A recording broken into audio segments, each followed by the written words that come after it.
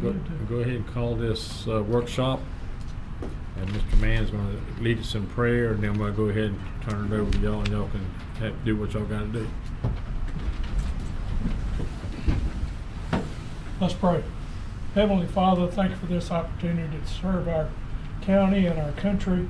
As patriots of this country, Lord, we're honored to be part of the county government and cherish this opportunity to bring the business of the county before you, and I ask that you bless each decision that we make and help lead and guide us in all things we do and say here today. I pray, Lord, a special blessing for all of the county employees and the county servants, and ask that you bless them and keep them safe in every endeavor. I pray that you guide us through this meeting today. In Christ's name I pray. Amen. Amen.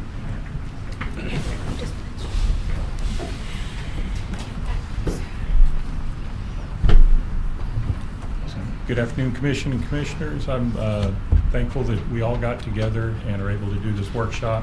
This is going to be sort of a high-level, 10,000-foot view of some of the challenges that we've seen when it comes to record keeping, documentation, as we learned through the last 3 storms we had last year, and some other projects that we've had since I've been here at Emergency Management. As we've done digging over the last 3 storms, and we see how we did some documentation during the 2014 and some other storms, we've done it better and we've done it worse. And over the last 3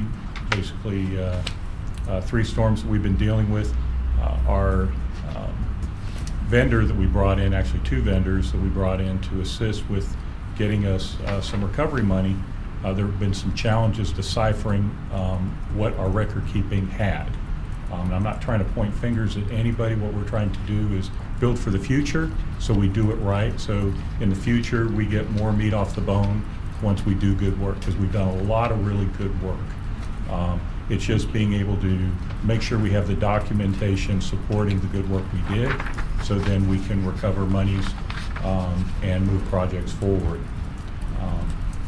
I'm not going to get into actually showing you documents today on where there were some deficiencies and corrections and things like that, because again, what we're trying to say is we're looking at processes and what we need to do moving forward. Some of the challenges we've had, because we have multiple meetings, we have what's called a PDMG meeting every week to discuss our projects that we have, which Dennis is so passionate comes up and gives us updates on in the meetings. And as we've been asking for records and going back and I would say finessing the records to make sure it accurately reflects what we need for reporting purposes, we don't always have all the players available. And I know, just like everybody else, we're short-staffed, we're busy with other projects, but it's important if a key person can't be there that they have a representative there to help do some follow-up. And we've probably done thousands of emails back and forth requesting, trying to get documents and things like that. And it's really slowed down the process with our vendors trying to complete some things. And we're not under a timetable issue at the moment, but we don't want to be. We tried to stay ahead the entire time and still are trying to be ahead. But at the same time, we understand that some teaching and training needs to go into the documentation process. One of the projects, or one of the programs you've heard me talk about, is a program called Crisis Track that we use for collecting information.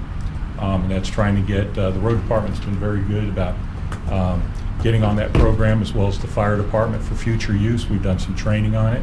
We still have some more things to do with that, but that should aid us in the future with equipment, as far as time that it's used, as far as places that might have damage and things like that.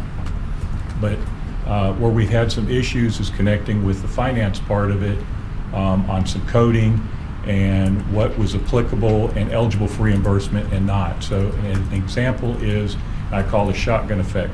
When we first asked, and the vendor asked for everything related to, let's say, Hurricane Debbie, the finance department went into their files and sent us everything they thought that was Debbie. So we got everything in the kitchen sink, but not all of it was eligible. Okay. Okay, clarification on that, if I may. When you say finance department, who specifically? They're not that big. Who specifically? Well, are you specifically sending? with Cheryl's who we were dealing with. Thank you. Okay. And in that, though, I'm sure she's relying, we've had conversations, she's relying on what's reported to her. So it's not necessarily she was saying this was all eligible, this is what she had that was labeled as Hurricane Debbie. And we understand that. So one of the training we are trying to move forward and in the future is when the department submit records to finance, okay, and with finance working together, they put it in the appropriate silos. So when it's requested to supply your information for reimbursement, one, you know if it's eligible or not, okay? And you have the complete package, so to speak, whether you need a purchase order, an invoice, and that stuff, that it comes together. Same thing with timesheets. We didn't get that in every case. So there was lots of repeat emails saying, we still need this, we still need this, okay? And after 40 or 50 emails, you can see how it gets convoluted in there. So between us and emergency management, plus the vendors, and also the appropriate department we were dealing with, many hours with the road department, many hours with the fire department, having to come back in and reconcile all these documents, there was a lot of labor involved in that, where I'm not saying if we had our total training package out there, we can minimize a lot of that moving forward with some of the teaching we're going to do on record keeping and how we document those things. One of the things Dennis and I've done is reached out to a lot of our peers, our subject matter experts, not at the Florida Division of Emergency Management and FEMA, but asked for best case practices, and we have some of those. Specifically, you may have heard the term FROC. That's where the Florida Division of Emergency Management has forms which FEMA is accepting, which sometimes has a little more information, but specific information to help documentation. We have a group that's going to come here in October, and we're going to do specific training with those forms with our different departments. And one of the reasons I'm here before you, not just with the FROC training, but all of the training specific to what we need to document, okay, both the good stuff that we do out there, is I need some help with the department saying they need to show up and send people to get the training, okay? And I'm not saying I'm getting any pushback, it's just we, in some cases, have not done the best practice, and I'm trying to help set us up with the best practice. They don't work for me, and again, I'm not had anybody that worked necessarily against me, but I need your all help because they work for you all to make sure they come to the table and get the training. It is that important to us, because as we will share with you, there's some meat left on the bone from the last 3 storms that we could have done better with. I think we did a good job, but we could do a much better job. And I mentioned when we first started talking about the storms, before I was EM, I was not at EM to see what we did a decade ago, but a lot of the issues we had with storm-related damages, especially the roadways, if we started working on this a decade ago, most of these we would have resolutions for by now. Not all at once, but piece by piece, like we're picking out projects now, we would pick out these pet projects and make them better. All right, now I know in some storms you can't do much about it. I couldn't do anything about the boat ramp, unfortunately. The boat ramp was a really bad issue with not only the storm coming in and then going out. But as far as the roadways, there was a lot of things that if we'd done incrementally over the years, we really could have made some progress. The growth is coming to Baker County. I know this. I deal with the builders all the time. They are hungry for Baker County land, okay? And it's going to come whether we want it or not. I would like to set us up for success, so as we have damages, as we build, that we can recover the most available for our citizens and for our county, okay? And I think we can do that. The fact that you're all letting me come up here and talk about this stuff, and we've got a team here, I know we're doing well, and it's baby steps. I use the analogy, we eat an elephant one bite at a time. So that's why I'm here trying to get that bite. I don't know how big it's going to be, but I'm not going to go away. I want to, again, take care of the citizens and take care of the county.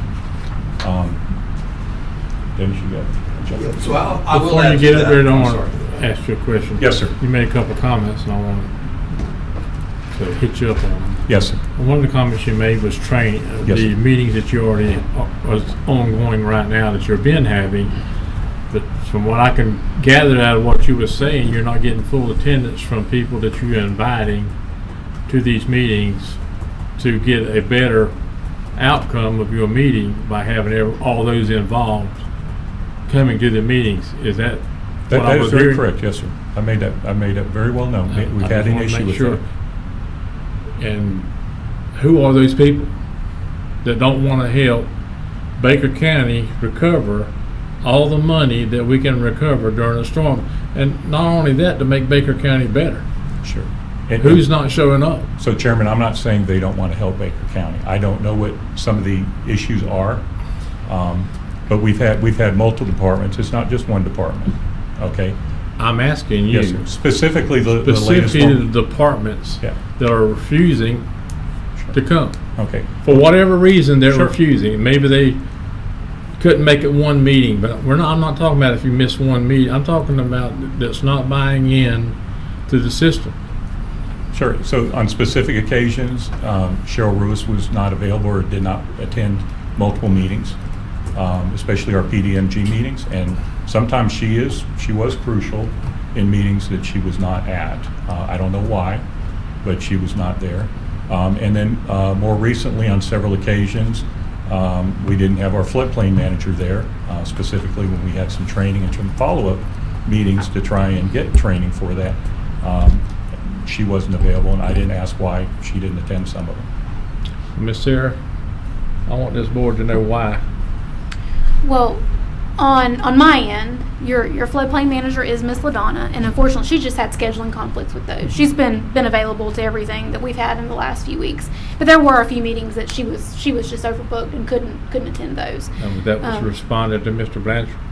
Or I did- believe so. If not, I mean, we John and Dennis and I are on the regular conversations around here, but I believe that's been verbalized. But otherwise, I mean, the ones that are in this room, we just joked this morning, we might as well set up another office out at emergency management. So if it's our folks, if they're not there, it is not on a regular basis, and it may be just scheduling conflict. And so we all are there. But things do come up. Like I said, this is a lot of meetings. It's a lot of time-consuming things with people that have already regular, heavy schedules. So, like John said, if we're not there, we try to send someone in our place. But there are meetings that that happen that we can't all If attend. LaDonna's not there, who goes in her place?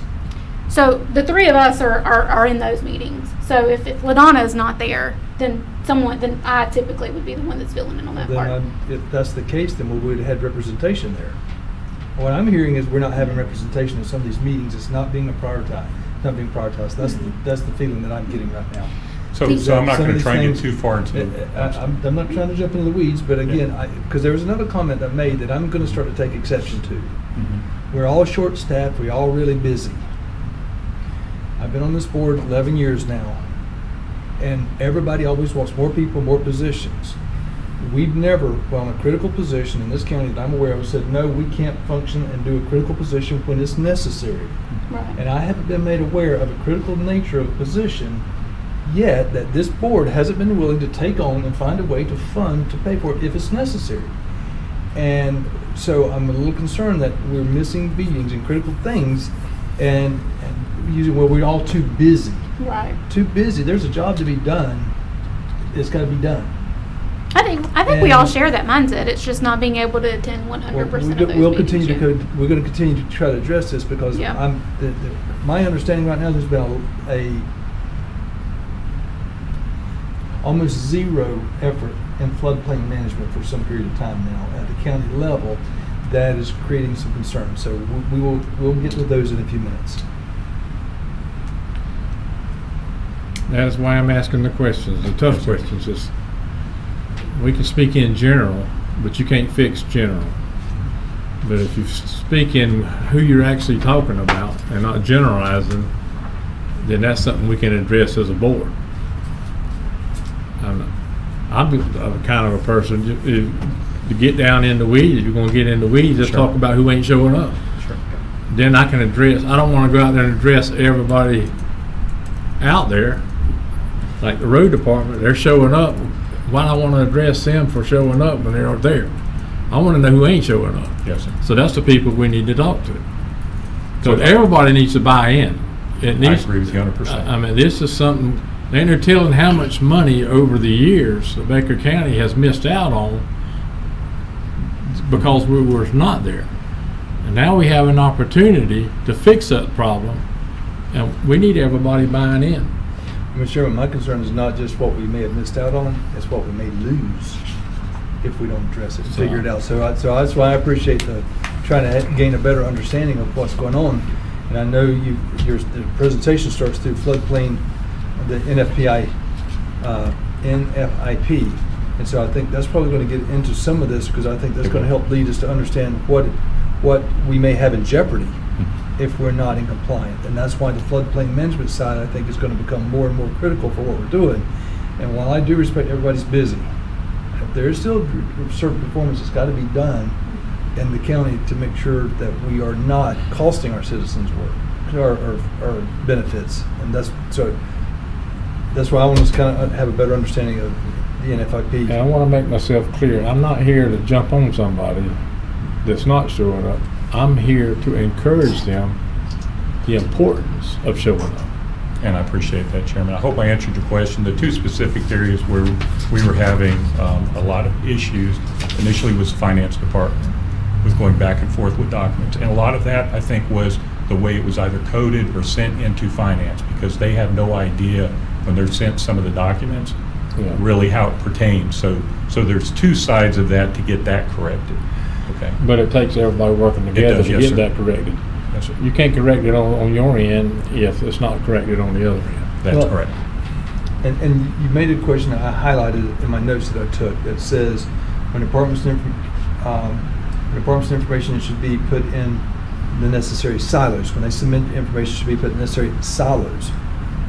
How do we know how do you know what silos is needed? I guess there's two sides to that. Does the departments know what quote silo you need, and is that consistent with what finance is wanting the silo they need it to be in?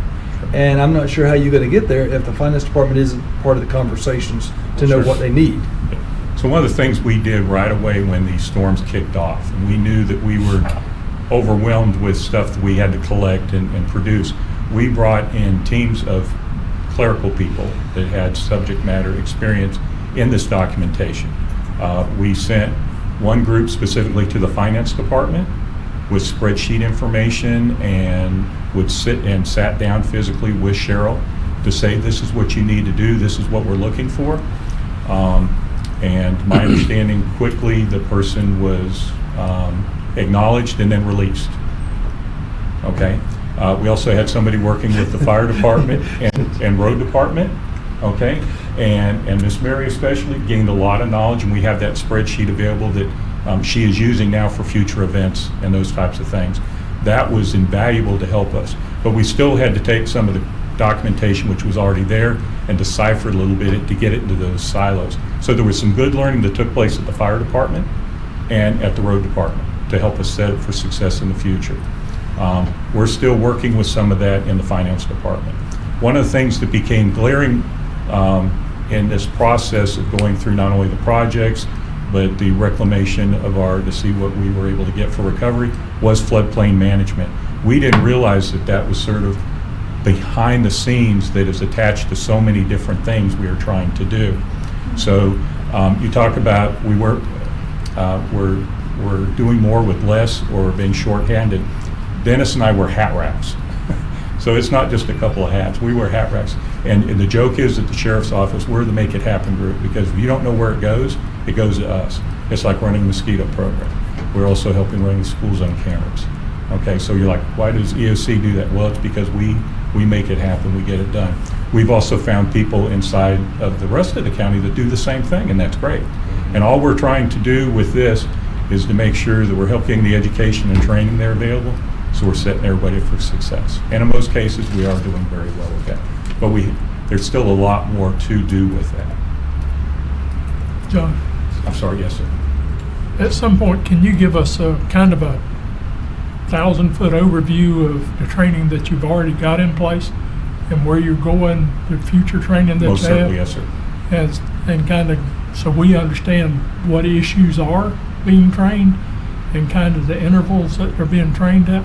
Yes, sir, exactly. And again, we know this is a workshop, we have limited time. A lot of it I want to devote to the floodplain management. That's why we brought the staff in here. Right. And again, we're going to have multiple meetings and trainings later, and that's why the biggest thing I wanted to start off with is I need a little help to make sure we have staff show up to go through the training so we can be set up for success.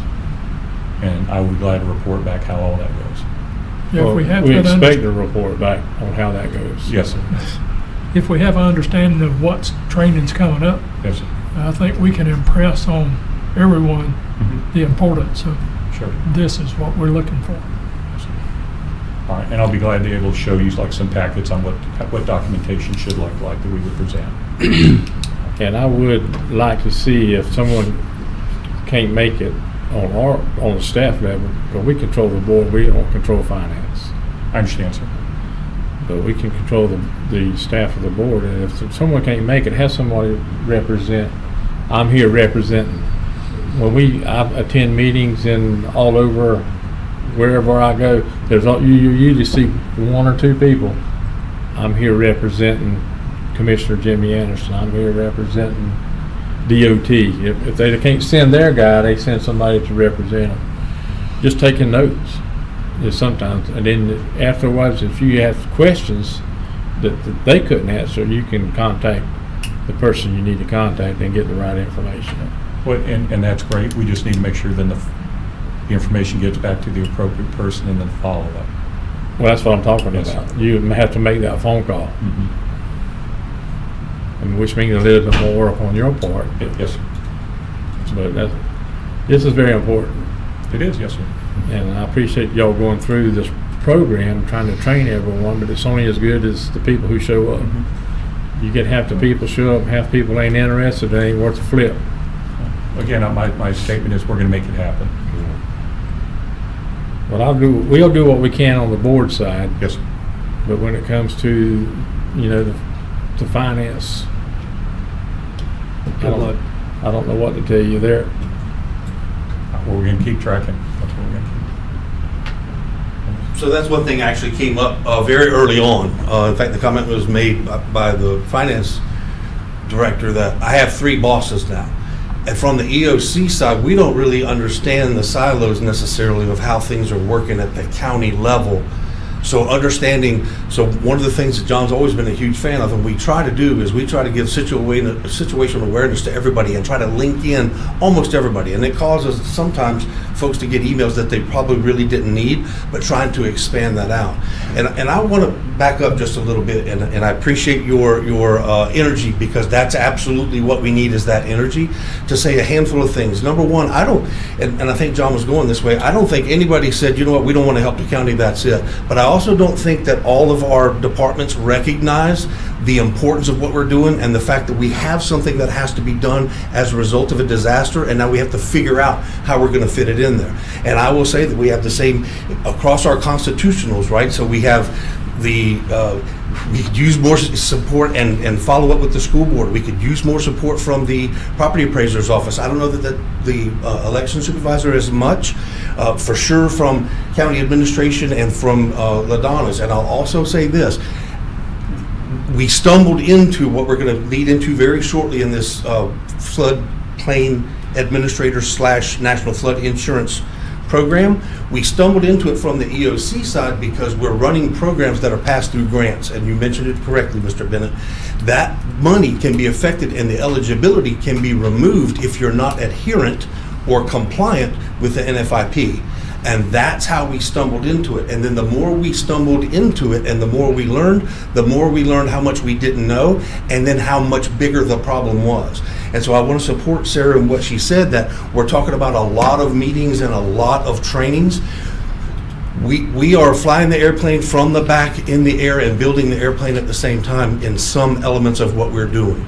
And my boss has a very strict saying, we're not going to allow the county to fail. We are going to pick up the slack and do what we need to do, but we also need to help them get the rest of the county get to where they need to be so that they can understand, because on the next storm, we may not be able to absorb it, right? We may get hit at that level as some of our sister counties do, and now law enforcement and the EM function completely gets pulled out of what would normally be county functions.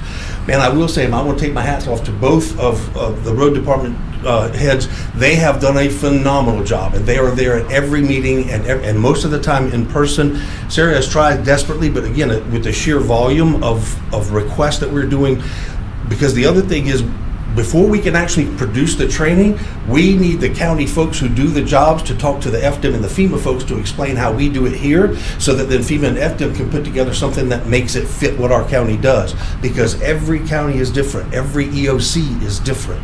And so it's not just a cookie cutter, here's the way it's done, come sit in a 4-hour class. We need input on the processes. How do your permitting work? How does your zoning work?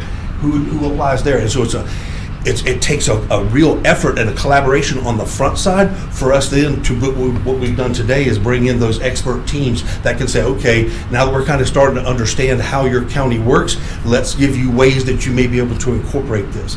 And I don't want to steal too much of their thunder, because Michael Bichette's got a fantastic program in front of you, but a whole, you don't know what you don't know. And really, it's been a long time since Irma.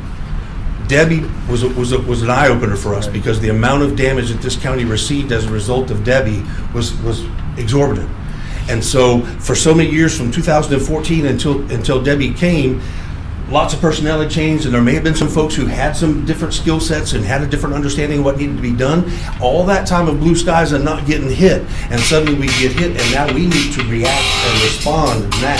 And so I would have never expected that rate coming from Mr. Miller. I was But I thinking like the same thing. So with that, I will say that Party animal over here. at every turn, what we try to do is not just bring in, and the other thing we do is encourage our folks at every level, at the county level. We will make connections with sister counties who have similar size, similar problems, to help them also navigate, just to provide resources. So I want to say that I don't think anybody intentionally was specifically saying that, but I do think that what we need is, from the EM perspective, is assistance in making sure that it's a priority, and that we understand that we are all in this together. We all are going to work together to get it done. If I could, Mr. Chairman, just real briefly, I think you guys just kind of got notice. I do have to step out briefly at 4 o'clock for a phone call, just in case it comes up in conversation. So floodplain management obviously is one, because there's been so much turnover in the community development department for the last 6 or 7 years. It's really not had a home for 6 or 7 years. That is something that our community development director has filled. And like Dennis said, we have been fortunate that we have had nothing but blue skies during all of those times. We never had a need to do some of these assessments that need to be done. LaDonna, bless her heart, is put in as director, and she has gone through the training, and on the heels of that training, within just a few weeks, is when Debbie hit. So there is a learning process to all of this. There are some things that during a storm, within a certain amount of time, we know now has to be done. Like I said, at the time, like I said, she's just learning how to do those things. So on our end, we've actually had conversations. We've gone out of our way to have some training. We've had emergency management sit in on those. We actually went and coordinated with the regional council in hopes to maybe even come up with some kind of contract plan. Like, listen, if we can't do this during gray skies, if this is beyond what our scope we can do during gray skies when a storm comes, what does that look like from a contract perspective? Do we call in someone in the event of a storm? So we're actively working on it. It doesn't fall on deaf ears. These guys know it. We talk about it a lot. We understand the importance of it. We understand the importance of the training of it. And I just want to make sure that we're all clear that it's not without trying, that these things aren't happening. So like I said, I think one meeting on floodplain management, both LaDonna and I both were not available for that, but typically, like I said, we are there. If I can't be there, I'm following up with those guys after the fact, or Chris and Jason. So without a doubt, it is of the utmost importance for us to be able to do that. In all respect, it's more than 3 meetings. I mean, we're going back to December, right? And so just being honest, right, we've been trying to put this together, and it wasn't until May before we finally got some action. And look, not taking anything away, I recognize you guys are busy, but the truth is, what that did was put us 7 months behind. And unfortunately, when we bring those folks in on a short time, just like not being able to have the other FDM folks in here now, it cripples us, because their availability to come and help this one county, they've got 67 counties that they're helping, and unfortunately, then trying to reschedule it's just almost impossible. But realistically, again, I will say that I don't think we have enough manpower to do this position, but I'm not the person that gets to make that choice, because I can tell you that for sure when gray skies hit, not having that pre-position contract, which we hope to do, not having that pre-position contract in place, you are statutorily required to do things. Your citizen can't pull a permit or do a bit of repair until we have done our job statutorily. But if in fairness, I agree with what you said, but I will say this, it's not just 1 or 2 meetings. This has been going on for months, and it's not, I don't think it's just one area. It's not fair to even say LaDonna. I think honestly, as a whole, the county, we need all the team players there. We don't need just 1 or 2 from 1 or 2 departments. We need everybody kind of stepping up to help fill that role, because again, we are only a 2-person shop. Yeah, I'm going to suggest that we kind of work our way through this stuff so we have a better understanding of who all should be involved with it. So then we can kind of better figure out what should be taking place, because I hear a lot of talking about when it's gray skies. Unless I'm mistaken, there's a lot of activity associated with floodplain managers that has nothing to do with gray skies, that has to be done during pretty blue skies year round. That's on an annual basis. And unless I'm mistaken, none of those laws and requirements has changed recently. So well, let me rephrase that. Some of them may have changed, but majority of them have been in place for the whole time. And I guess I'm more concerned that while we have had a number of changes in the office, there's also a function that's completely been dropped and not looked at, and that's why we're in such a challenge now. So having to figure out what to do there is really, to me, is we need to figure out what we need to do so we can put a game plan forth to how to resolve it and move forward. So understanding a little bit more about what all is required, I think would certainly help me. It's a perfect segue to this team that we brought in. Okay. Yeah, sorry, one more thing. So we plan on having more trainings and meetings and probably some more workshops. And unfortunately, I was a little bit ignorant. I didn't realize that we couldn't have a virtual option. Some of the people for the meeting room here. Why can't we have a virtual option? I don't know. With and all I'm- this streaming that we do here, there's not a virtual option for us to be able to do that with the way that the meetings are set up now.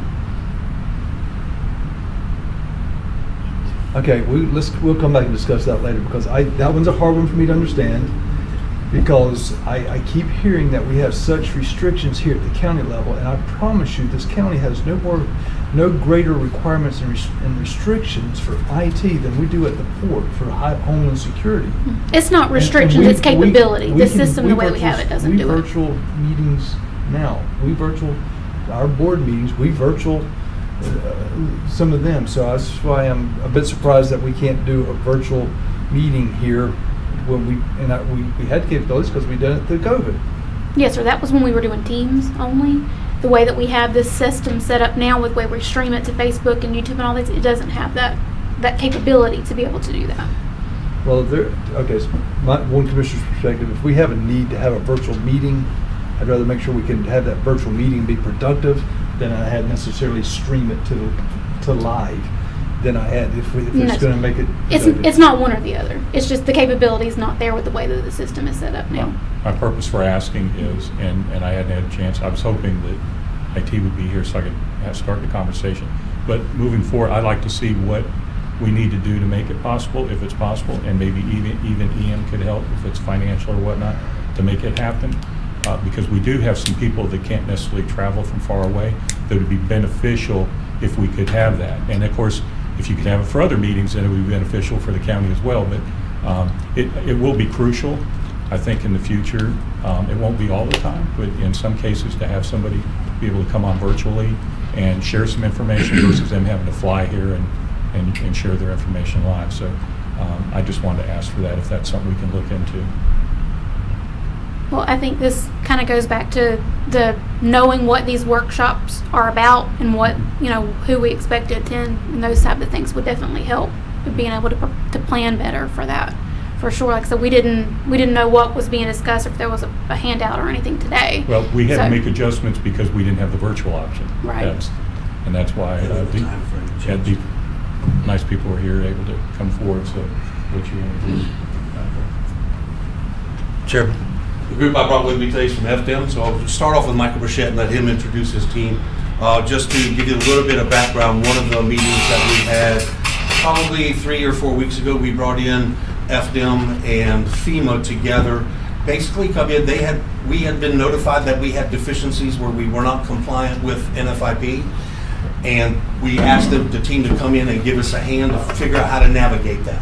And so this team that we brought with us, and what he's going to give you is exactly what you're asking for, Commissioner Bennett. It's kind of the overarching, what needs to be done, that kind of thing. And then I'm sure he'll take questions if you have them after. All right, thank you so much. I just want to thank you always. I know all of our time is always crucial. So to have y'all here and to talk to the commission, I do appreciate it. I always want to say that. I also want to preface too that we've been going around our floodplain team, and who am I? Michael Brachetti, right away. So I want to say that I'm the deputy state floodplain manager. And then I have also brought 2 floodplain specialists, Joshua Lacey and Preston Joseph right there. They're here for our support. So what I want to say is as well, we've had a number of meetings with Big Bend areas. We've had about 5 other counties that have reached out to us in a similar form and fashion. Thinking back before Idalia, I think I read something that the Big Bend hadn't had a categorized storm hit like it has since Idalia, and then the subsequent storms after that since 1898. So 100 years. You have multiple generations of people that say, "Hey, I've never seen anything." And that's really correct. But now what we're seeing is a trend, and I'm not trying to put anything out as fear mongering or anything like that. It's just the statistics are there. 18 to 20 months, 3 storms have went through the Big Bend area, and we have a number of communities. So I just want to say that you're not the only ones that are coming up to the table and saying, "Hey, how do we address this? What can we do? And what are our options?" So with that, I'm going to do a high fly overview. I hope is a high fly overview. Like I always like to say too, we swim and live and breathe in the floodplain, our department does, but trying to always make sure that we keep that at a high level, or is sometimes a little bit tougher in a way when we do it all the time. So I just want to make sure that we have come here with a high overview. So I'm thinking this would advance my slides. So it I think you got to point it this way. turned on. That doesn't give much. Y'all aren't getting the best side. Then you're like, he doesn't know how to do a pointer, man. All right. So just what we're going to try to get out of this workshop here is, what is the National Floodplain Flood Insurance Program, NFIP? Floodplain manager's duties. What are floodplains? Floodplain regulations. Talking about substantial damage, substantial improvement. This kind of also hits when you start to talk about the FEMA 50% rule. That lives in this area as well. And then violations and enforcement. Just some high overview of that. So going into it. Brief about the NFIP, National Flood Insurance Program. It was established in 1968. And the 3 main properties that it gives us is know the risk, insure the risk, and manage the risk, which is through mapping, insurance, and regulation. So that's our 3 prerogatives when we go into this. All right, so responsibilities, overarching view here. So you have to say voluntary agreement between federal and local entities. And then right there in the middle, state coordinating agency. That's what we are as the floodplain, Office of Floodplain Management. We are the state coordinating agency with these 2 entities, ensuring that all 67 counties and 460 plus communities are all keeping their programs, up to date and are feeling confident as much as possible. So we only have 10 staff. We know how it is too. So we have regional people, and some of them are over hundreds of communities. So trying to keep all of that straight as well. All right, and I just love this. It's a good delineation chart of how it falls from the federal to the state to the communities, and how we fit into that overall program. Next is just some general about federal responsibilities. First off, they do flood hazard maps and products. They put those things out. They change the map. Sometimes we hear about these flood maps, And who does them? Is it the state? Is it federal government? Comes down from the federal government. They would have meetings. You would know about it years in advance. Next is mitigation planning and technical assistance. Minimum floodplain development standards. They're only putting out minimum floodplain standards, and sometimes that gets a little muddied as we get in here with higher standards. We'll talk more about later. And then federal flood insurance. They're the ones that also handle the policies themselves. Who actually does that? Sometimes we get a lot of questions lately on that. And then federal disaster mitigation funding, which is something that we have talked about today. And then monitoring communities' NFIP compliance. All right, so how does the state fit into this as well? Well, as a state support, our roles in the NFIP include supporting NFIP meetings. That means we're the boots on the ground. We're the people that, like today, we show up. We make sure, not that FEMA would not. I'm not saying that. Just that we're more prone. We're apt. We're centrally located, so we're going to come out and do that. We help set higher standards, which, like I said, we'll talk more about.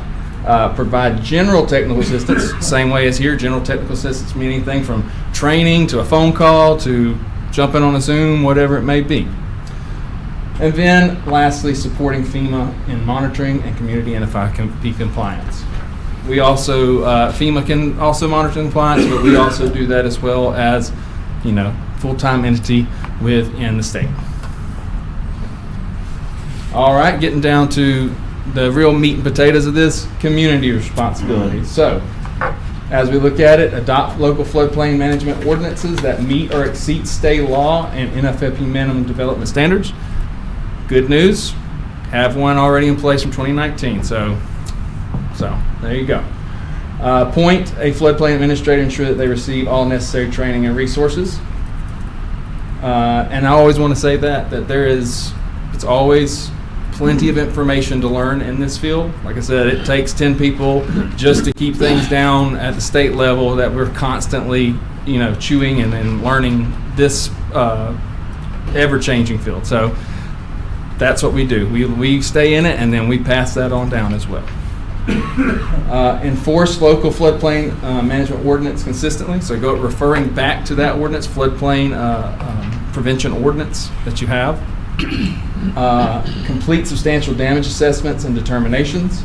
Promote proactive floodplain management, and then evaluate and mitigate flood risk. So two major ways you can do that. Either one, by adopting higher standards, or working with FEMA to ensure accurate and updated flood information.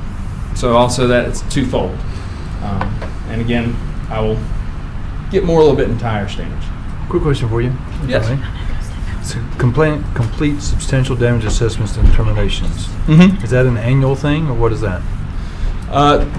It's one of those things that I think you're talking about. There are things that happen in the blue sky. This can happen of any origin, like damage of any origin, can happen at any time. But you see it a lot brought into when there's a disaster, overarching damage to a lot of structures. What do you mean damage of any origin? I don't. A lot of times, like floodplain. So to elaborate on that, so with like floodplain, there's this disconnect of it has to be flood damage. It could be if they're in the special flood hazard area, which is A zones and V zones, which Baker doesn't have any V. That's coastal. So just A zones, which you have. If they're in those designated areas, the structure is found under that. Can matter at any time. It could be floodwaters, a fire, anything, any damage of any kind of origin that's in that area has to be considered with that. So doing those damage determinations, substantial damage determinations. So don't worry, I even get tripped up on all that acronyms. Do we already have those identified? Do we have them, these zones, these special flood hazard zones identified and everything? Do we know where they're at? Dennis has shown me your flood maps on GIS. They're very accurate, very good. I think the only thing that he's trying to work towards is making sure, getting a list at this point of actual structures that are in those floodplains. And correct me if I'm wrong. We're working on that right now. We're getting that list now. So the zones are determined by FEMA. So our zones are A and AE. Those are the two zones that we have. He's right. We don't have any coastal. To come back and answer your question, if it helps you grasp the concept of what he was saying earlier. When Hurricane Milton came by, that was not a flooding event. That was not a rain event for us, right? Hurricane Helene was not a flooding event for us. Those were wind events. But during that disaster, if you're in the special flood zone area and you received wind damage, that damage counts towards your NFIP and your substantial damage assessment.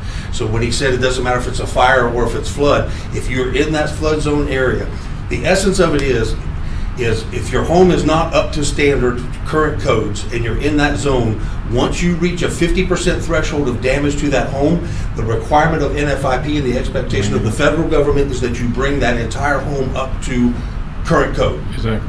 And so specifically, it applies not just to flood damage, it's any kind of damage during a disaster. If it was a tornado and then that created a fire and the fire burned the house down, that fire then would be part of that disaster because the power pole is what caused the fire. Does that make sense in answering the question you asked? In all actuality, if you're in that zone and you do 50% of the cost of a remodel on that, but you still have to bring it up. It's improvement. We Improvement. got that as well. We'll get to that as well. So how are we tracking that to know if we hitting 50%? So if you would and let him issuing come- permits? Because I sense you- this comes back to if we're issuing permits to It'll be a little work. bit later in the It's on presentation. your, I think you'll, And that's, Okay. it's part of your permitting process. All in good time. it's coming in the presentation, Commissioner. Okay, be quiet. But even in like I said, the blue sky, that this could be something as little as and it does tie back to permitting. But like a kitchen fire happens, they're in those special flood hazard areas designated. This still applies. So disaster of any origin, no matter outside of a disaster or not. So it's I think you were talking about it perfectly. Is that there's things that we do because it's not just gray sky, right? So this is something that's even into blue sky as well. So, going on into it, floodplain manager duties. So, knowing the floodplain, you are the local expert. That doesn't mean you have to know everything. We swim and breathe it. I can't tell you right now 100%. I could tell you everything about the NFIP because there's so many facets of it. I can tell you I know somebody to get a hold of. I can do research and I can figure it out. But again, that's how vast the knowledge is. It is like an ocean of water almost. Not to make it intimidating. But again, you as local know it best because I can talk high overview to when somebody calls me about Baker County, right? And they're like, I live along such and such pond, but I don't know anything else about it. I've never ridden that road. I've never been there. So in that essence, there's a certain niche. Even if you're not that exact person that knows everything, you don't have to. But just being having that knowledge is invaluable that I can never have by looking at topographical maps, even aerial. So next is conduct tours of the floodplain. Going back to knowing what we have. Do you know what's going on with it? That also talks about the development as well. And also code enforcement as well. And we'll get more into that as we get to violations. Also assisting property owners, developers, and others with floodplain questions. So being that side, enforce floodplain regulations using your ordinance, going back to your floodplain prevention ordinance. Maintain records of all floodplain development. That goes back permits, elevation certificates. Almost said an acronym, but we say them all the time. But there we go. Then the next thing is provide and process floodplain development permits. Go into that. Process applications, approve or deny what is missing. If there's something in there, a lot of communities may have a separate floodplain development permit to kind of be that separate review, or sometimes it's already built in if it is in an actual flood hazard area. Require any additional federal, state, or local permits. The biggest one is like a 404 clean water permit whenever they're doing anything close to mangroves, things like that, where kind of an EPA. So other additional state, federal permitting that needs to be done. Requesting elevation certificates. That is in the Florida Building Code. Mitigation grant planning, where we're touching on some of that already, and then disaster response support and recovery meaning SD inspections. All right, so what are floodplains? So generally, like I said, you have A zones, which are more riverine type areas. Riverine, ponding, those type of areas where you'll find those. V zones, thankfully we don't even have to think about those. Those are coastal high hazard areas, but those are two general split and delineations.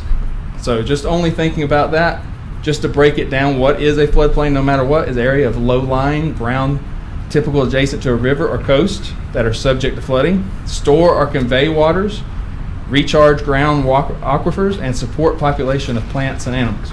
So they also have a beneficial function. A lot of times our communities were built in floodplains and we didn't even know it before any of us were ever born. So we've only been tracking it for less than 100 years. So there you go. So a lot of times people, how do we end up in this? Well, we just built close to water because that was a lifeblood of early communities. We need to be by a source of water, right? So it is what it is.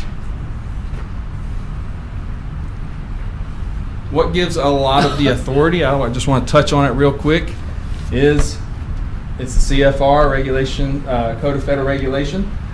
These that you see right here are some of the main examples. 60.3 being our place that gives us the actual communities and state and federal to enact, enforce, and do this criteria.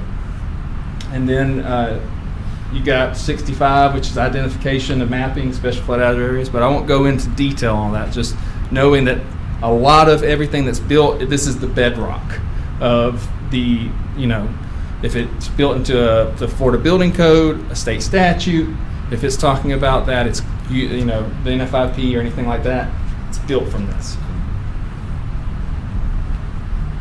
All right, community regulations. I've been talking about flood prevention ordinance. So local floodplain damage prevention ordinance, usually what they're called, so just without the local, but it is yours.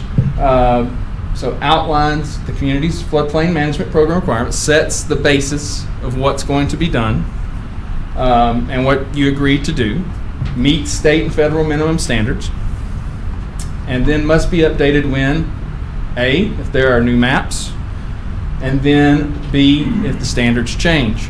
So if there's something within the state that changes, then it must meet to satisfy one or the other. Then, Question for you, if there's new maps, do we have to do public notifications and hearings and things for that? that would be part of it because there would be community meetings when they do it. Usually they would meet with the community about 4 years ahead of time, and then that first meeting would be with the community. But there would be a series of public notifications and coming out, and they called them risk map meetings. And so that's where you would notify people, and they would come out, have a public comment hearing, things like that. I guess my question is, if this is under local floodplain damage prevention ordinance, this is an ordinance that would be done at a local level. It's a local agreement. It's a what? Local agreement. Okay, so local ordinance here, I'm not sure it's an agreement, it's an obligation, right? Okay. Yes. So what I'm trying to get at is if there was new maps, who's coordinating the new map? Would we be putting the maps together? Is FEMA, who's the new maps? Where would they come from? It come from the federal level. Okay. So FEMA the would federal notify. level would be doing these notifications things and all of that, not us. Okay. Well, for the public hearing, the local level would put that out. Yeah, we would but- do the. Okay. They were done in '91 and then reissued by FEMA in 2008.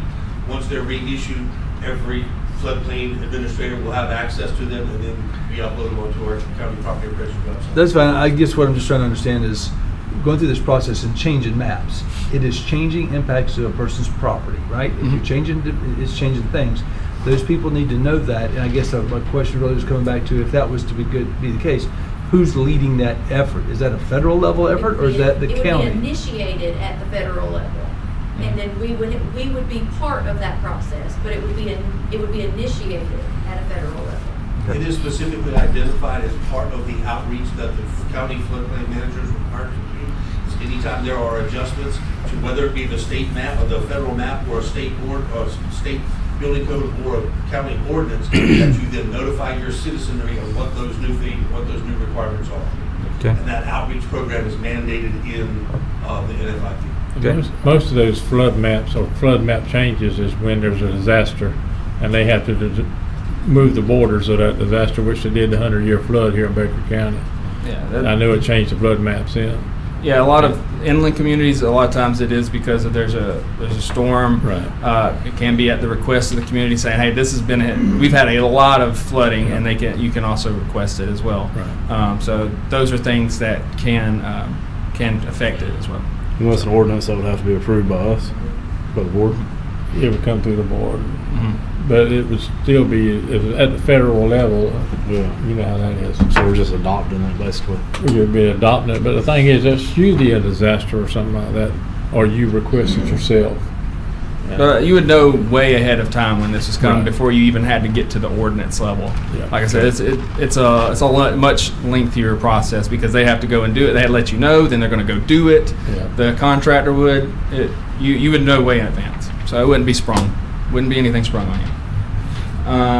Then the next thing is, again, we've talked about going through the local notice and then adoption procedures, and then be signed off by the state and FEMA. We would review it, give our not approval, but just that we got to go ahead and then pass that on to FEMA, and then they would be the ones that would approve it at that point.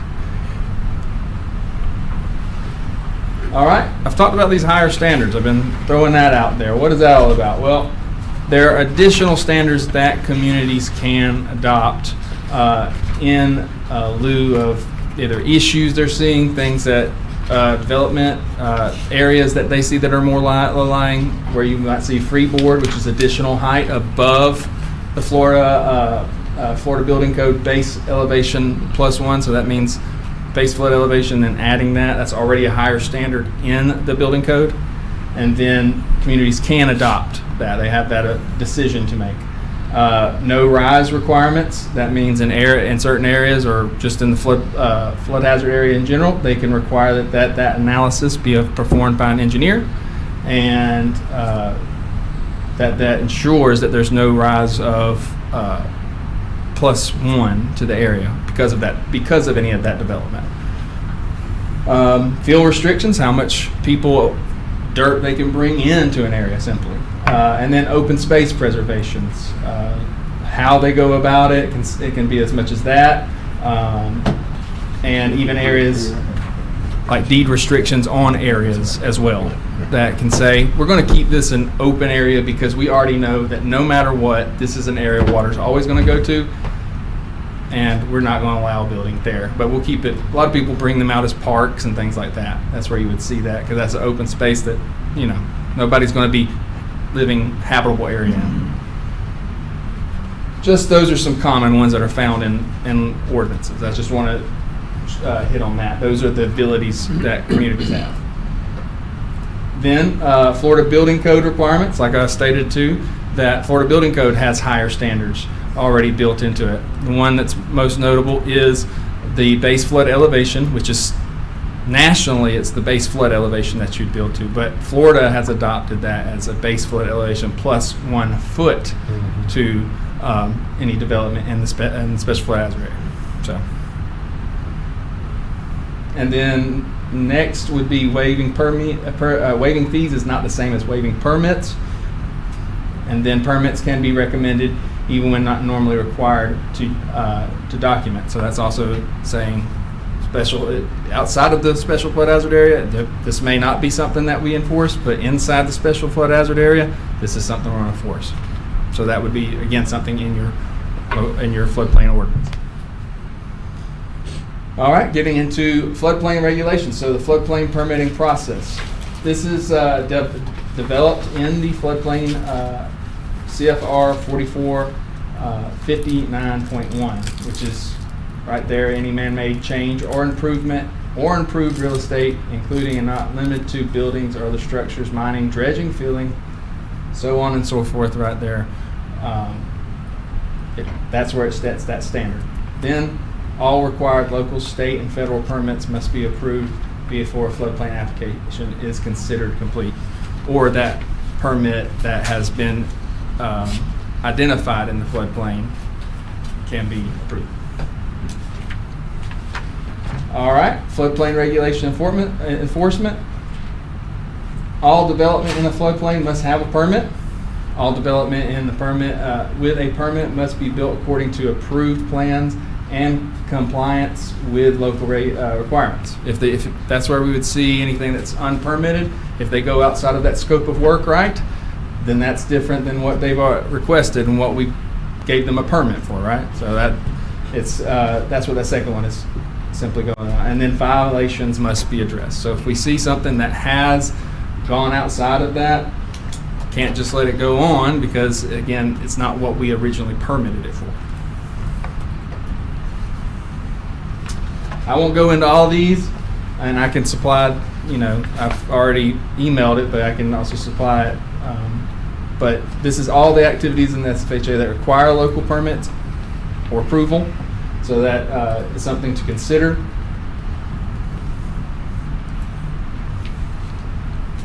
Again, you don't need me to read off every one of them. Then the next thing is improvements and repairs of the building in the special flood hazard area. Types of work that may trigger SI, substantial improvement, or SD, substantial damage requirements. So rehabilitation or remodeling of a building, lateral additions that may or not involve structural modifications, vertical additions, and repairs of foundations. And then again, I won't go into every bit of it, but those are, on that side, are some of the major ones we see. Then, just to give a general overview of substantial damage, again, where we get, and this is found in, we have a model ordinance that everybody goes off of originally. This is the actual definition of it in all of our ordinances. Damage of any origin sustained by a structure whereby the cost of restoring the structure to its condition before damage occurred would equal or exceed 50% of the market value of the structure before damage occurred. That's where you hear the FEMA 50% rule, but it's actually the county, municipalities, 50% threshold. I like to say a threshold because that's really what it is. You come up to 50% or over, then this is when these requirements are going to be set upon. So a lot of times it's where I like to say it's always, the media loves to grab on the 50% rule, but it's really found in our ordinances. Again, that's substantial damage. Again, where it talks about the substantial damage determinations, and in the floodplain administrator in coordination with the building official per flood ordinance. All right, we've also talked about, kind of hit on this, substantial improvement. And again, this is the definition found in our model ordinance as well. Means reconstruction, rehabilitation, addition, or any other improvement of structure, costs which would equal or exceed 50% of the market value before the start of construction of the improvement. This term includes structures that have incurred substantial damage regardless of the actual repair work performed. And that's just a breakdown. That would be market value of the building, which most property appraisers would have, and then the cost of the overall improvement. A lot of times it can bleed over. You can see improvement happen in a damage, right? Somebody goes back, they're like, I've had this tile for 10 years. I'd like to go back up with something a little bit better now. So you see that as well, where damage can bleed into an improvement as well. So. I have a quick question on that. But if they're just doing upgrades, not because it's damage, not damage related, does that count towards the cost, the 50% cost? If it's really has nothing to do with damage, they could do the damage work and then come back as a separate permit and do upgrades that they want to, but it's not associated with it. So. Right. Without some kind of way to track that, that would be a harder one. You just have to base that improvement again off of the existing the value. They may not. You can't just bring those two together unless you have it where a higher standard of cumulative to do that right now. So that's where, unless you have that specific, and I don't think Baker County has that there's anything like that. So without that, it would just be based on that improvement at the time. So per permit. And then why is this important? getting down to the real meat and potatoes, why we're here today. First and foremost, I always come from a safety point, to protect structures from future flood damage. I know it's a hardship. I know, again, when you start bringing into, I've only got such and such money, or I live on fixed income, hey, I'm not cold-hearted. I understand, I hear the calls, but at the same time, I would much rather know that that building or structure is in compliance, brought up into regulations. That's why they're changed, because something substantial, a flooding event happened in response, and know that that person's safe rather than the monetary that they're looking at. I know it's hard, but at the same time, I'm always a safety person, knowing having that on my conscience. So again, then this next thing is to remain compliant with the National Flood Insurance Program. These are the base things that we need to do as part of being in this program. Now, if we do not maintain compliance, you risk probation or suspension from the NFIP. Don't boo me just yet. Non-participating communities are not eligible for projects located within floodplain under FEMA public assistance categories C through I and HMGB, which is Hazard Mitigation Grant Program. Thank you. We talked a lot of it. And if in suspension, residents can no longer purchase NFIP flood insurance policies. Those are reduced policies, so they're going to be They're going to be subject to that full premium that they weren't under the NFIP. Federally backed mortgages may no longer be available in the community, and federally backed loans or grant programs may not be available or may be very limited within the community. So that's a lot of things that the NFIP opens up. So let me ask a question. Mm-hmm. So in the federal backed mortgages, Mm-hmm. would it be just in those flood areas, or could it be countywide? It's a good question. I know for sure that it would be in the special flood hazard areas, but I don't know. Wouldn't Mark, affect- did you have that right offhand? No, I don't. Okay. We can research and make sure. I can definitely say it would be in the special flood hazard areas that would affect, but at the same time, I want to make sure that get that answer for you. But I will follow up with that. Thank you. All right, getting into enforcement. So when does enforcement start? When it first becomes aware of the violation. So if we see it, we know about it, it's been reported, then we need to begin some kind of enforcement. Now, what does that look like? That can be a lot of different things on a lot of different levels, because some people have special enforcement boards, and sometimes it's left up to the commissioners to hear each individual violation. So that's where you're following those, and also your flood prevention ordinance at the same time that has how to handle violations as well. When an anonymous complaint comes into your office, when you visit the property, during your routing inspections of the floodplain, or routine inspections of the floodplain, and then when the state NFIP coordinator comes into town. That's kind of a little bit of a joke there, but if we do community assistance visits, that could be something again that we would identify anything that we would need to follow up. Doesn't mean that we necessarily had violations. And then lastly is understand the issue. What is the exact violation too? So that's where we have to become somewhat understanding of the what makes it a violation, what is constitute to the NFIP. Are we required to do routine floodplain surveys or inspections?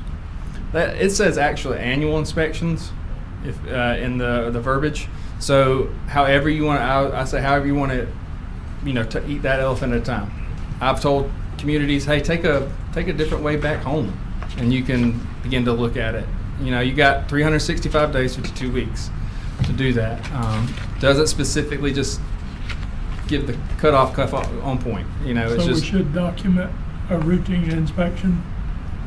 yes, when that area was last looked at, so that you can be like, hey, we haven't been by the creek, area in a while, or it helps just to know when the frequency of it is. That's one of the biggest things is when's the last time anybody's ever been out there, So, because we all know, and I've been over this area of Big Bend ever since I started with office, especially in larger rural areas.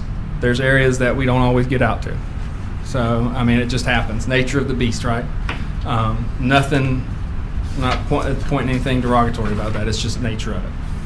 Hey, can I jump back one question? One of the Yes. things back in there is the non-participating communities are not eligible for projects located within the floodplain under FEMA Public Assistance Category C1 and HMGP Hazard Mitigation Grant Program. All these grants that we've been discussing recently, are they through them programs? C through I, that's correct. Oh, that's C through I, not C1? Yeah, sorry. So your Cat A and Cat B, those projects like that, which is debris removal and emergency response preparedness, those are not affected. Everything else is roads, bridges, parks. So the majority of all these grants that we've been talking about, if we're not in compliance with the floodplain, with this floodplain management required, we could very well have a potential to lose funding, Yes, sir. or in the future not get it Yes, sir. because of not compliance. Okay. A good reason to be in compliance. And then go into inspecting violations. I promise I'm getting towards the end. So, first off, communication's always the best way to go. See, if a lot of times if you just explain it, educate, voluntary compliance is the way to go. Educate the risk. We don't have to come at it where we slap a notice of violation on somewhere and go full deep into it. Just come up with the person mano a mano. But whatever the process it looks like, how you handle it, be consistent. Can never say that enough. Consistency. How you handle one property, let's always be consistent with the next. Are we doing it the same way? Then, documentation or documenting. No statute limitations. A lot of times people are like, we don't know if we ever had a permit on that. Well, best time to do it is begin to start once we know the violation, right? It doesn't matter whenever that was done. If we don't have it on file, there's no way that we know what's going on with that structure, what's been done to that structure, even if that structure is supposed to be habitable. Because there's been not, I've heard from here, but other counties, there was one I always think about. The code enforcement went in there and it was just floating joists up top. Everything had been removed. Like, I'm not a building person, but there's supposed to be a center beam that comes down and interlocks, or two that come down to make that overall arch. They've taken all that out. They ripped everything out, and that's a big code violation. But they didn't know that. They didn't know that people were in danger of just what was above their head, and it was something that they didn't know until there was damage that was being looked at. This home had been sold. They didn't know when it happened. So these are the stories sometimes we get of we don't know how long they've been in, jeopardy of that, because when you start to reduce that actual function of that arch, that roof could collapse over. It's not going to be able to take a load anymore. So, and I'm not a building official, probably butchered that whole thing. So You've done pretty good. and then again, we're following up, we're supporting, and we work together as a team on it to work. So it goes down the line. Once it goes from the FBA and the building official, goes to code enforcement, we're seeing it through. Question for you on documentation. Mm-hmm. Do we report this to anybody, or is it just documentation that we keep for our own files and things in case we ever did it? Is there somebody we self-report? How do we do documentation? So what does that mean? Documentation is if there's ever, sometimes FEMA will come in after disaster and want to see certain things, especially if they're seeing anything that they may see that not a violation, but anything that they would want to see a permit history or anything.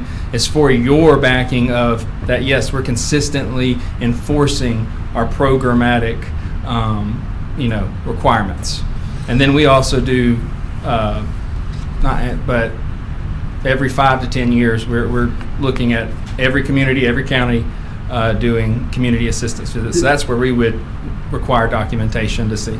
Does the county have to, in any way, like self-certify that we are following this, that we have ordinances, that we have things in place?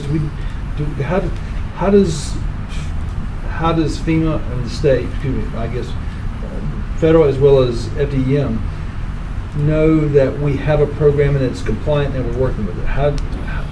It seems like you've got to either self-certify or something, otherwise you're going to get out of compliance. How do you know? If I can help. So 2 things. Earlier where it said it had to been signed off on by the state and by FEMA. So when the county has a special flood hazard area ordinance, careful the way I say that, that ordinance goes to the state and to FEMA in advance, right? And they're signing off that, yes, this is a compliant ordinance. Are you going to talk about SB 180 at all and the changes that came up? Have you had time to do those yet? We're still working with our legal right now on that. So there are changes that come up and they just took effect July 1st for us. But twofold, Mr. Anderson. Number one, we say we follow the Florida building codes for Baker County, and we apply the National Flood Insurance Florida's model program ordinance for the special flood hazard area. That is the certification that says we have the program. The documentation on the backside, and I'll come to that comment where it says no statute of limitations, that documentation is required to be kept in perpetuity. It's one of the few areas, most of the time there's a 5-year, 7-year, 10-year type where you can purge your documents. That one's not. They're required under NFIP to be maintained in perpetuity. Where it becomes an issue, when FEMA comes in and they start having payouts, they will come in and say, show us your permit tracking system, show us where you've gone and done the inspections, show us where you've done the damage assessments, show us where you've enforced your code requirements, right? Because it's not just a one thing. So when we talk about the documentation from a little bit earlier, this is one of the areas where the documentation gets drilled down into in an insane level. And that responsibility, if we go back to those slides, unfortunately falls on the floodplain administrator, who is required to do that. Now, there are some benefits that we'll talk about under 1206. Are you going to cover that at all? Mm-hmm. Okay, so I'll leave that alone for a moment. But to answer your question, that documentation is partly your proof that you were doing what your ordinance says you were going to do, and the ordinance was approved in advance by FDM and by FEMA. Did that answer your question? I think so. At the end of the day, we pretty much, because we have an ordinance, that ordinance serves that we're doing this. Yeah. And they wouldn't sign off on it That if is the our ordinance wasn't self-certification. And we provide that ordinance to the state and feds. And the to biggest show that chunk we're of doing it it, is- but then once we do so, we're expected to follow our own ordinance. Yes. And so to me, that is self-certification. We adopt it, we submit it to them, and so we're pretty much self-certifying through the form of the adoption of the ordinance. Okay. And the enforcement on the backside to prove you're enforcing what your ordinance says. That's correct. Well, the enforcement only comes in is when we come in to review, most likely. There's that they're going to come look at our own documents to see if we have done what our ordinance says. For compliance, right? Yes, sir. But in other words, just to make sure we're clear here, on an ongoing basis with those surveys, you should be enforcing your ordinance. They're going to come in and say, show us 3 years ago. Who is they going to come in? FEMA. Okay. Well, Sure. FEMA and our office does every 5 to 10 years. We Okay. come in and- So and there's we a do that. periodic check just to make sure Okay. that you've been doing it, whether or not Basically you a have. periodic audit. Yeah. Best way to say it, you come in and audit to see if we're doing what we're supposed to do. Or there's a specific audit after damage, after a disaster. Okay, thanks. We got a lot of talks out we, Dennis.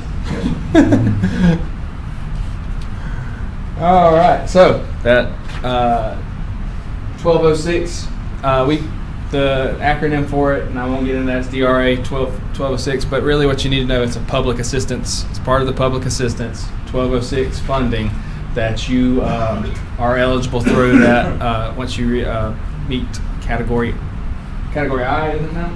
Correct. So yeah, it just changed. So to meet that, you must be in good standing with the National Flood Insurance Program, be authorized for assistance under major disaster declaration, be legally responsible for administrating and enforcing the adopt building codes and floodplain management regulations, report a list of impacts to FEMA within 60 days of recovery scope meeting, and submit a reporting documentation through public assistance grants portal. Now, given a lot of this, the state in the last disaster is taking on doing a lot of that through missions.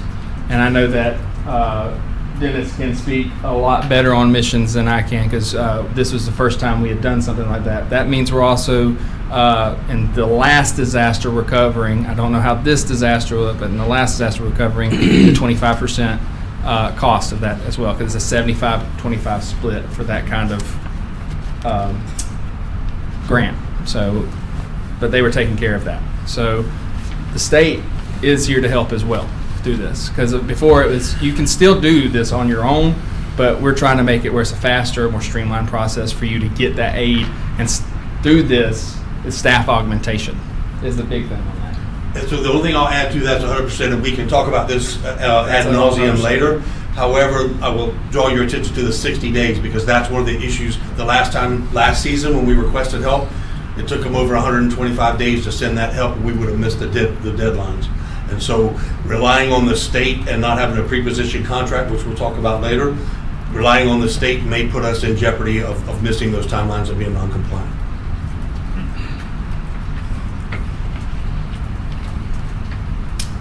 Then, just an overview of the Disaster Recovery Form Act, which again is just through PA. It's a long, to just say that it's a PA program, 1206. Activities occurring 180 days after a major disaster. That's what Dennis was saying. It took us 125 days. You're almost at that cutoff point, 180 days, when this, through those 180 days, all those 180 days, you can begin to get that staff augmentation for what you need. Good record keeping is critical for this reimbursement.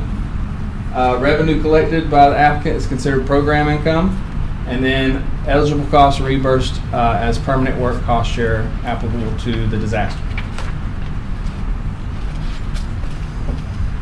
Next is plan for success in this. Communities interested in this program should contact their local emergency management office. Costs associated with 1206 eligible work are executed through interstate and interlocal mutual aid agreements, direct contracts, temporary employees. This can also cover overtime, as long as you're keeping that. It's all about the devil's in the details on this. It's keeping it very much exact to the person and all those things. So a lot of times people are constrained by, we can't give these X person, I mean, it's the physically constrained part of this whole thing, right? But this is where you can begin to plug into to get those things reimbursed back.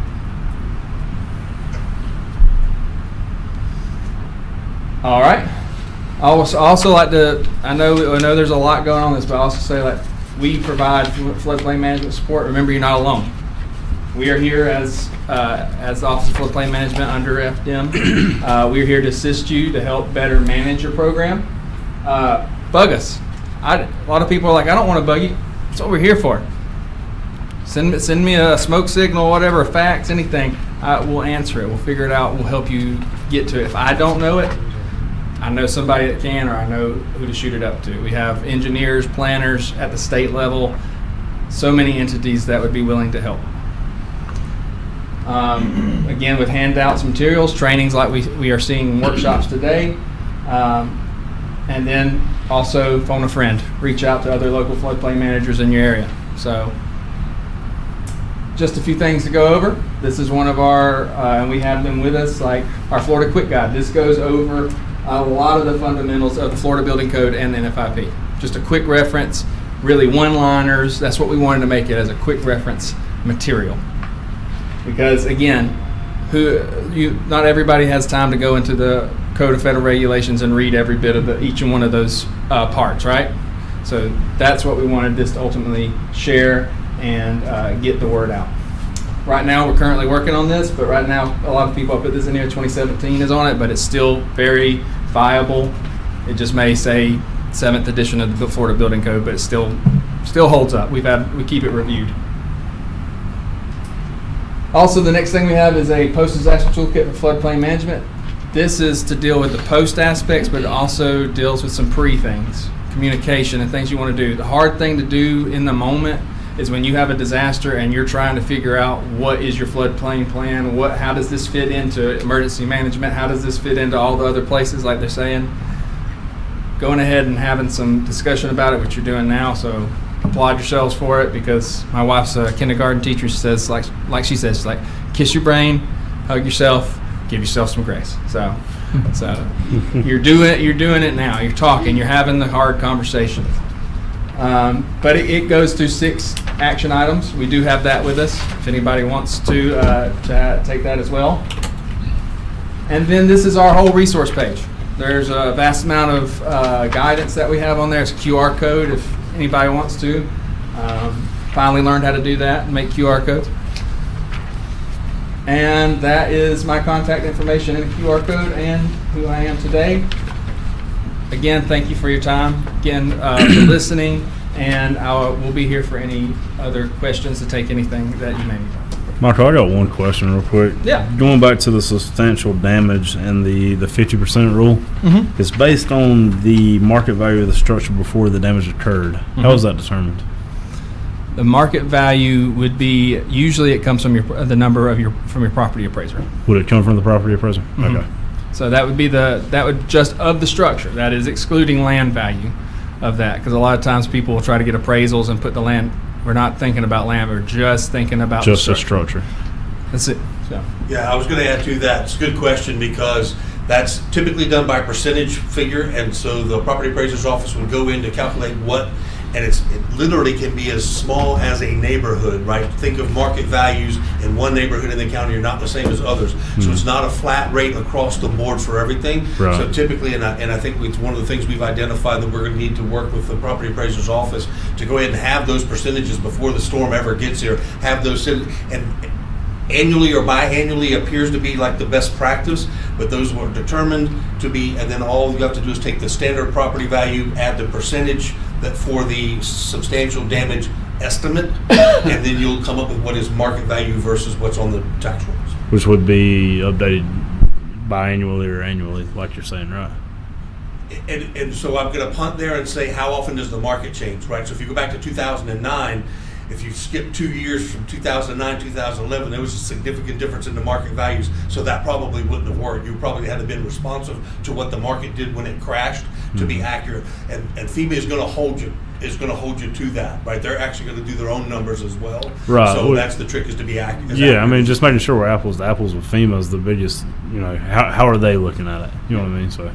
Yeah, and who, that's because it's a great point, and it's who actually makes that determination. Is it the property appraisers makes that determination? And there's a couple different ways, just like there is for determining your property value. the structure, you know Yes, what I for mean? the structure. Is the property appraiser That's what I'm assessing asking the now. value of the But structure? How he does it, from my perspective, he's got to figure out how to do it in compliance with the laws.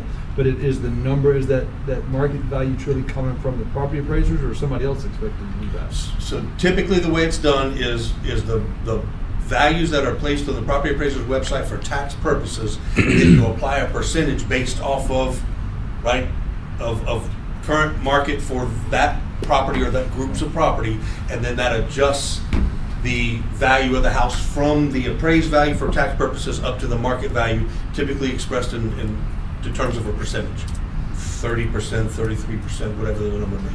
And so your tax rate normally, what you're paying taxes on is 85% of market value.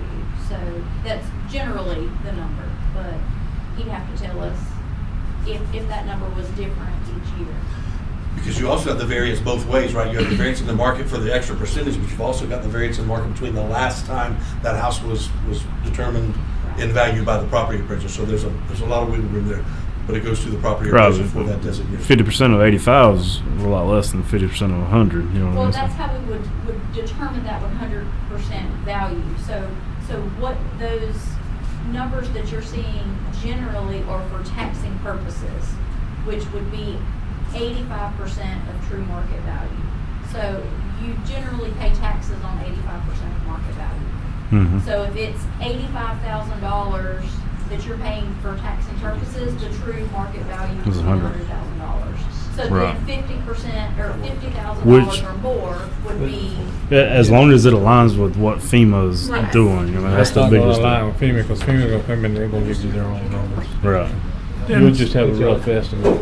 Do we have a FEMA, documented just like list the of insurance company, structures they're in gonna the come in, they're gonna floodplain give in you their our county? number. We're working on that now, sir. It's something that the GIS department and LaDonna are working on. I don't know when we'll have that, but that is, so if there's no specific questions, I would like to supplement what Michael has given us. So we brought in two separate teams. We brought in the FEMA FDM team. Michael was part of the FEMA and FDM team. We also reached out to a third-party contractor, Tetra Tech, and basically asked them for the same thing. We asked them to give us a 30, 60, 90 deliverables prioritized on kind of getting this program upright and where we need to be. And so Tetra Tech and the FDM FEMA team basically had almost identical outlines as far as what they saw we should kind of put together as a plan for moving forward. It included a lot of things that Michael talked about here, lots of training involved in there. There's reaching out for assistance. The other thing, so the floodplain management for where we are right now, my boss has approved for this year for EM to handle the disaster side. So if we get hit with a storm, from the point of establishing the substantial damage assessments and that part, we're going to do that role for this year, and then dedicate LaDonna to build what I'll call the blue skies, which is tightly connected to permitting and that kind of thing, because I honestly don't have the expertise, and there's no way I can do the permitting side of it. I just don't have the ability up here. But what we're planning to do is split the two for this year, and hopefully within this next year cycle, get something close to compliant on both sides. The additional thing on 1206, so 1206 is just a FEMA number for that public assistance that we could request from FEMA. There's a very specific, he said what you have to be eligible, good standing with NFIP. We can hire a contractor for that. So it's 180 days, and just to be clear, no work can commence on a dwelling structure that's covered by NFIP inside the special flood zone hazard area until the substantial damage assessment has been determined. You have 180 days, and all work under 1206, that reimbursed cost, at 181 days, they're not doing anything else. And so it is very heavy and very labor intensive on the documentation side. He referenced that the good record keeping is very important. That documentation side that we were kind of talking about before is the lion's share of this, producing all of that. And to come back and tie that to a question you asked earlier, the expectation of this flood insurance program is that you are managing that risk every day, basically in the way you do business. And so whether it be the permit issuance or whether it be the enforcement, there's an expectation there that we're doing these things on a daily basis that are outlined in our ordinance and in our flood code. So in order for the 1206, for a professional contractor to come in and do the disaster portion, we really need the foundation of the program really in place. Because otherwise we'll pay a subject matter expert that comes in that knows the disaster side of things. But if we don't have the processes in place and the documentation and the tracking mechanisms in place, they're spinning their wheels, and you don't get a good value out of them. And that the other thing in that is that contract, almost certainly by everyone's suggestion, needs to be pre-positioned. Waiting until we get a declaration to then say, hey, we want to bring a contractor in, you probably already missed the boat, and you just cost yourself 15 to 20 days of the 180 that you've got to get everything done. There's still, most likely, if we ever got hit hard, most of your counties that got hit hard still had additional expenses after 180 days. They're just not getting reimbursed for it. But that 1206 will allow us to bring in part-time people to work overtime, to bring in third-party contract. We're still hoping to employ some of that, because I'll go back again, we're willing to absorb that disaster side of things for this year. We're still a two-man shop, and we still have to do all the other damage assessments for every other building in the county. It's not just the floodplain that we have to do. So one of the things that we're hoping to get some more information from the board on is what that cost is. We were given a rough number of $20,000 probably would be what it would cost to set up and be able to use that 1206, but we're going to bring in some additional resources and reach out to try to prepare for this year. If we get hit this year, we're going to need to rely on some of that 1206. And I don't think of FDM, I don't have a lot of confidence that FDM will be able to respond fast enough, to be able to maximize the use of it, whereas a contractor that's already in place, we would be able to maximize. Dennis, sorry, I'm confused with this now. Okay. We've been at this whole process far more than 180 days so far for last year. But we're still expecting to get money, reimbursement. We are hopeful, sir, and so let me I say, hope if we don't think we're gonna get it, we don't need to keep wasting time doing it. I guess is what I'm getting at. I'm trying to understand, we were in this process, but maybe I'm misunderstanding, So- what's gotta be done within 180 days? so after a disaster, you have 180 days that you can use the 1206 reimbursement. That's it. It's just And the how long the 1206 is the reimbursement for staff to support to get it there? staff, documentation, outreach programs, because you have to notify your Not public. the actual improvement itself? No.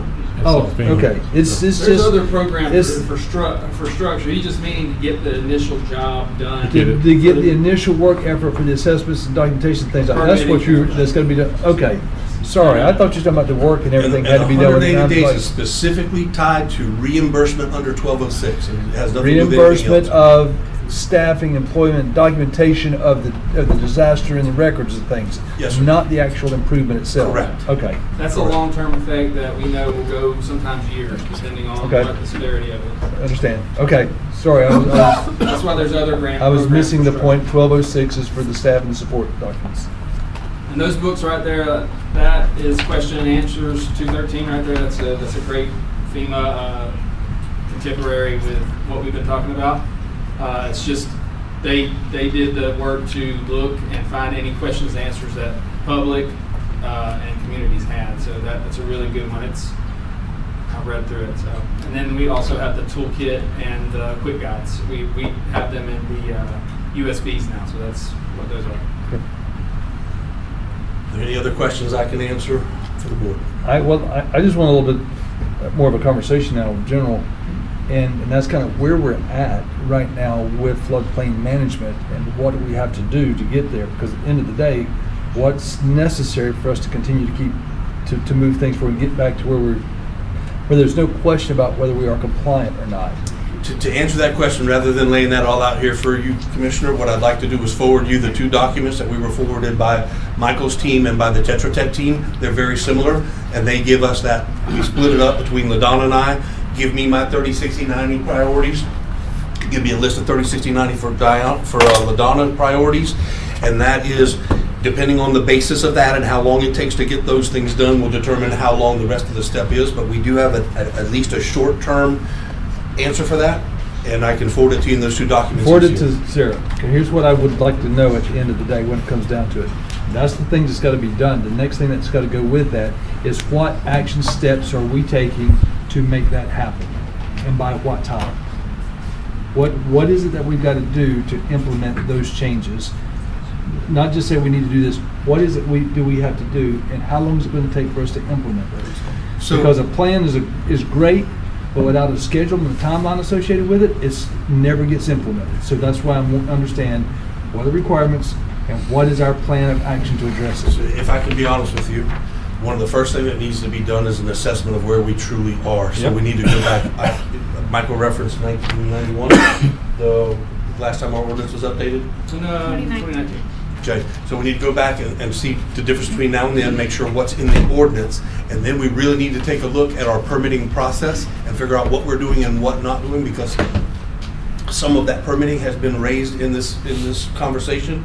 I don't have a straight answer for you except to say we've got a big elephant, and I can only give you the next 4 or 5 bites right now. I don't expect an answer today. I'm just saying when that list of things that's got to be done, that's when we've got to start figuring out, we got to figure out where we're at before we can tell when we're going to have certain things done. But that list needs to start coming with some action steps to get there. And honestly, it's a collaboration between all the departments that are involved and the constitutions that are involved. There needs to be a come together and an understanding of what. Well, what this board expects is in 2 weeks to have an update and some type of a plan to get to where we need to be. Y'all have 2 weeks to work on it, or till the next board meeting, which might be 3 weeks. Well, I don't even know what we're in now. I'm thinking about Alaska, so I'm fixing to go to Alaska. 3 weeks. Get some type of plan together, get it back to the board, so we'll know. You can add it into your normal I'll give you another 5 minutes. Do you want to put that, or do you want me to put it together? You want to put it together? I think you're gonna have to work together to do that. We can work on that. I don't know anything about her side. No, well, I'm agreed. looking You for- said that the state was gonna be submitting a list Right. of things for your emergency preparedness plus others. I'm simply saying, take that list, and each side, take a list and say, here's what I can get done by this time, here's what this is gonna take for this time, and the steps got to accomplish that. So it's gonna take both of you. And I'm just wanting to start figuring out a game plan to make sure that we can track to see how do we get compliant. Because when I start hearing that we have potential to either lose or not get money, that's a concern. We need to. Yes, sir. And we also need to know who's not participating. Yes, sir. Mr. Chairman, if I could. So just from some internal conversations that we've had, was talking about putting it in the upcoming budget year and under LaDonna's department for some contract work. Because like we've said, it's just, especially during those gray skies, it's almost impossible for staff to do some of these things. And you're talking about a high level of expertise on some of these things as well. So much detail goes into that substantial damage assessment. Right. That you've got to have somebody qualified to do that. Right. Okay, So I but- have, so leading into that, I have a draft RFP actually for consideration that I have kind of compiled. And that was my suggestion, is what we had talked about internally as staff was making that part of our budget presentation to you all. Because obviously that's going to come with a cost that we don't have in current budget year. But I do have a draft RFP to work on that and to do that as Well, part that of could a be part of consideration. your plan that's gonna be presented at Yes, our sir. next I board just meeting. want to make sure you guys are aware, we are working But I towards a don't solution want to us it. to just sit idle for the next, till budget time, doing nothing, waiting on an RFP. I think so you that know we us can better wait. than that. Huh? So I think you know us better than that. Well, I'm just Well- telling you, that's what I'm hearing. We're gonna be waiting on an RFP and waiting on a specialist to come in. I don't wanna wait. We need to get started. But Yeah, my no, concern that is would in be the same kinda token is for if we you. wait till a new budget year, by the time we get them on board, the year's over. We missed an entire year. This should something, because Yes, it's not sir. gonna cost us anything to get a consultant on board to be prepared. Right. Why would we not And that was proceed? part of that agreement. No, so that was just Dennis long-term was- solution. That Dennis was saying earlier, for this year, Mhm. they plan on helping us tackle part of that for this year. And Right. then that way we could be prepared Right. going forward. That's the long-term solution, Commissioner. Most Well- certainly, it doesn't fix our problem today. That's the long-term answer. And what I'm interested in is the short-term solution and the long-term solution plan. Certainly. But I think we could get all that in one plan. Yes, This is where we're at now. This is where we want to be a year from now. How we gonna get And that's what I'm looking for. Yes, sir. If I can We add can one. talk about it and beat it to death, but it's pretty simple. Where are we at now? You said it a while ago. And where do we want to be this time next year? And that's the plan I'm looking for. Yes, And sir. I think the rest of the board, that's what we're looking for. Yes, sir. How we want to get there. I wanted to share two things. That one, the other elephant in the room is how closely connected it is to the permitting side. And I'm just going to make a blanket statement here. The way the permitting process and the personnel and that kind of thing, there's a level of expertise that we don't currently have performing that function out in the county, and it will be critical in that element on that side. The second part of that, I'll get off the podium, we have been advised by FDM and by two separate contractors. They both asked us, when's the hammer date? And we said, there is no hammer date. There is a reasonable expectation that we're going to get a letter from FEMA in the short future that says you have X amount of days and you're going to put together a plan. So I just want to make sure the board is aware that we've been told by two contractors in FDM that they can't believe we haven't already been approached by FEMA with a deadline to come up with that plan and get in compliant. Well, and I had a couple notes here, and we got to move on, but I had notes. What role is having in permitting with respect to the floodplain management, the permits issued? Is there anything on the checklist for floodplain manager to ensure that the project's been addressed before permits issued? Do we have any documentation to applicants advising that they're in a floodplain and the requirements they must follow? Do our permits approval system that we're looking at building, does it have any ability to check and track all these permits? So there's a number of things here that's got to be addressed internally, and I think that this is going to require another follow-up conversation when we start understanding where we're at. But I'm more focused right now on the issue that says we have 180 days to have all of this done. And We already missed hang on, 180 hang days, on. so it doesn't If apply. 180 days, from a disaster to go through and make sure this is done. Do we have the staff right now that can do this and make sure it's done within 180 days, or do we need to have go ahead and seek that outside assistance through the RFP process to get somebody on board to be able to do it? Are we good for this year, or do we need to proceed with that? We can have that answer that question next meeting. But that's when I really want to understand. I don't want to wait to the beginning of the new fiscal year, and then by the time we would get through the process, the fiscal year, or the hurricane year, the hurricane season, the bad storm season is 90% of the chance is already gone. Any other We questions? got 2 minutes. So just quickly, we have reached out to some of our other peers and let them know what we're trying to do to mitigate where we're at with our floodplain management. And they have said they will supply us with some staffing if we need to do that, if we are in jeopardy of not getting the state to pick up and send us people. So we have more than a handful of people who will come in and help us do those assessments temporarily. And I want that in a plan. Yep, well, yes, sir. Yes, sir. I mean, I want it in writing. That's what I'm talking You'll have about. it next meeting. That's what I'm looking for. Thank you, gentlemen. At the end of our workshop, I want to thank the people from the state for coming and sharing their information.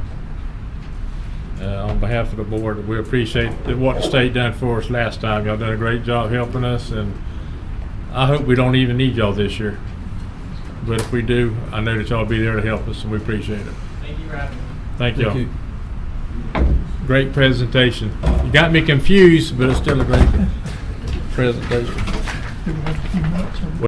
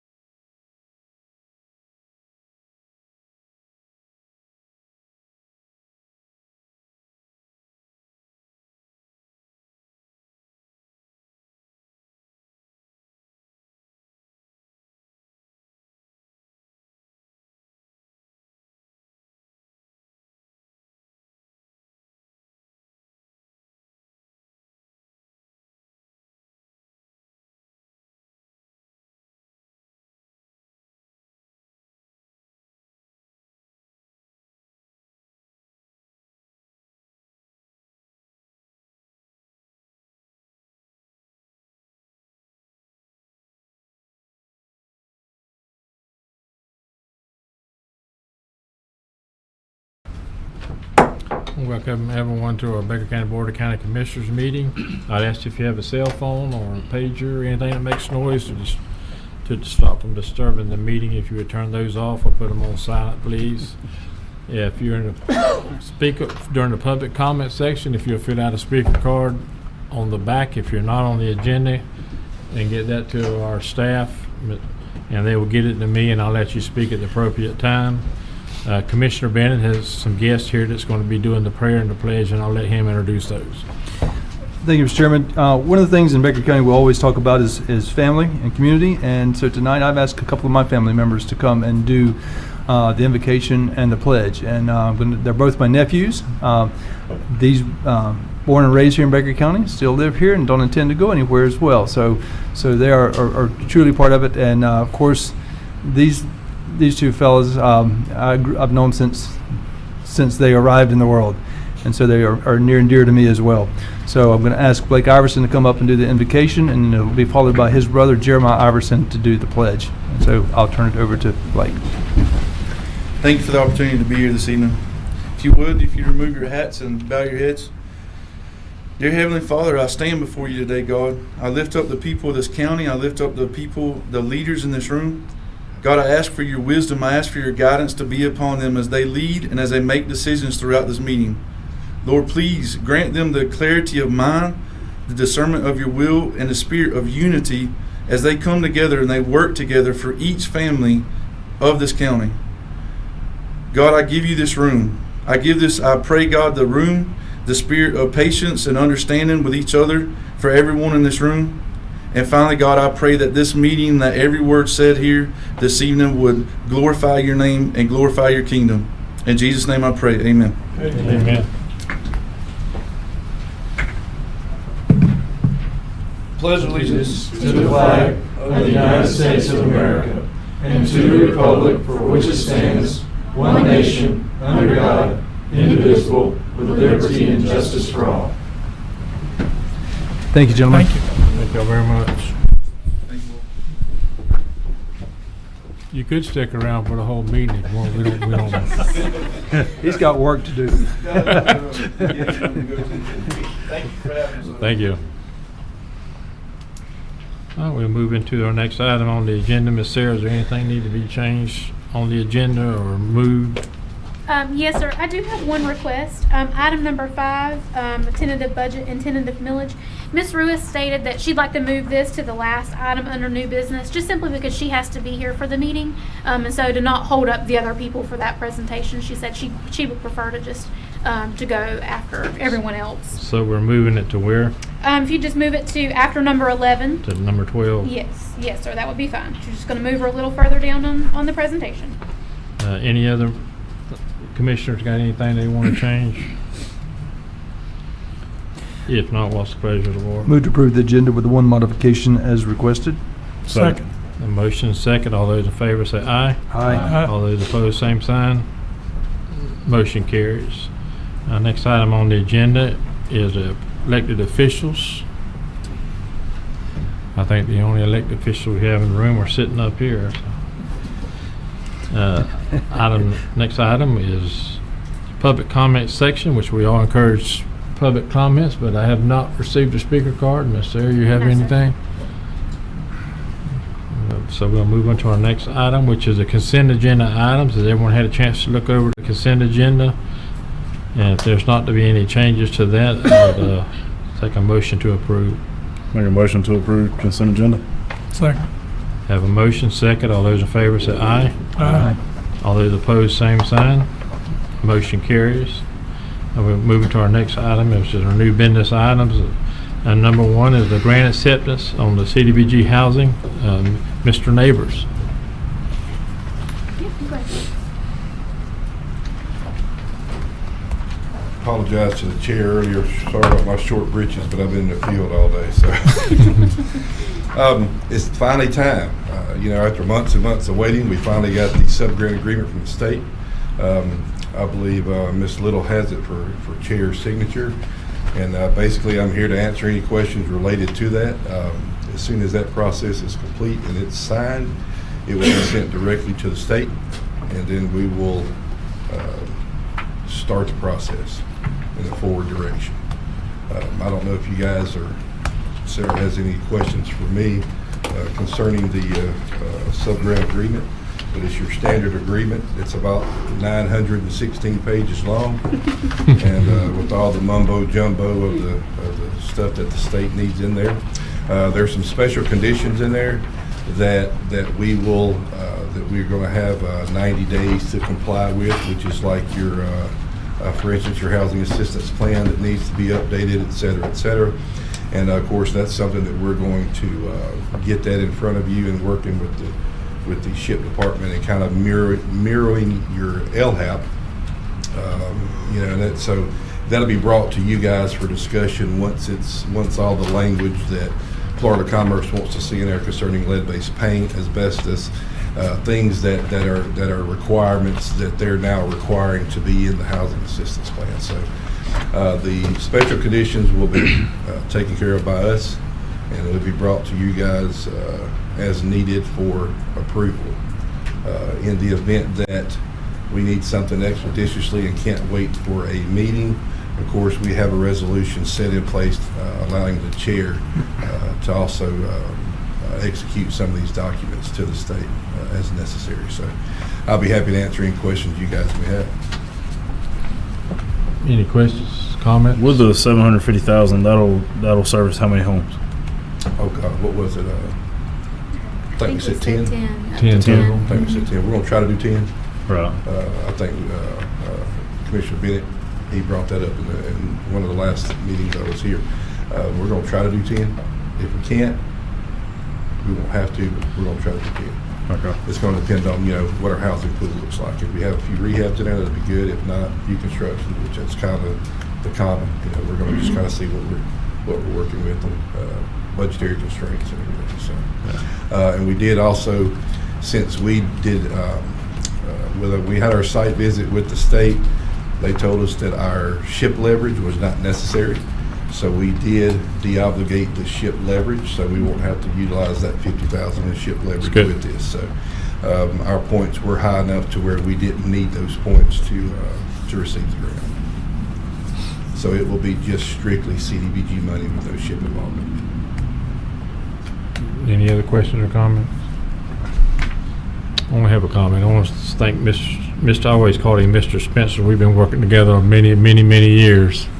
I ain't gonna tell people how many, because then they'll know really how old I am. About 26.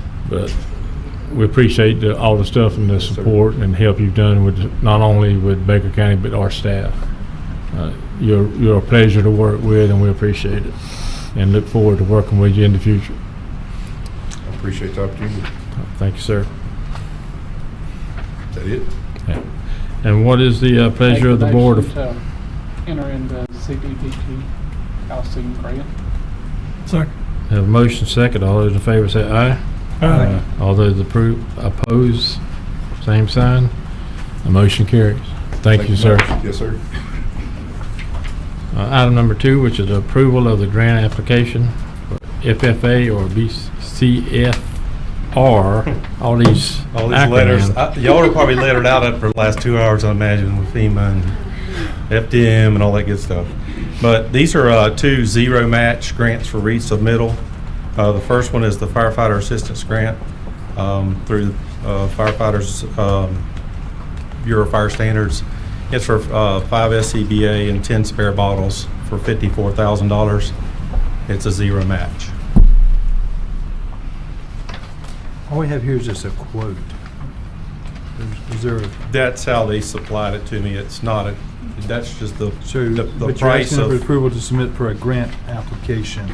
right. Right, we're not receiving it, we're applying to get this, am I correct? Yes, sir. We asked for them to provide us what today's dollars, because it changes every year just a little bit. I think last year it was 53,000. Yeah. So So, okay, so also it says we discovered during the ISO audit that we had some SCBA's that we need a spare bottle, not included in the surplus scuba we received free from another county. We also have a couple of that haven't went out. So is this inclusive of those additional things, or is there more that's going to be asked for? that's inclusive of it.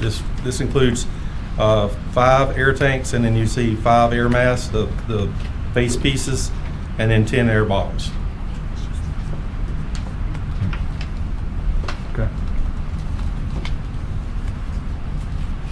other questions or comments?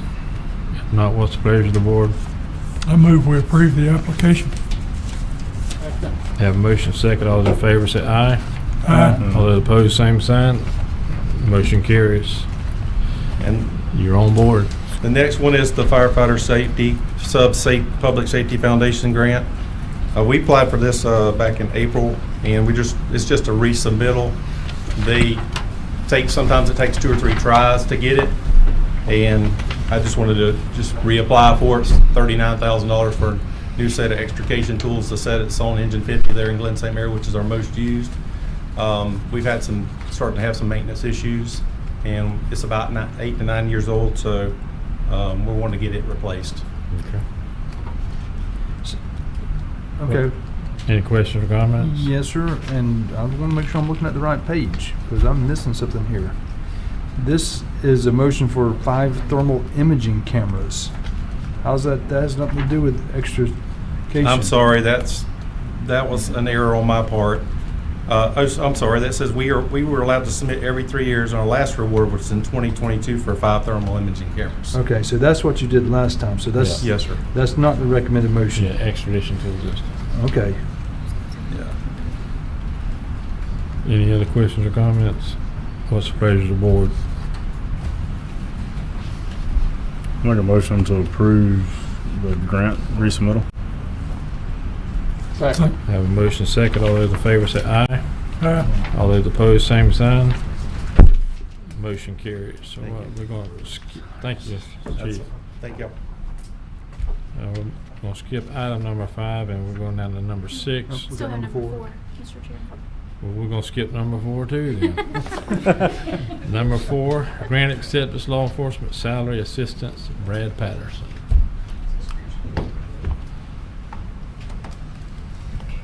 Sorry about that. I was going to bounce right over you. I get it all the time at the house. Evening, Commissioners. Here to present the law enforcement salary assistant grant for acceptance, the award agreement. There was an increase this year from last fiscal year to this fiscal year of $292,000 up to $552,000. That increase began July 1st, and it was specifically for fiscally constrained counties in Florida. This is a grant that was set forth by our current governor to Yes, help subsidize the pay for our officers. Is that Yes, sir. correct? Yes, sir. Okay. So it went up 260,000 from last year. 259,000. Yep. And some change, yeah. 789, I think. Something like Wow. that. Okay. More than double. And this is just for deputies. Yes, sir. This is specifically for the law enforcement deputies, not the corrections officers. Okay. Yeah. We have approximately 61 deputies will be affected, whose salary will be increased through this. Through this one. Yes, sir. Okay. Move to approve the grant as acceptance as presented. Second. Motion second. All those in favor say aye. Aye. All those opposed, same sign. The motion carries. I'm glad we didn't skip that one. That's more money. That was a good one. Thank you, sir. Thank you. Item number 6, speed hump installation cost estimates. Mr. Lee. Good afternoon, gentlemen and ladies. So this is the speed hump. Y'all asked me a couple months ago if we could put together a cost analysis of the whole shooting match. So this is the labor to install the mats, equipment, signs, materials, trucks, everything needed. This is based on a 14 by 18 set of mats, and this would be per section. So Does this include striping? no, because Yeah. normally the striping that's right now the striping that's used on there, it actually comes. We can order the mats with it. It's actually just arrows that are built That's into the mat Built themselves. into the mat, but there's no striping on the asphalt before. right? No, if there's a need for it, it doesn't include it, but if there's a need for it, that would be an extra charge. Okay. But we do have the striping equipment, so we wouldn't have to go outside to do that. What do we got? Paint or do we got thermo? We have paint, the sprayers, everything. To do just paint or to thermo? To paint? or- No thermo. No thermo, Yeah, just paint. Yeah, that's a whole new ball game there. Whatever speed bump we replaced was $7,800. Basically, yes, sir. And that's after the first one cost more than that because everybody's trying to get, acclimated to what we're doing and everything. But by the time we got to the fourth one, because we have installed 4 of these, by the time we got to the fourth one, we got it down to everybody knew what was going on and it went real smooth. Is there any volume discount? He actually we're already on a, what did he call it? He's already gave us the best count he can, or best price he can. Okay. Because it's on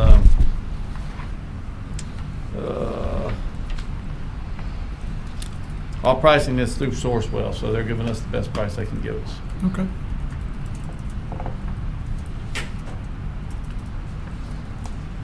So it's basically for information only. This isn't for something for y'all to act on. Not now, anyway. How often is this brought up? Honestly, in recent years, I mean, just in the one community, but since those installations, we've been getting some phone calls about it, which you'll see item number 7 is for your consideration tonight because of that increased request. We don't have a policy in place as to when and how or why we choose those locations, so we believe that it's time to consider that. We believe that we'll get some increased requests. But we're getting some crazy requests too. We're getting requests for them to be installed on County Road 127, County Road 125. Just anywhere they see somebody speeding, well, can we put speed humps out here? Yeah. And so we've something for some consideration. Yes. How we would like to set up some parameters on it for sure. Yeah, yeah. Every 5 feet throughout the county would probably suffice some people. Yeah. Once they installed the ones in Margaretto, I started getting calls. Same here. Yeah. Look, We did too. Let's don't get Those off. have done well, haven't they? They have. Let's don't get off topic. Yeah. We're back on topic. This is information only at $7,800. I know they work because they all over Central America and they rip your drivetrain out over there. So they work. Do you slow down? You slow down or you die. Well, you don't slow down the first time because they don't think it's nothing major. And then they won't go fast the second. I have no problem with them in residential areas, but when you start talking 125, 120, and I agree with you. So let's go ahead and move to our next item on the agenda. We all know what the costs are, and that's good. So we're going to move to our next item on the agenda, which is item number 7 and a policy. So basically, we've been going back and forth, me and Jason and Sarah have been going back and forth trying to come up with this. And this is basically the policies we're coming up with. Now, I've already seen something on here that we probably need to tweak because I've read it so many times and everything. But it's basically just some guidelines so that we don't have people asking for them on County Road 127 or, can we put these on the off-ramp on I-10 or whatever. So I'm not going to go through and read the entire policy, but the only thing I see where we might have to change, where we might have to tweak is the daily traffic volume of 500 to 3,000 vehicles. We're never going to have 500 to 3,000 vehicles in a residential neighborhood. That's basically all these mats are for. We're not going to put them in an area, but no business districts or anything like that. And 500 to 3,000 vehicles is a little extreme. This could be my recommendation because we have actually a transportation specialist on our board. I'm going to ask him to get with staff and y'all come up with a policy that y'all can agree to. Present that policy to this board and then we'll tweak it from there. There's no sense in having a board meeting to come up with a policy. That's why this was information only, so we could I just would throw it out there. recommend if Commissioner Bennett is willing to work with y'all on just working on some type of a policy that can be presented to the board and we can tweak it from there. I'd be so excited having to do that. I'm good at supporting people. Yeah, I think it looks good other than the 500 to 3,000. What's the And I don't know reasonable why I number? didn't catch that before. I mean, like I said, I've read this We've thing actually probably talked 10 about times. that, and if I'm not mistaken, I think we were going to ask actually Jimmy Pittman for his opinion on that, Yeah. and we didn't get an answer Yeah. back on that, so it did never get changed. But Okay. again, this is just in draft for consideration. Right. Yeah. So I would ask that we workshop it, y'all workshop it, and then Certainly. bring something that y'all got workshop back to this board, and then we can tweak it again if we need to. Do it. Okay? Good. Because they work. Oh, yeah, they definitely work. I told y'all that when we first started this thing 3 years ago, that they work. Yeah. Yep. I just didn't realize they Now worked we this finally good. realize, yes, I see Troy raising his hand back there. Yes, sir, but you're going to have to fill out a speaker card. I do that. Just do it after. Go ahead and give your name and your address and all, Troy, and then if you would, fill out a speaker card and give it to them. Yes, they do. My name is Troy Stigall. First of all, thank y'all for this opportunity. Troy Stigall, I live in Margaret, Florida. Whatever my address is. That's fine. You'll fill it on the speaker Okay. card. I'd like Margaret to be grandfathered in. Finished, complete Margaret, because Margaret still have one more bump need to be put down, right there at the park. And I'd like to get that completed, because Well- that is really crazy. Well, that's the reason we got the price, and then that'll actually come up probably in our next meeting. We don't have an action item tonight, so we really couldn't do that tonight, but it could be on our agenda for next week or our next meeting, Okay. and then we can discuss it then. But I agree with you. Yes. So we need to do something there, but just let them work on the policy, but it don't mean that we're not going to work on Margaret. Okay. Okay. Thank y'all for that. Thank you. Thanks, man. Good? Yes, I'm good. Mr. Bennett, you good with that? Okay. I'm good. Chris, we'll coordinate a time to get together and Okay. walk through this. All right, thank y'all. Thank you. Thank you. Thank you for the information. It's actually better than what I thought it was going to be. Yeah. Yeah. Much better than what I.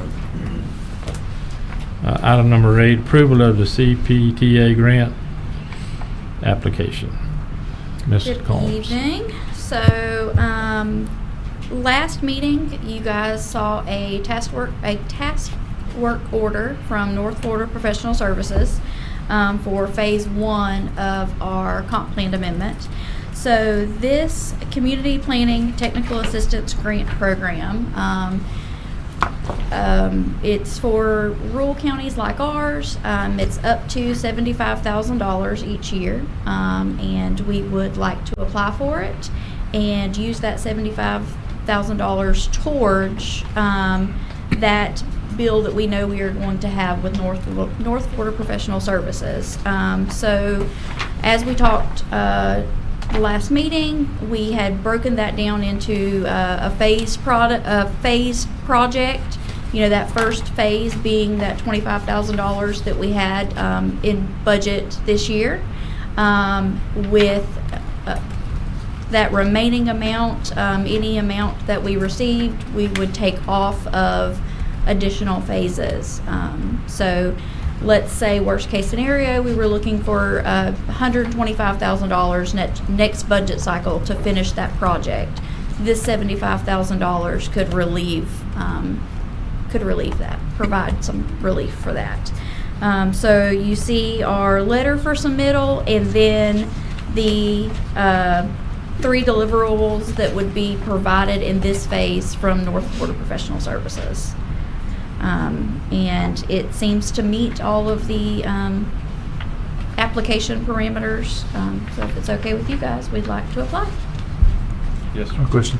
LaDonna, we've already executed the agreement with North Florida Professional Services to provide that service, am I correct? We did Just for the first phase. For the first phase? Yes. So my question really comes back is if we do submit this and we do get assistance, will that be eligible since it was It will. executed in It- advance of the grant being allocated? Yes, that's part of the reason that we had that agreement broken up into phases, is so that we could separate it as different projects. Okay.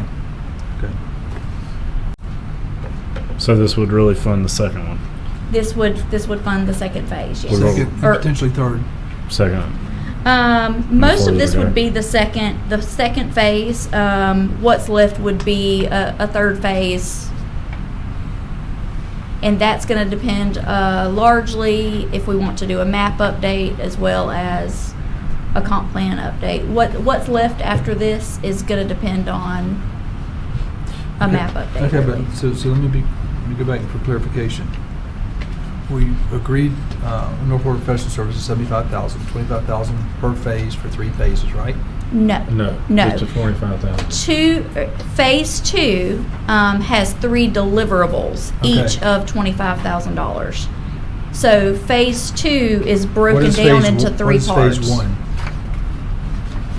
That's the deliverable you all We've approved already at that approved last it. meeting. It was Yes, $25,000. yes. Phase 1 was the $25,000 that we It's not reimbursed looked on at. this 75,000. It's not reimbursed. That's what you wanted That's to- what I'm Yes. getting to. The first phase is Yes. underway. Yes. It's underway. Right. We're not asking for reimbursement We're for not. this. We're Right. asking for funding for phase 2 Two. with 3 deliverables, and total of deliverable, total of phase 2 is 75,000, and we're asking for Yes. them, and we have not executed that with. We have not. Correct. We have Okay. not, and We're will good. not until we have Thank some you. direction on this. What's the pleasure of the board? I move we approve the grant application for CPTA. Second. Yeah, motion second. All those in favor say aye. Aye. All those opposed, same sign.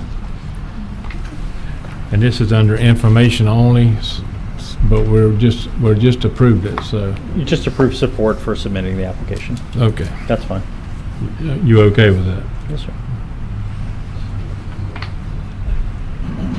We're moving to our next item on the agenda, grant application for mosquito management. Come on up here. Mosquito man, emergency man, whatever you want to. It is nice to see you all today. Thank you for having me. So we've applied for this grant before. If you remember, when we first started our way down with the Florida Department of Agriculture, our first award was in the realm of $30-something thousand. Quickly, they came back and they gave us more money.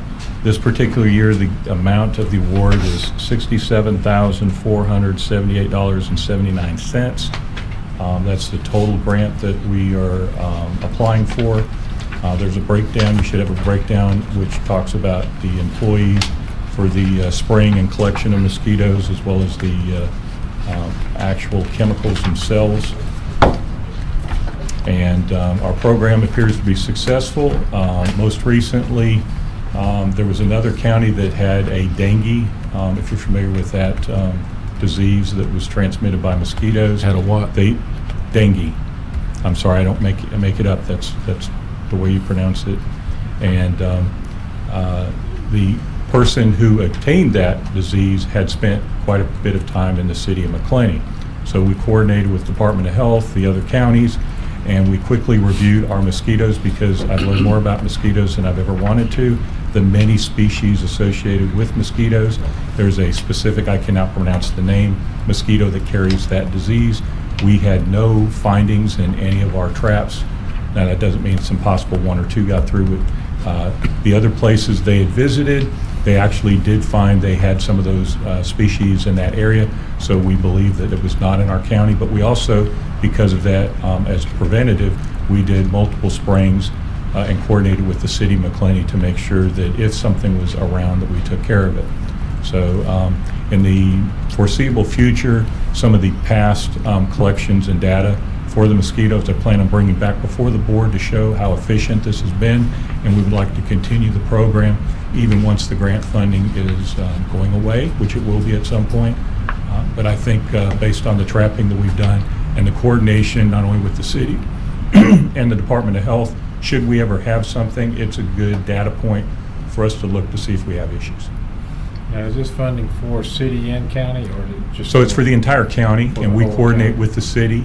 Well, I know So they spray. They do, yes, sir. Okay. But we do some things in coordination inside the city as well. Okay. No Any- cost to the county, or no cost? There is no match, yes, sir, I apologize, I should have led with Just that. Move to approve the grant application as presented. Second. Motion second. All those in favor say aye. Aye. All those opposed, same sign. Motion carries. Thank you, sir. Thank you all very much. Item number 10, letter of support, FEMA intricacy recovery. Mr. Chairman, thank you again.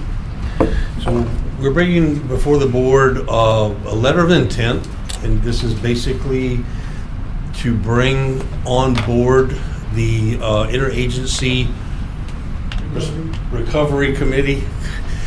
So a member of which I have back here, Mr. Mark Lease. So This is another resource that we're looking to bring into the county. Specifically, what the target of this group will be to help us develop plans for long-term recovery from disasters. And they're bringing in a handful of very specialist technical folks. Mark is the lead on that process to help us develop plans and procedures and practices to help us for future, not only recover from the disasters we've had now, but also to help us be more resilient for recovering for future disasters. So there's no cost to this. It's just officially requesting FEMA to assign the IRC to come and partner with Baker County to help us out with our long-term recovery plans. Any questions or comments from the board? Would you like to speak, or you good? You want to introduce yourself, Mark? If you have questions, I'm happy to do it. And introduce myself. Introduce yourself, and then we'll see if the commissioners have any questions. All right. Well, I think it's useful to have my background a little bit. So yes. So I've been doing this kind of planning, and started out as an architect, but then veered off into community planning pretty early on. And been doing downtown redevelopment and revitalization planning in small towns all over Colorado, I live in Denver. And so I've been doing that forever. And then I have a few years, about 10 years for the city of Denver in the planning department, community planning, and then as a project manager on infrastructure projects for public works. And then for the last 20 years, mostly the private sector. But then about 12 years ago, I slipped into FEMA long-term recovery because I had some friends that really kind of just pulled me in. And in the last 5 years, that's all I've been doing because it's extremely gratifying work. So what I do now is I go into communities. The last several were in a community south of New Orleans, in the Plaquemines Parish. Then it was Selma for a year, Selma, Alabama. And then last year I was in Vermont for a whole year. And so I work with small communities that don't have any capacity and work with a committee. We put together a committee of maybe up to a dozen people or so, and I help them write a long-term recovery plan. So, and it includes recovery, resiliency, and anything community development related. They're not confined to recovery. They can think big and really long-term if they want to. And I guess also people want to know, I found out that, how do I do this and stay married? And so my wife and I are a good team, and I stay out of her hair for 5 weeks at a time, and then I go take care of the honey-do list. And I think it's a lot of people's idea of a perfect marriage, I hear. So some people ask me and my wife the same thing. Okay, there you go. I'm going all the time. Anyway, that's... Maybe it works out better sometimes, so they don't have to run us off. So to share a bit more with Mark and his work already, we've already met with LaDonna and started coming up with a game plan for what we're going to do next. Start building the team as far as who's going to be there. The other thing, one of the things we're really excited about is he talked about that resiliency, is starting to take a look at interns and ways for counties that don't have a lot of budget to be able to maximize very technical specialists. So he's going to be with us for about 5 months in this process, give or take. And they've already got some folks on board that are going to kind of interact virtually primarily, but to get some technical expertise in that we were questioning earlier and referencing. We're hoping to lean on these folks to help us get some of that very technical expertise for moving forward. No, I'm all for it. Whatever helps. Any other questions or comments? Whatever helps get money back in our pockets. You do know if you're here in Baker County for 5 months, you'll probably want to move here. Yeah. That's just the way it is. It's not quite like Denver. No. What's the pleasure of the board? It's information only, isn't it? No, that's the other one. Is it an action? Yep, move to approve the letter of support as presented. Second. Motion second. All those in favor say aye. Aye. Unanimous. Great. Welcome. Thank you. Appreciate it. Thank you, Dennis. Thank you. I got Dennis again. about I'm about to start paying rent up here. 15 minutes. Won't be anywhere near that long, Commissioner. All right, we're gonna hold you to your word. Well, let me put it this way, before the questions are asked, it won't be longer than 15 minutes, I assure you.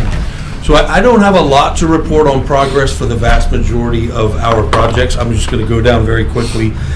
The Turner Cemetery Bridge, we did get some movement from FEMA. We finally got a designation from FEMA that that bridge was functionally obsolete, which was what we needed for language so that we would stop going through the low ball pricing of repairing that wooden bridge. So that is a positive for that particular project. Steel Bridge Road is still in pretty much the exact same position where we were.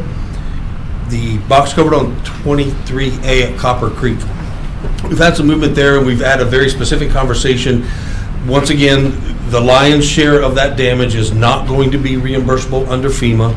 Only the portion that was damaged during Debbie is going to be. Our numbers right now have that at about $140,000 of Debbie damage out of about a $1.3, $1.6 million, excuse me, total repair. And one thing we requested this week was for FEMA to use, that CEF costing method, because it's going to be very specific documentation that's going to be maintained and have to be maintained to be able to segregate those costs and doesn't confuse or cause us de-obligation on the backside.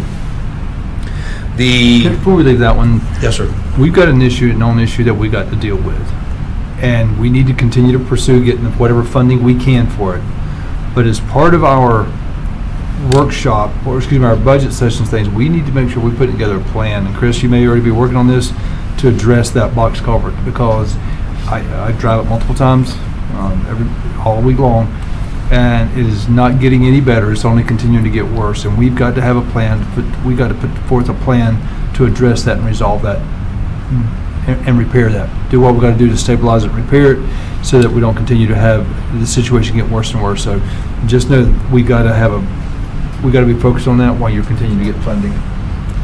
Yes, sir, and just to be clear, that whatever that portion from FEMA and Debbie ends up being, it's not a standalone, right? So the rest of that stuff is going to have to be done, and exactly what you said, it's going to have to be, it's a whole project with only a small portion with FEMA, so all of that project has to be completed.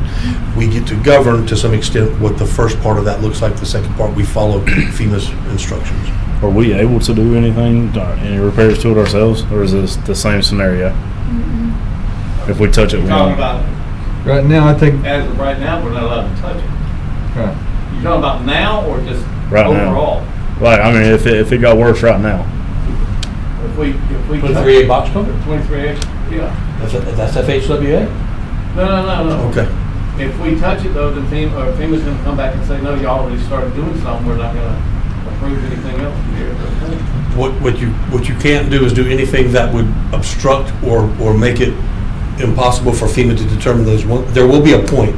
There will be a point once the damages are Right, I mean, so 100% approved, then there will be an opportunity. The same thing as the boat ramp, where we couldn't touch it at all, or we took ownership of it, basically. Well, to be clear, I don't want anybody to get the idea that we got an unsafe situation or anything. Right. That's not, the road's safe, it's all there, we've got a dip, it's perfectly safe. I'm just wanting to make sure that we are putting together a plan to address that in the full repair. And we can do that through the budget cycle. I don't want to clear all this, but that is a component we need to be thinking about.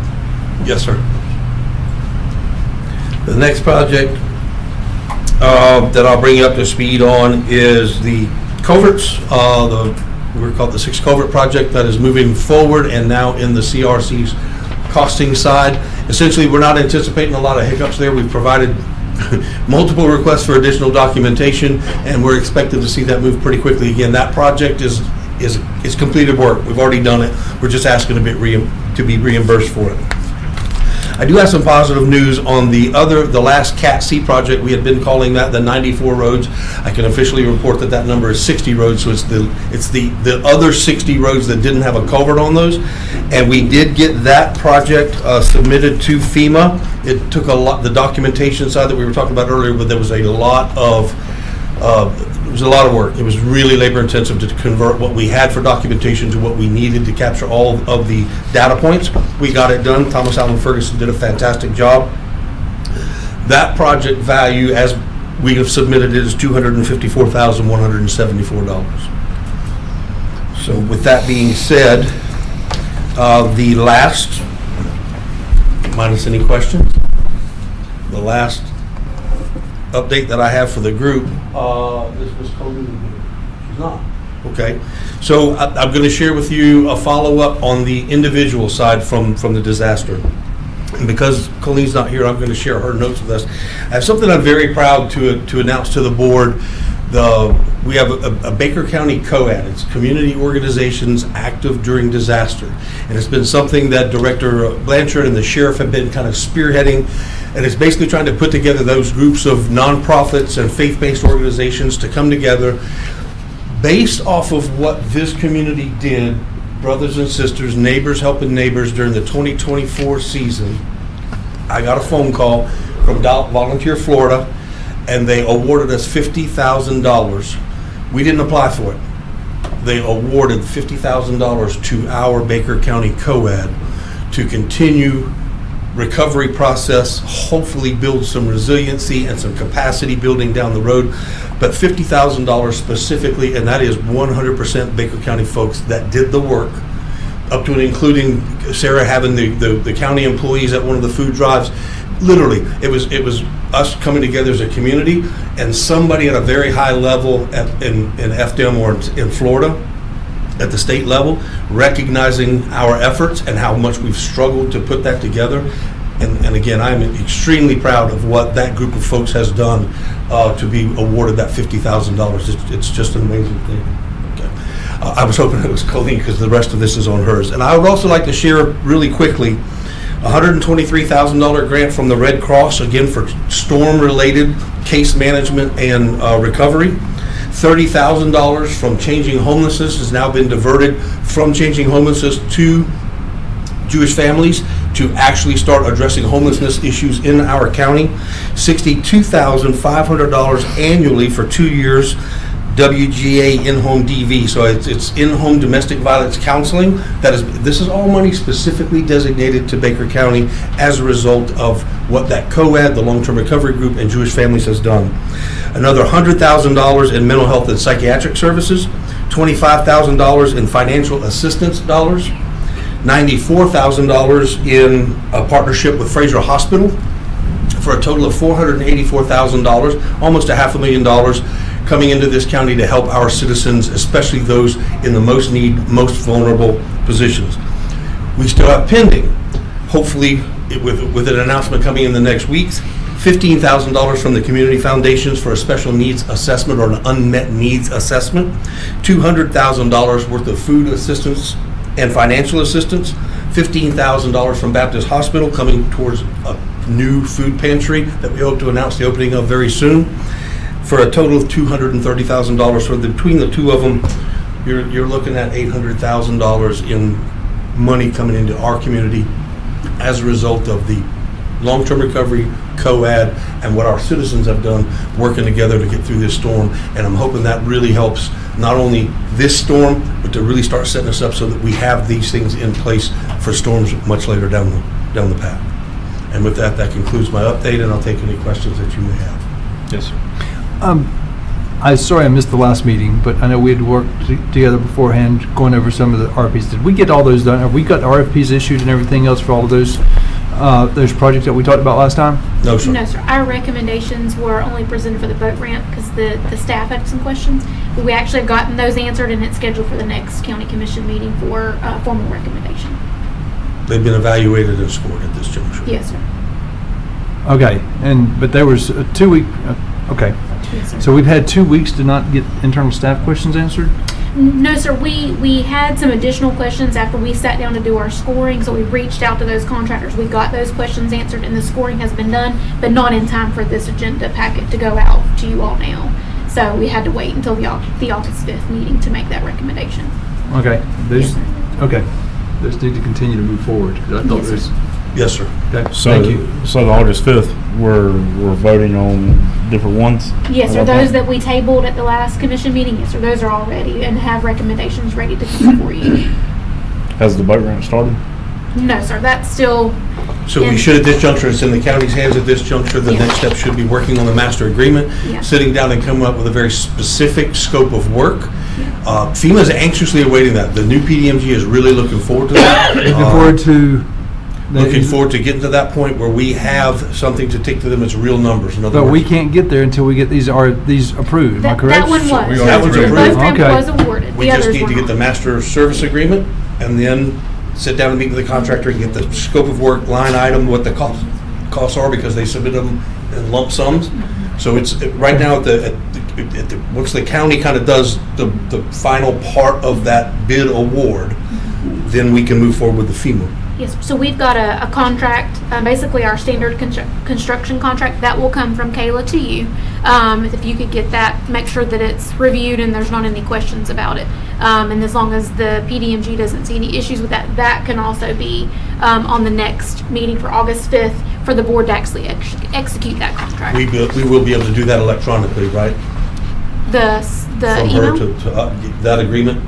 Yes, Just CC Thomas Howland Ferguson on it, and I think we can expedite that process. certainly. Okay, so we expect at the next meeting having that agreement in place and all the other project RFPs here for approval. Correct. The master service agreement in place, and we should be able to bring recommendations from the staff to the board on the remaining Okay. RFPs, minus Shoals Park. And then we'll have to bring them back to execute. So typically we do an award in one meeting, we go back and, because we have a standard contract that we use, but that doesn't always meet legal obligations on both ends. So we circulate that contract after the award, and as long as everyone's okay, then typically the next commission meeting, you'll see the actual contract be signed.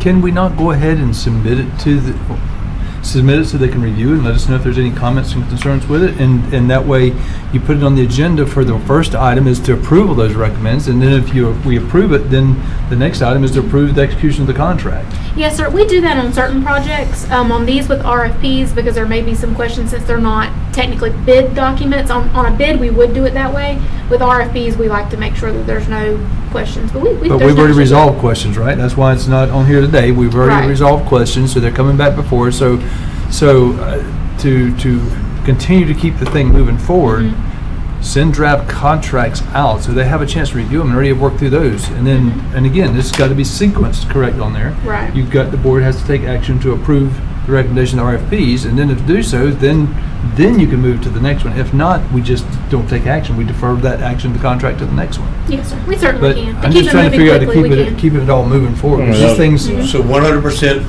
two things that I'll add to your comments. The first one is there does need to be an alignment. It's slight, and we're assured that Thomas Howland Ferguson feels like we're in good position and won't be a problem. However, we shifted from estimates to hard numbers. And so all we need to do is make sure that within the FEMA process, that scope of work that's now in that contract doesn't vary. It has to vary a lot, so we think we're good. And then the second portion that I would remind is, at a previous meeting, we talked about doing some town halls, or I don't remember what the language was, but I didn't know if you were going to move the contract forward before that or after that. So we can move at the board's speed and at the board's direction. I'm trying to figure out how to keep things moving forward, because this has taken a long time to get there, and it seems like every time we come to the meeting, there's another reason why we don't have it before us. And I'm just simply saying now, at this point, if we got RFPs that everybody's reviewed, everybody's looked at, they've been evaluated, we've worked through comments, we've got all the questions and things, then we're expecting the board the staff's recommendation is to approve it, then go ahead and send the contract and be working through those issues. And if you have it ready and it's meeting all the process requirements and everything else, put them both on the agenda, one after the other, and let's keep this thing moving so we don't just keep bringing it back for another 2 weeks. Or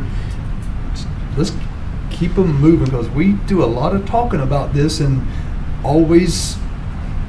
It seems like if we can move it forward, let's take steps to move it forward and not just continue to wait for the next meeting to do something. So Yes, sir. that's my suggestion. If it's possible and it doesn't violate any processes or anything with anybody, that'd be my suggestion. Any other comments? Questions? Thank you, sir. See how good I did on time? You didn't like to mess up. I wasn't gonna say anything, because you the one carrying the gun. No. 2-minute recess. We're gonna take a recess till 6:05.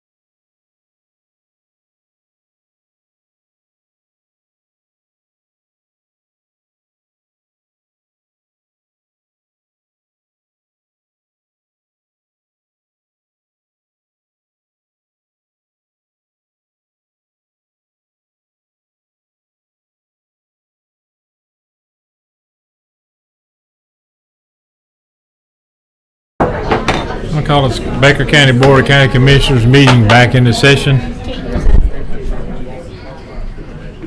That's pretty cool. And we were going to go into our public hearing. It's 6:08. We missed it by 3 minutes. I tried. That's pretty neat. Yeah, you're late, 3 minutes. That's all right. It's James's fault. I was late. It'll probably be noted in the minutes. Holding you guys accountable. Good evening. Everything that I have for you guys tonight is first reading. So let's see if we can make this as painless as possible. The first two items that I have are companion items. So, Mr. Chairman, if it's okay with you, I'll present them together. Yes, ma'am.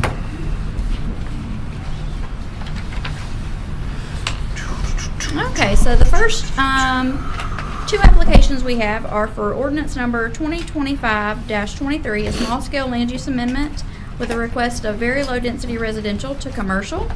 And the companion is ordinance number 2025-24, a rezoning with a request of residential conventional 1 to commercial highway. So this parcel is located off of George Hodges Road.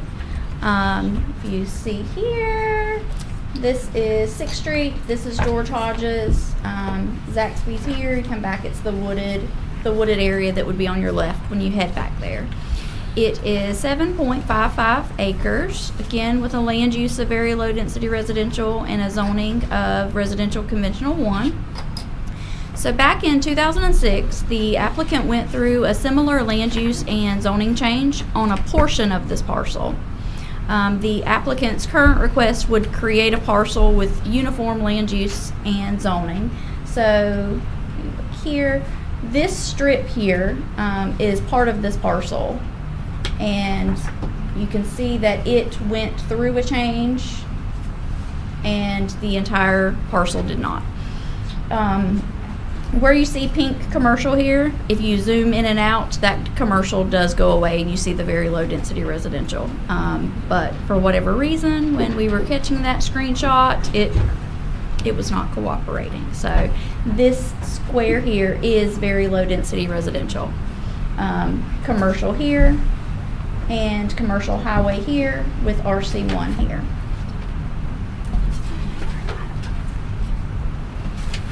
The way the parcel is now, it is compliant with all current standards. Just again, in 2006, they did this for a portion of the property. It's now their intention to have the same zoning entitlements for the rest of the parcel. Just from speaking to the property owners, there's no, they have no immediate plan for any sort of development. It is just to kind of square everything away in case they decide to in the future. If you look here, it is two sides butt up to the city limits. And with its relation to the interstate and to South 6th Street, we do feel that it kind of, that commercial highway kind of meets the character of the area. So staff recommends approval and LPA recommended approval as well. Yes, sir. Lydon, question, go back to the graphic, please. All right, on the right graphic, you've got RCM, is that RC, I can't quite see it. RC1. RC1. But the green strip on the left side, is that what? It's commercial highway. That green strip is already commercial highway. That is so the we're strip. just wanting to make the gray shaded square to match what the long strip is already. Yes.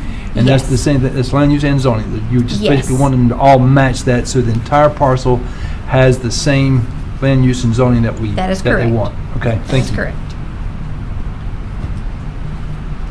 Any other questions or comments from the board?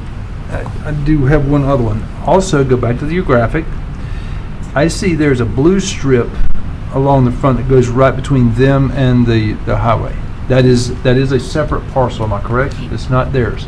It is. It is. It is a separate parcel. That's the way the legal descriptions run Okay. out. Okay, It is a part of the parcel that's next to it. thank you. What is it zone right now? It is very low density residential and RC1. is the land use. The strip between the road and the property? It is. There could be a lot of different reasons for that, you know. That's just how the legal descriptions of those parcels run out.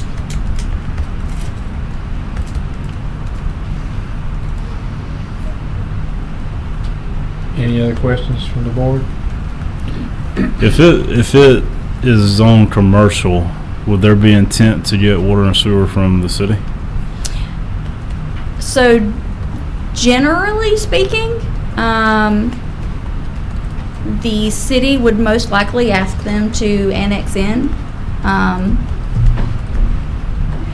but I'm not sure that those conversations have happened. And without the property owners really having a clear direction as to what the use of the property is going to be, they may not even be to a point that they're having those conversations. I'm not sure. Any other questions or comments? Anyone in the public have any questions or comments?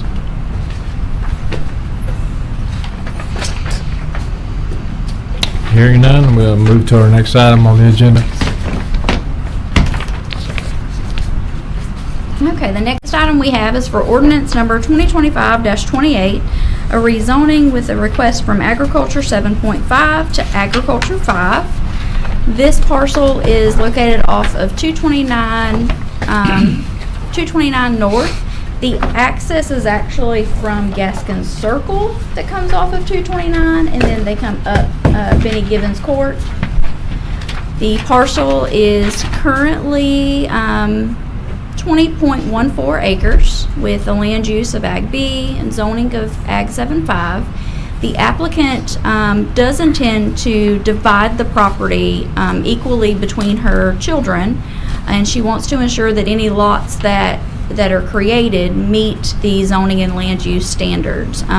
She's doing some estate planning, and she does have 4 children. And if that property were to be split evenly between the 4 children, she would need that Ag 5 zoning in order for it to meet zoning requirements. We've looked at the options of what that looks like, dividing the property, and we discussed access, and that's actually something that we discussed at the LPA meeting, that the property owners need to make sure that that access is sufficient to reach all of the parcels and be able to support an emergency management vehicle if needed. So those are talks that we've had with the family, just to make sure that when they are splitting property in the future, that it covers all of the bases that it needs to. So if you look at the zoning maps here, and the land use map, it is Agriculture B and Ag 7.5 on several sides, but there is some very low density residential on one side, as well as some RCMH 2.5. That very low density residential and RCMH 2.5 that you see there happened a couple of years ago, and that's when another family member was actually going through some estate planning as well. So that is a pretty common trend for this area. A lot of the older family members had large tracts, and over time they are dividing it between their children. So the request from Ag 7.5 to Ag 5 would result in a conforming lot that would allow the property to be divided in the future for inheritance purposes, and ensure that any lots created would meet all of those minimal requirements. And there would be a density change, but it would be a minimal density change. So staff recommends approval, and LPA recommended approval as well. I did kind of screenshot an image from Google Maps there to kind of give you a better idea of how that access comes. When you're looking at some of those aerial maps, it does look like the Benny Gibbons Court comes out all the way at 229 here, but it does not. That access would have to come from Gaskin Circle and then go north on Benny Gibbons Court. And then the access, once they split it, would come through that narrow strip. to the Yes, back. so once it, access would be through here and then would come north.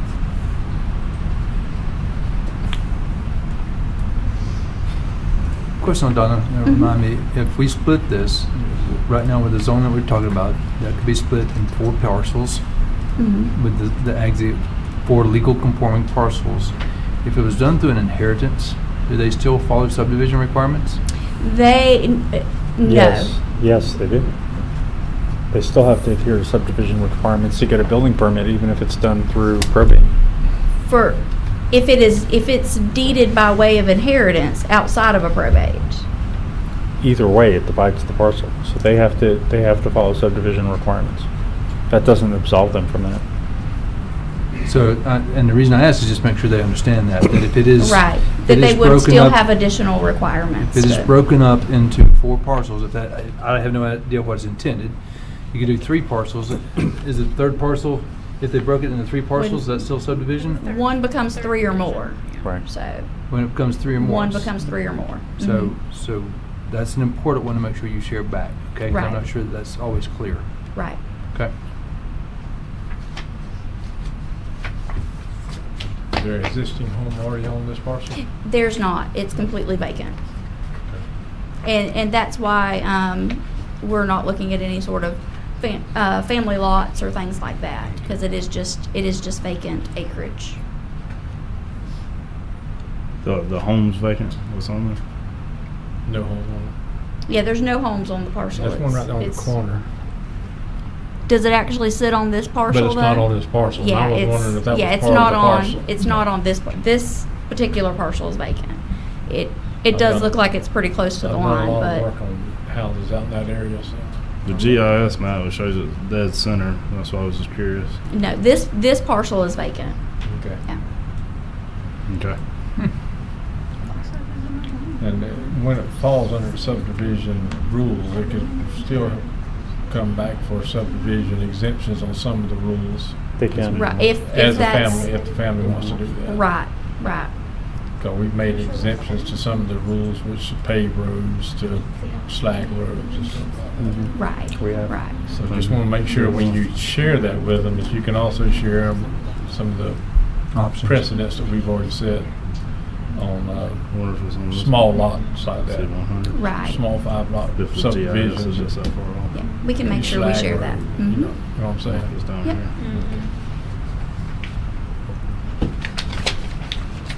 It makes sense. This whole thing's off. Any other questions or comments from anyone on the board? Any questions or comments from anyone that is in the audience? Okay, move to your next item. All right. So the next application you have is for a variance. This parcel, if you remember, a little over a year ago, or right at a year ago, this parcel went through a rezoning request. This parcel is 2 acres on the northwest corner of State Road 121 and County Road 23C. It's owned by Miss Lisa Jones. So during that process, they went through for a commercial land use and a commercial general zoning. So, excuse me. So we have been talking back and forth with the applicant and the proposed development that is looking to come to this area. Would like a relief from some of the parking requirements. You will see there is a parking study attached to this application. So currently our county code requires 5 parking spots per every 1,000 square feet of building space. So the proposed building space is about 10,640 square feet, which would require about 52.5 parking spots. The applicant is requesting a reduction of 19 and a half spaces, which would leave them with 33 parking spaces. So if you look through the parking study, you'll see there is some information regarding the Dollar Generals, and that is pretty standard with their applications. Sometimes we see this variance later in the development process. In this case, this parcel is having to go through the subdivision process as well. So we're going to see that subdivision process and that development application at the same time. And because both of those are going to require some civil plans that show that parking and that structure, they have requested to have that parking relief approved or denied up front, so that they can have those plans developed to meet the whatever parking standard is decided. That way we're not reviewing one application and then coming back and having to re-review it because parking has been added or subtracted. So in that parking study, you see they have 4 different examples of proposed buildings of similar square footage that have 33 spaces or less. So it is the pretty standard for them to ask for this request, and you see the flow of things. Some have 2 entrances and exits, some just have 1. And then on the last slide here, and I think this was in the very back of the parking study, was the proposed layout of the building that gives you that square footage and where those numbers are coming from. So the parking study that was conducted was based on similar site conditions. You will see that this is, if you were to look at the other Dollar General developments, you'll see that it is pretty consistent. Most variances receive final approval from LPA. However, in the design standards for off-street parking, it does state that the Board of County Commissioners need to be the one to modify those requirements. So that's why you guys are seeing this variance instead of it being approved or denied by LPA. So staff recommends approval, and LPA recommended approval as well. So just so we're clear, they're asking for a 38% decrease in the parking requirement. They are.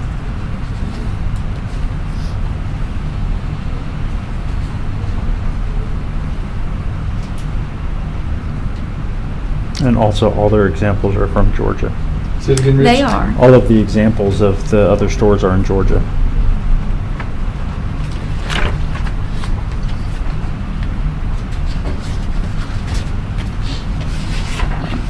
And so tonight's just the public hearings, is that correct? So we're Yes, we're just Yes. hearing it out. Yes, sir. I will. Yes, sir. This is not the first time Dollar General has come. Mhm. Every time they come, it's with the same approach as I don't want to meet standards. I have a hard time when we make every small business, everybody else go through and meet standards. But a company the size of Dollar General that comes through, I mean, they're Walmart's biggest competitor as well, right? I mean, they're huge. They're not some small mom and pop. This is not an issue of whether they can do it or not. They are monumental. And they do an engineering study, and they're relieved of the requirements.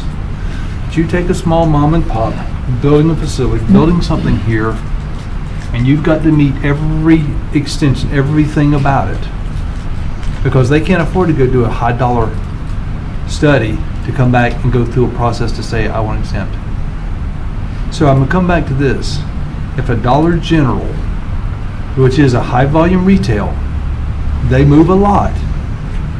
If they don't need to meet, if we're okay with a 38% reduction in parking spaces for them, well then why don't we change our standards completely?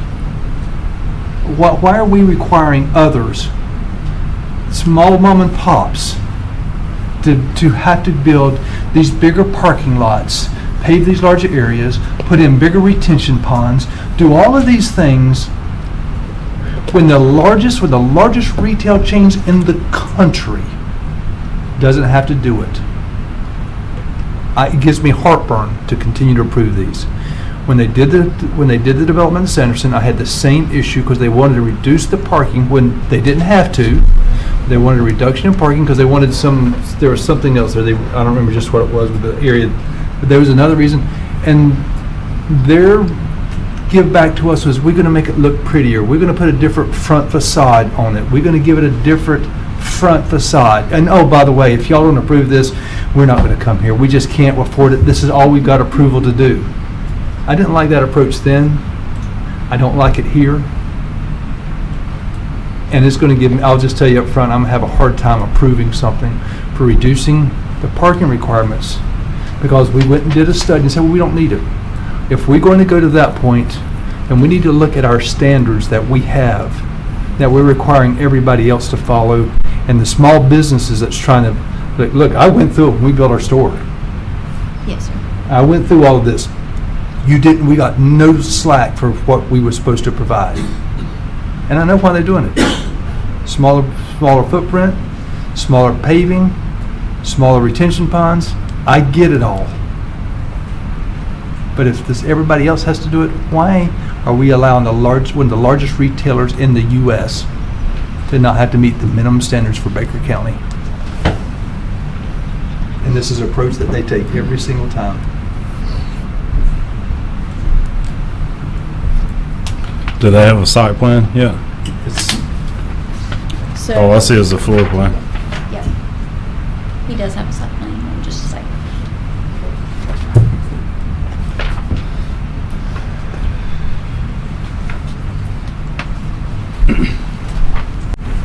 Good evening. Pete Schoenauer, Tidewater Engineering. I'm the engineer for Terramore Development, and this is the site plan that we plan on submitting. So this is our detention pond, which will permit through the Water Management District. We're going to have on-site septic. We're going to have a well, public well, permitted, and we really don't have room for the additional parking spaces. And that's the primary reason for asking for that reduction. You know, we're happy to meet code. It's always a much simpler process to go through and meet the requirements. It's not uncommon that we do request parking variances to reduce, because some zoning ordinances just really require so much more than we would need. And What's the space right behind the building between their own property line? this is going to be open space here, but there's really no way to position the building to utilize that, to get, additional parking. And we need, certain separation between the well and the septic and the well and the building. And You say there was no way to use that area, is that what you said? Looks like if you shifted the pond around, you could shift the parking to the side of the building. It's a possibility, I see what you're saying, have a pond. Correct, because everything we drain to the river anyways on the outfall structure. The outfall is going to be, out Correct. right away here. Push the whole building back and then just have a larger two aisles of parking. I mean, That, I don't think there is space for that. The issue I have first is 288 parking spots. And I know you have to do your 88 per site, however many parking spots that you're creating. Correct. So if you go up with your amount of parking, you're going to have to do another 88. So 10,000 square foot building with 288 parkings. Right, and the number 88 spaces is requirements based on the total number of parking spaces. Exactly. And I'm not sure where that threshold is from. You'll trip it. Okay, well then, if we did, then we would absolutely have a 30. The problem is you have two, and that's a problem for me, because I know I go to Family Dollar and Dollar General all the time, so I know that two is not enough 88 spots. The same problem I have is, I agree with Commissioner Bennett, is making exceptions for the big guy while the little guy suffers. I know you can't say a whole lot about that. You're the architect, you're the engineer. I respect your job is to build the building and get it designed and for the most economical way that you can do it. So that makes Dollar General more money. So I don't blame you. But we're not here to point fingers at anybody. We're here to do what's best for the people here in Baker County. That is our job. Absolutely. Absolutely. And I'm gonna agree with Commissioner Bennett. I don't see where we should make exceptions. I mean, if Walmart were standing here, I wouldn't make an exception for them either. We hold everybody else to the same. And then I'm looking at your ADA parking. I'm looking at. This is just a hearing tonight. Things could change in the next meeting. But I'm gonna tell you right now, I got the same part. Huh? We don't just have one hearing for a variance? When it's heard by LPA, we just have one hearing, but I'm sorry, I thought you said it was approved. I thought you said LPA approved. well, they recommended approval. Right. But it does say in the design standards for parking that the Board of Commissioners has the authority to lessen that requirement. So we advertised for 3 hearings. Oh, okay. I would ask as well that whenever it comes back to the next one, that we have a copy of the proposed site plan. Because I can't fully see it from here, but I see some perimeters around it. What I see is the site is sufficiently large enough, and I may be mistaken, but there's ways to modify and make adjustments to be able to accommodate more parking than what is shown on that plan. And again, I have personally heartburn with us having requirements that we expect everybody else to follow, but here, when there's what I see, a potential to make adjustments to the site, increase the parking, and not do almost a 40% reduction.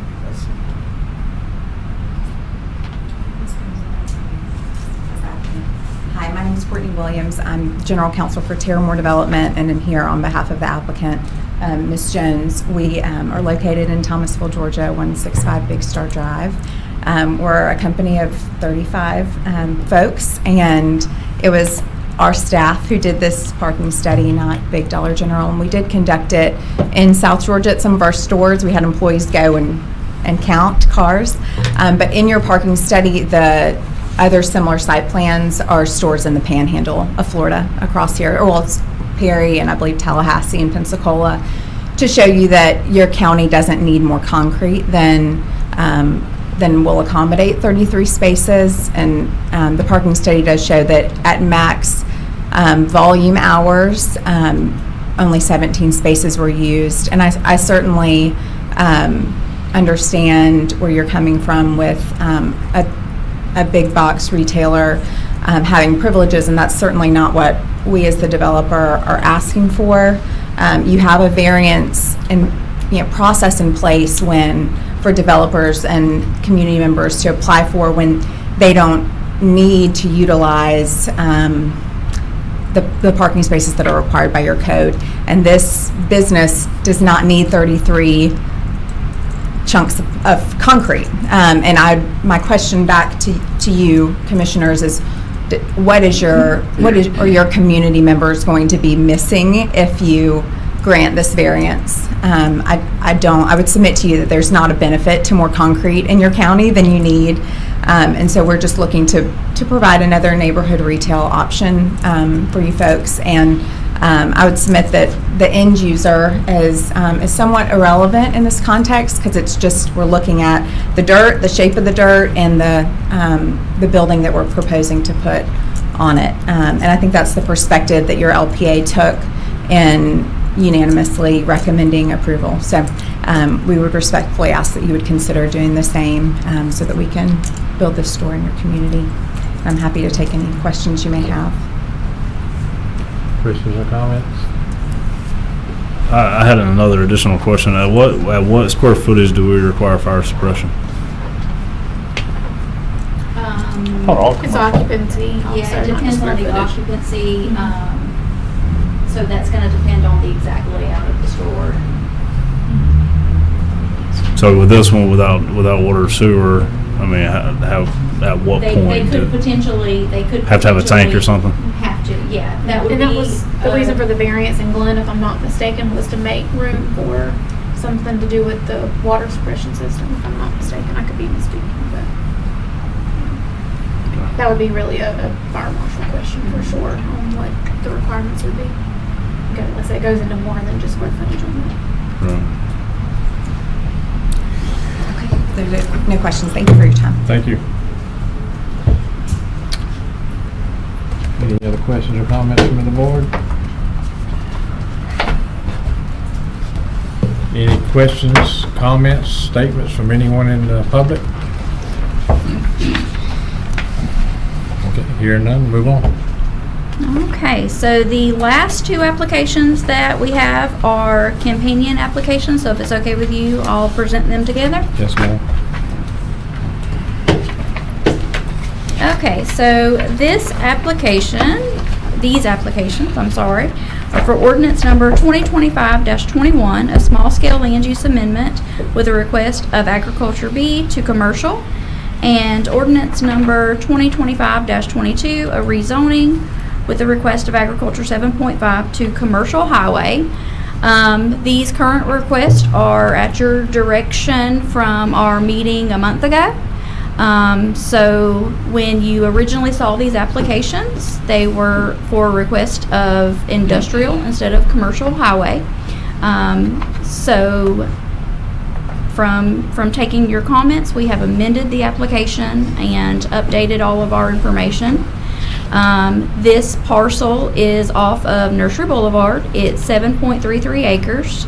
Again, the current land use is Ag B and the current zoning is Ag 7.5. This parcel currently, with how it's being used now, meets all current standards. However, the applicant does intend to develop a portion of the property to be used for recreational vehicle storage. This parcel is directly across Nursery Boulevard from the Island Oaks RV Park. So you can see here, the RV park across the street has a recreation land use and a PUD zoning. In between the interstate and this parcel has a commercial zoning and a commercial highway, or a commercial land use and commercial highway zoning, along with the whole little cluster around the Journey store and everything between Journey and this parcel. So of course access to this parcel would be the same access that you have to go to the RV park. You would come off of 125 and then come around the Journey store and then go north on Nursery Boulevard, or of course you could take Nursery Boulevard from US 90. So considering the proximity of this parcel to Island Oaks RV Park, staff feels that this change would be consistent with the area. It would result in a conforming lot with similar uses to the neighboring properties. We talked with LPA and with you guys before about what that development plan will look like, and we just don't quite have all of that information yet. It is still, they want to have those zoning entitlements before they start paying for that civil work and that development application. So if you have any questions, the applicant is here. I do apologize, when I updated the staff report, there is, in the recommendation, it does still say industrial in the first sentence of that application, or that recommendation. It is not industrial. Please see the last sentence of the recommendation for that commercial and commercial highway. I don't want there to be any confusion there. Again, this change was kind of from your direction, so if you have any additional questions for me or the property owner, is this kind of more of the direction that you guys wanted to see? Is there something else we're still missing? You guys let me know. About buffers or fence or So there are going to be buffering and fencing requirements that when we walk through that development application, they will have to adhere to those standards. Like we just saw with the application before, if for any reason they want relief from any of those requirements, they would have to submit a variance application. But it hasn't been, just from discussing with the property owners, we've discussed those buffering and fencing requirements, and I think they understand what those requirements are. And thus far, there has not been an issue with meeting those requirements. Just because you're asked, so is it 15 feet all around?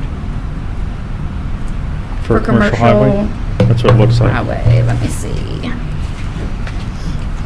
Should be here.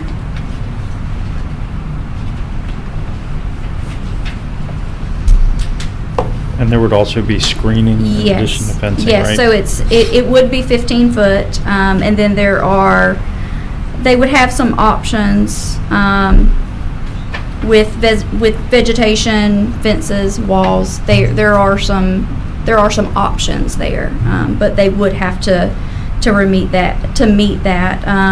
It looks like it's a 6 foot in height requirement of vegetation, fencing, or walls.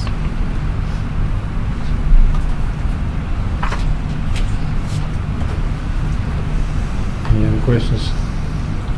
Comments? Any questions or comments? Anyone on the board? I'm glad to see it moving, see it coming back through. It'll be a good addition. I agree. They didn't have to do any fees or anything with this adjustment because it came from us, right? We did not. We did Okay. not charge any additional fees to amend the Okay, application. just wanted to make sure. And did this go back through the LPA? It did not go back through the LPA. We just, after Rich and I having some discussion, since it was at your recommendation, we just re-advertised for the two meetings with you guys. Okay, I have a speaker card for item number 5, Mr. Bucko.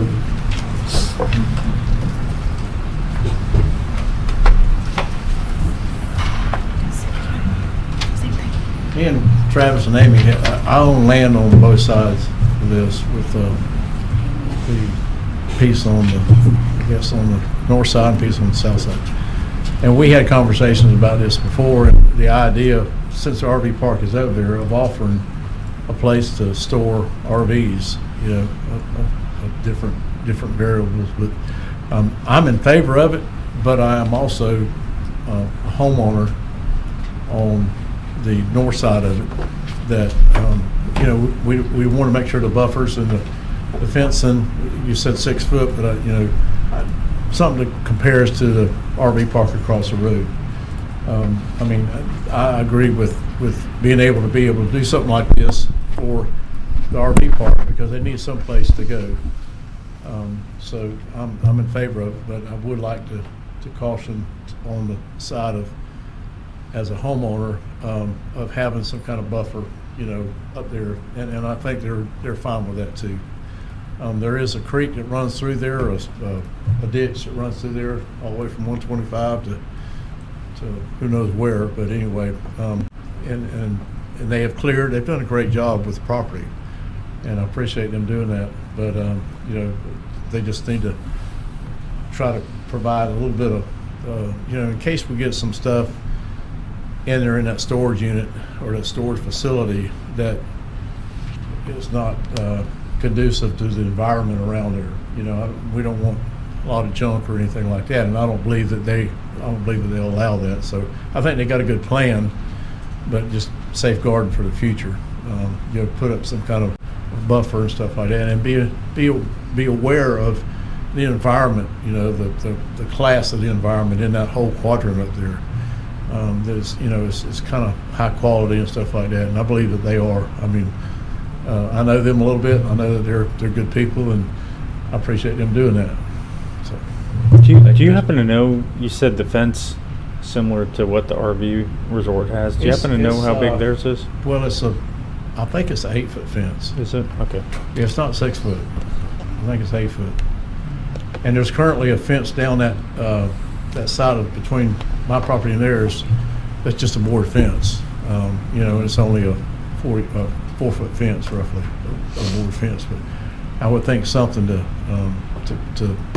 kind of put up a barrier up there would be great, you know, for any future homeowners that would come in there too. But I think quality is the biggest thing, and I think they both have good quality standards and stuff, so I can't speak to that, but hopefully we don't get a lot of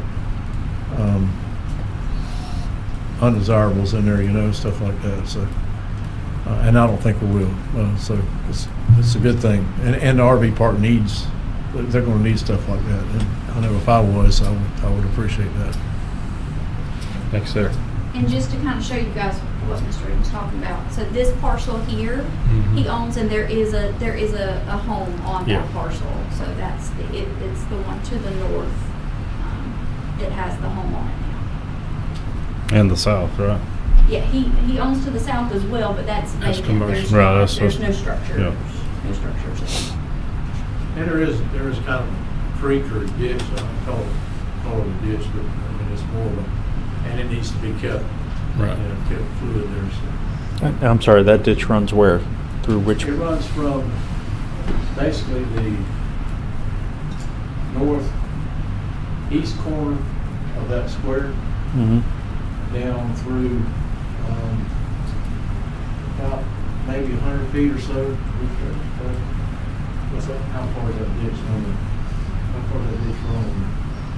Across the It comes at an angle, and it basically There- further and it tapers to the property line essentially at the very back. And it runs all parallel, or along the retention pond that's on the east side. So that ditch, that water all drains back, continues to the east, goes up under the new roadway. Kind of this triangle here, kind of through there. It continues along that pond, comes back up under the new road we built, hits that big culvert and continues on up under 125. So, yeah. I'm just making sure, like, it wouldn't affect the ability to put fencing up? It's on the other, the fence will be on the other side. It's all of our property at the back end Okay. It's off of our property, at the back end of the property, it's Yeah, I not, think it comes across the front and it kind of tapers back and goes off of our property on the Bucks property. Yeah, I think the marker on that corner right there is right in the ditch. Yeah. It runs on the south side of the property. Runs across that corner down. I'm not sure, I guess you sold that property next to us, the property that you were talking about? Oh, okay, just, we were under the impression that that property had been sold, and Rich was all in favor. We appreciate your comments. I mean, we talked. Okay, about we're this- gonna move on. We talked about this already.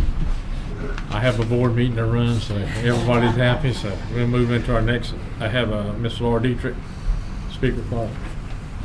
I didn't want to cut you off, but I have to.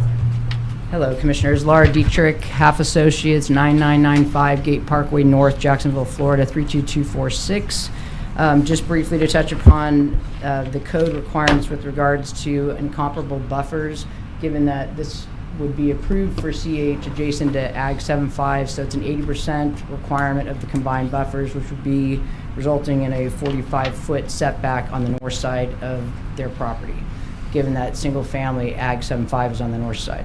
But it would be comparable with the 15-foot setback on their south side of their property. And then one other thing, just to refresh your memories, as former planning director that oversaw this quadrant, the design guidelines are not mandatory in the code for this county. However, with all the parcel owners on this quadrant, everyone agreed in their conditioning on their PUDs and on their rezonings to have a higher standard of architectural design. So Ricky Davis has done that, Julian Patel has done that, Carter Funk has done that, and that is also what Mr. Oden has done, and I'm just hoping that you'll consider that when you look at the remaining parcels on this quadrant that are going to be in place soon. Thank you. Thank you. Any other questions or comments from anyone in the public? Yes, sir. Yes, sir. Yes, sir. And state your name and address for the record, please. My name is Travis. I reside at 9809 Hershey Boulevard. So you're the owner. I just want to, in the future, on the parcel next to us, his parcel, the 14 acres, all the requirements and the standards that you came to me and said you didn't want to okay the industrial because you're worried about a concrete plant or a junkyard. If there is potentially a storage facility, big 2-story storage facility, and that we're concerned about campers not looking at it and worried about parking and the aesthetics of it, I just ask that the board take that in consideration as well.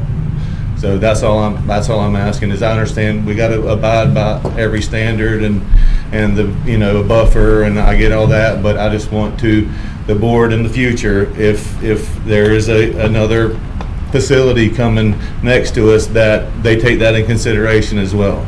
That's all I ask. Yes, sir. Thank you.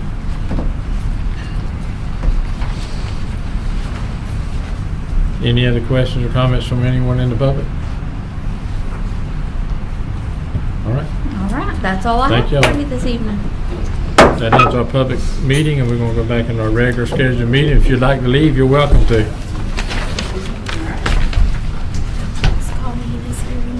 Yes. Just as soon as everybody leaves on my left.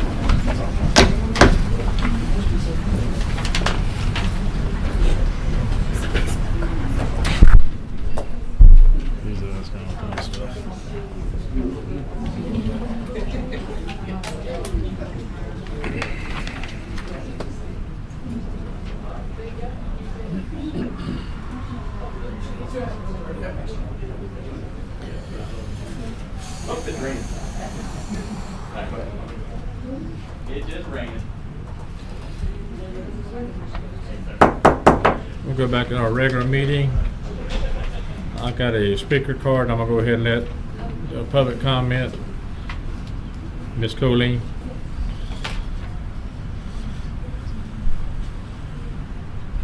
Hi, good evening. Good Nice to evening, see you Colleen. all again. I'm Colleen Rodriguez. I'm the CEO of the LJD Jewish Family and Community Services in Jacksonville. I've been here before you.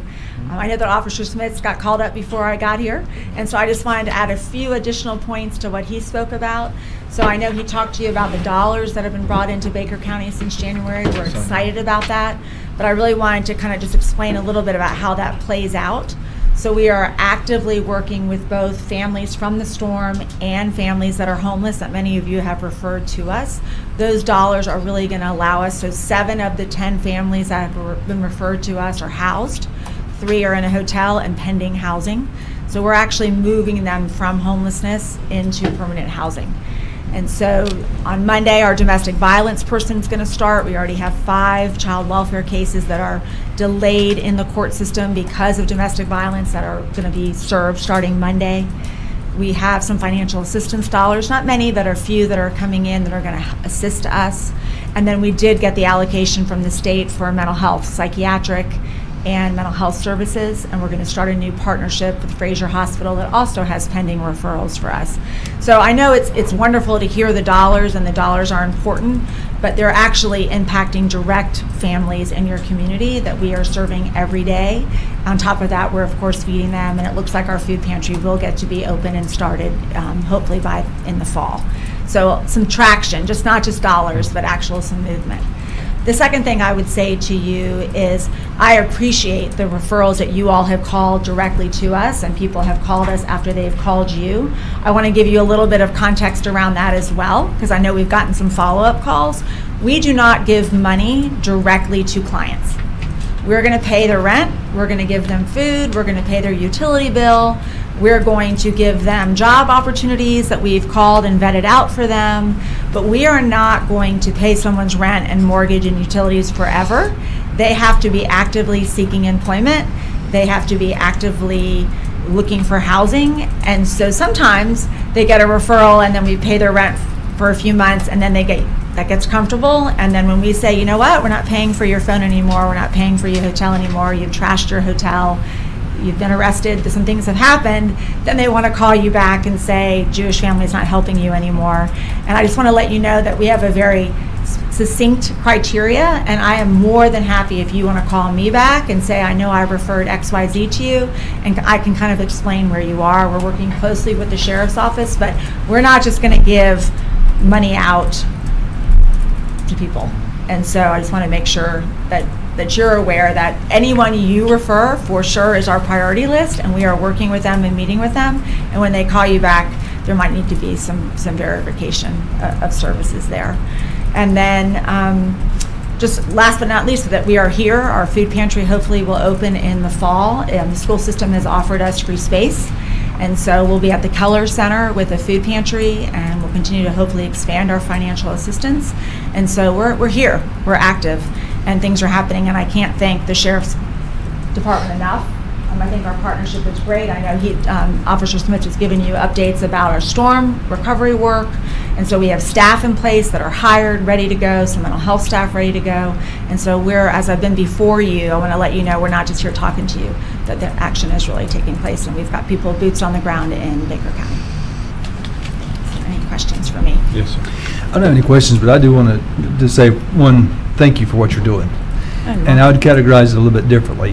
You're there to help those and give them an opportunity to help themselves. Right. And if they choose not to help themselves for whatever reason that might be, I understand your resources are limited to how long you're going to be able to do that. And I take no exception to that. I agree with that. I think it's you give somebody an opportunity. And if they're willing to take that opportunity to help themselves, you're there to do that. But I don't agree with it just a handout. Right. I believe in helping those that's willing to help themselves, that need a hand, and I encourage you to continue to do that. And as long as you're doing that, you won't hear me have any concerns with that. But I appreciate that approach. Wonderful. Thank you. That is our mission, helping people help themselves. Any other additional questions? That I won't keep you. Thank you so much for hearing me. Thank you. Okay, we'll move to our next item of business, which is a pending business report. Ms. Sarah? Oh, we need to back up, You still have to Mr. go to Chairman, number 5 for that got Ms. moved. Ruiz's item. Oh, yeah. But we could. No, we got to do that. Sorry, Ms. Ruiz. I've been jumping all over everybody tonight, so. It's all right. Getting used to it. Okay, tonight, we need to talk about the tentative budget and tentative millage rate. She's passing out some paperwork for you.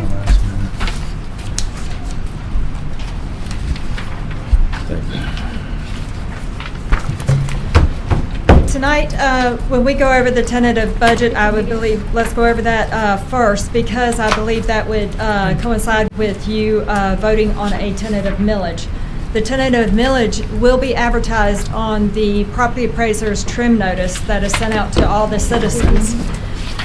Once this is published on your trim notice, then it's very hard. It's not impossible, but it is very hard to go back and increase this millage rate. It's okay to decrease the millage rate, but not, Let's it's just hard. stick with it's close to impossible. Exactly. Are we voting on the tentative or the maximum?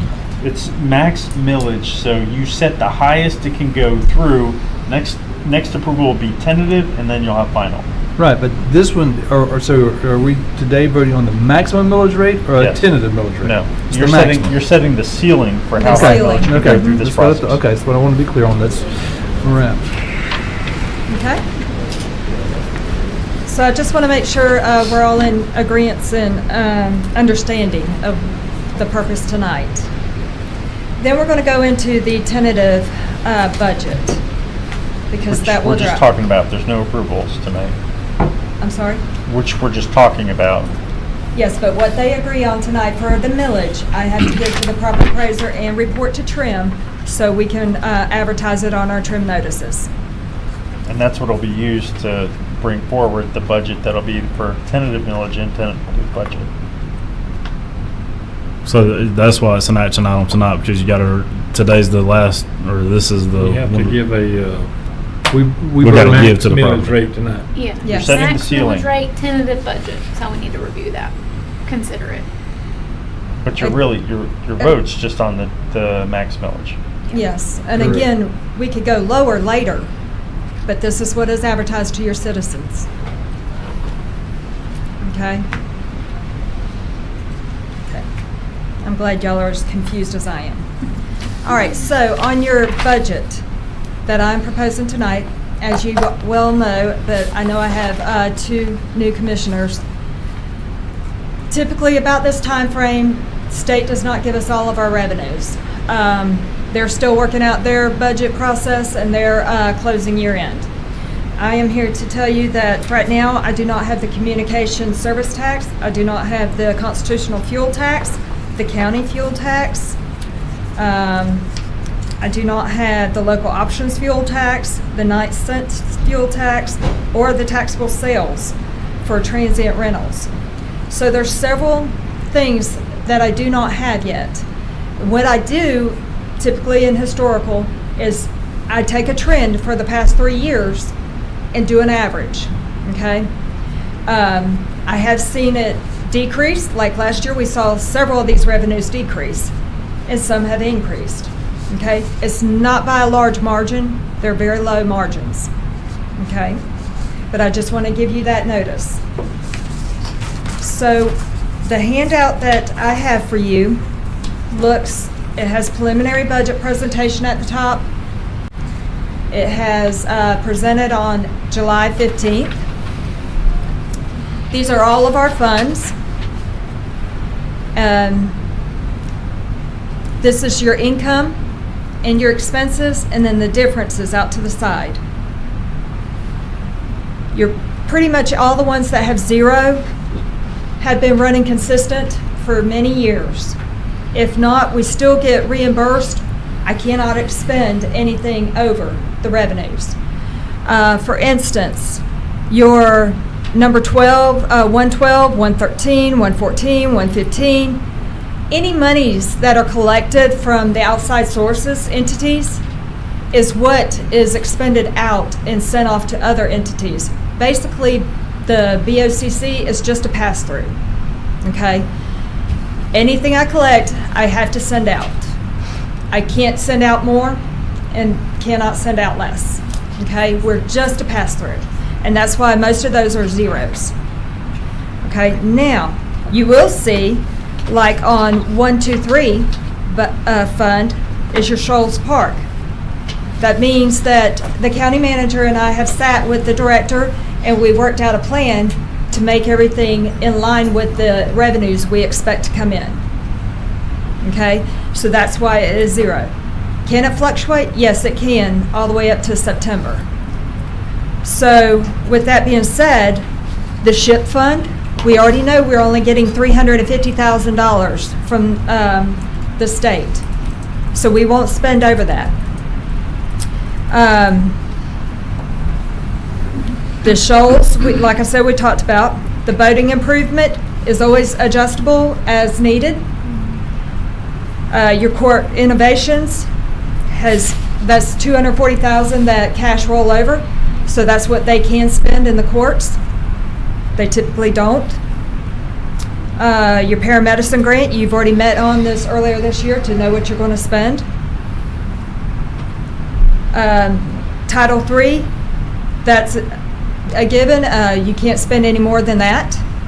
You do see a little bit of extra revenue. That is only because the Trevor, your fire director, and Sarah and I have met, and that's all he had in his budget.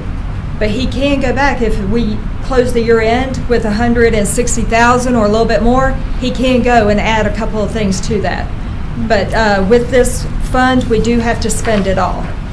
Okay, so that's why I'm saying we will come back to you.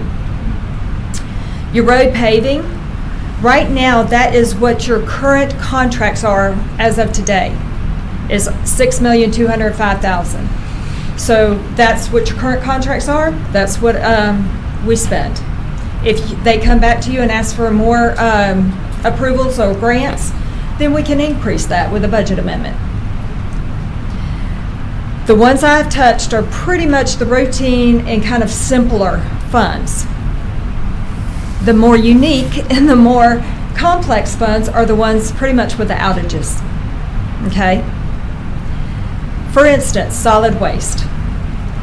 historically, and as you know, we need more revenue in solid waste. General fund has always subsidized that fund.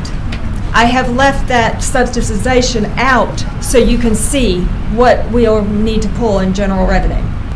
Okay, your general revenue is your top line item, is the yellow highlight. Mind you, if we have to pull $571,746, I have not taken that out of that yellow line item yet. So we will have to move that to the yellow line item, which would increase it almost $1 million. Okay, as a negative. It would increase it to almost $1 million. Yes, sir. Yes, sir. I would have to transfer that. That's only because we take our general revenues and we subsidize the solid waste. So that's one of the more complex, and I just wanted to show you this chart. Okay. Any questions on just solid waste? All right. Let's go to an easier one. 103, Public Works. Right now, mind you, what I just started this presentation off with, I do not have all the gas revenues. Gas revenues are restricted only for this fund. They could go down, they can go up. Right now, we look good. We look like we can spend $12,000 more. That's not a guarantee, but we will have more numbers come later in July, because they say expect it mid-August. We have gone all the way to September 30th to get these numbers. But you've used the last 3 years average in there? Yes, sir. As a placeholder for right Yes, now? sir. And that's kind of why it looks like we have $12,000 to spend.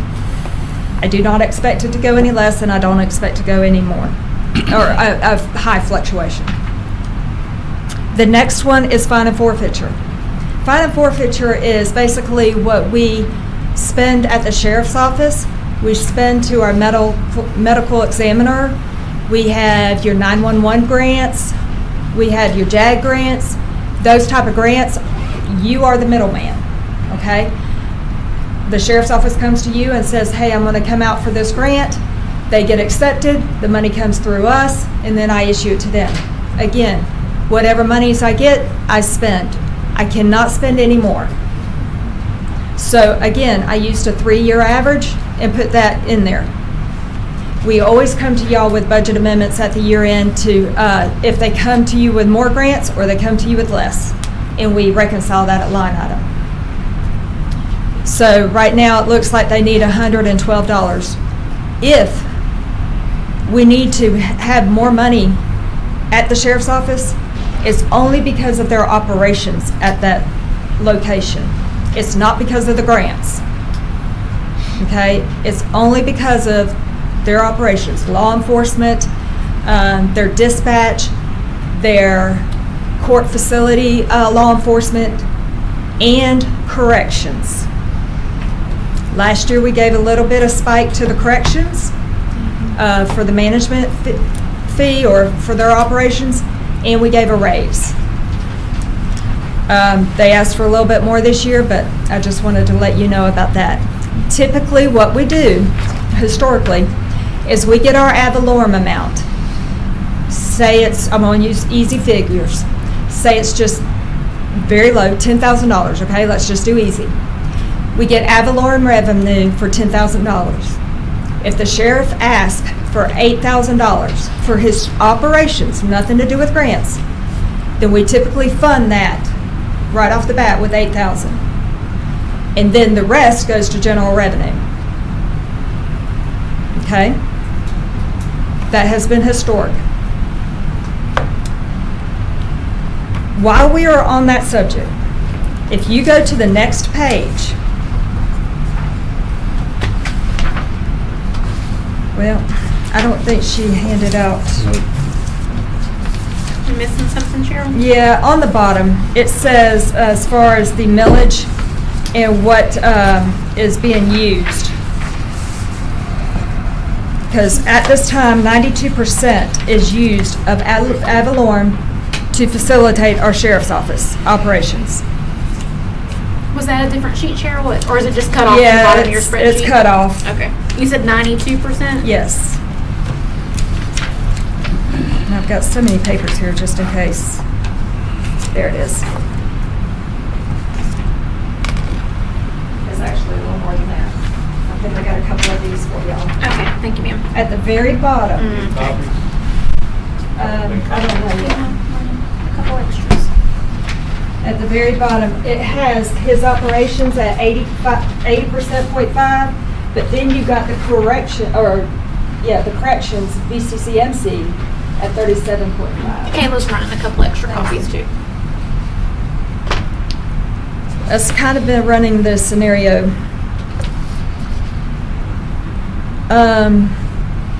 So I just wanted to explain how the ad valorem is split and how we give the money to the sheriff's office and then we fund the general. So the last two line items that we have not touched and that are our biggest talking points of tonight, I believe, is our 105 fire department. As you know, the SAFER grant is no longer funding this. We've already funded. With the SAFER grant, it was at a max of $983,000. To be honest, our payroll was over that amount with those people for those several years. So that's why it always was in the hole a little bit. But this year, the fire chief came to us and asked for $2,279,283.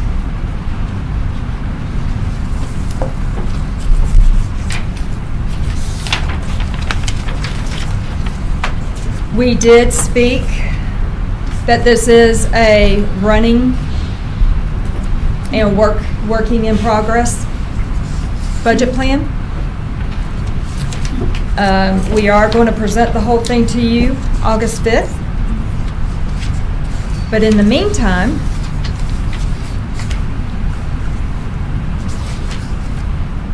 you can see the general fund cannot cover that amount, that deficit. Cheryl, if I may, Mr. Chairman, if I could. Yes. Just a couple of items of point. So number one, Cheryl's right. This is our very first round. Don't let these numbers scare you just yet. Like, this is just us sitting down. You guys that have been here for a few years know that, that we make these first round appearances, and those numbers always look high at this point in time in our budget process. On the fire department fund, I do want to point out that that's not a $1.3 million increase from last year. So when we look at the income, that's only the special assessment that's there. So that's why you're seeing that big difference there. So from just current budget that we're in right now, the total was just a little over 1.6 million is what you all approved in the current budget that we're in now. What's the current budget amount we have right now? $1,606,000. No. What's the current budget amount? Because I'm showing on this paper, you got a total at the bottom of $45,140,459. Oh, total budget. So what is the total budget current year so we can compare it? Oh, I'm not sure. On current year, I'm not sure. I don't have that number in front of me. I'm specifically talking about the fire department fund. So for total budget, all? Yeah, for all. Okay. Do you have that, Cheryl? I'll get that for you. I didn't have that pulled up. One thing I want us to look at, Cheryl, just to make sure we're right, is all the income on that. I think you and I, when we talked about it last week, there was a couple of things we needed to add, not just on the special assessment side, so that number could look different once we sit down and do that. The income side. Yes, sir. That's correct. And so from current budget year, just on the fire side, we are looking at a difference of $672,000 from current budget year to what his new request is. So I just don't want you guys to see that number and think that we're coming with a $1.3 million increase, because that's not from where we are from current. So just wanted to point that out.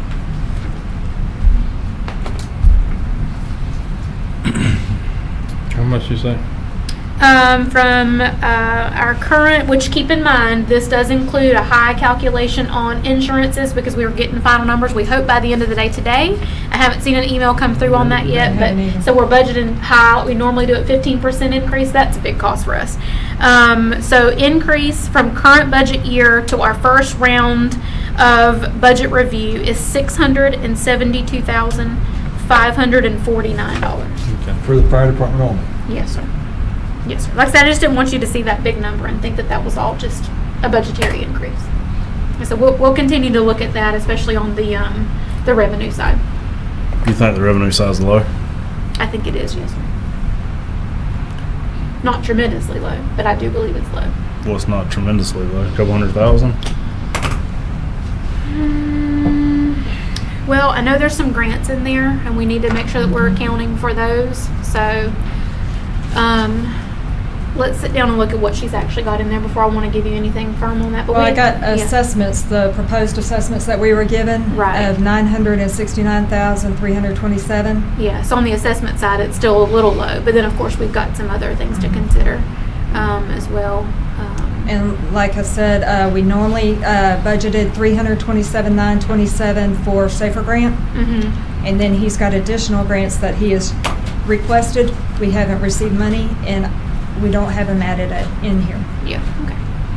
So like I said, first round, this is just an initial review between the department heads, myself and Cheryl, to get these numbers to you tonight. So like I said, don't let those numbers scare you just yet. There's still a lot more work to be done. But the purpose of the numbers tonight is just information, that's all. Yes, You're not sir. voting on it? Yes, Correct. you're That's not correct. voting It on has no budget. merit, has no requirements, this, nothing. This is Right. information only for the numbers. But what is important tonight is we vote on the maximum millage rate. Right. Correct. And so, And you'll see that the millage helps facilitate this budget. The budget's just to give you context. I understand. Yeah, Exactly. So- exactly. So with that, right now, Yes, sir. you've already indicated that, but in this number, it's included a 15% cost of insurance. Correct. Okay, so we already know that there's a It's number there. actually higher So- than that. Yes, sir. We Yes, actually it's end up with a 22. 22% in what's before you now So instead of a 15. in this budget, you're planning for a 22% That's what we were. insurance. In the last number of years, have we had a 22% increase Never. here? We've never had a So, double-digit increase. okay, we've never had a double digit, No, sir. but we compelled to put 22% in the numbers that we have here just Yes. before us, Yes, okay? sir. That was the initial Okay. number we got from Florida Blue.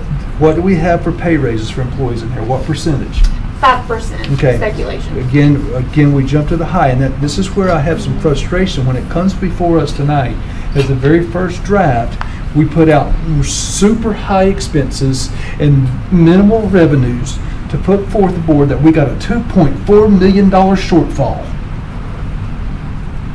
That's how it comes across to me in the very first time that we see this tonight, where we overinflate expenses, underestimate revenues to create a dramatic effect of how big a difference it is. I will be up front with the board right now. I intend to put forth a motion at the appropriate time that we hold the millage rate exactly the same as it is today. We need to live within our means. We need to make sure that means holding the millage rate where it is we have an increase in money this year over last year because property values have gone up. There's different millage. Because if we held the rollback rate, we'd make just under 11 million. We already know just at the current millage, we're going to bring in another $250,000 more. All I'm saying is we need to continue. I thought it was like $500,000 more. Say it again? You stated Well, I'm stated saying rate. the rollback rate right now, they're showing us $10,984,000. The current millage rate would bring $11,204,000. So it's only showing $250,000 Right. difference. All I'm saying is that one again, that's a hard one for me to believe that property values for this entire county haven't gone up enough more that only cause a $250,000 increase of property value. So that one's a hard one for me to believe that's all it is. So all I'm saying is I appreciate the information, but I think right now this sets the impression that we've got drastically increased expenses with the $2.4 million shortfall. And just understand something as well. What is presented is the wants of every department, without us going through any discussions about cutting. So Yeah, I think we've stated the stated rate for the past decade. we have. And my approach tonight is to make sure we stay at that same rate as well. And I don't intend to, I will not support an increase in millage. What does a meal bring, you know? That's a great question. I'm sorry? No, that's a great question. What's the value of a mill? Well, here, we can do it right here. Go get it. Yeah. I don't have a calculator. Have my calculator. I think it was right at $1 million, 900. Yeah, I think so. 100 Just a something. little, right at 900,000, I think. Didn't know what it was now. I hit wrong button, 7. I hate these calculators.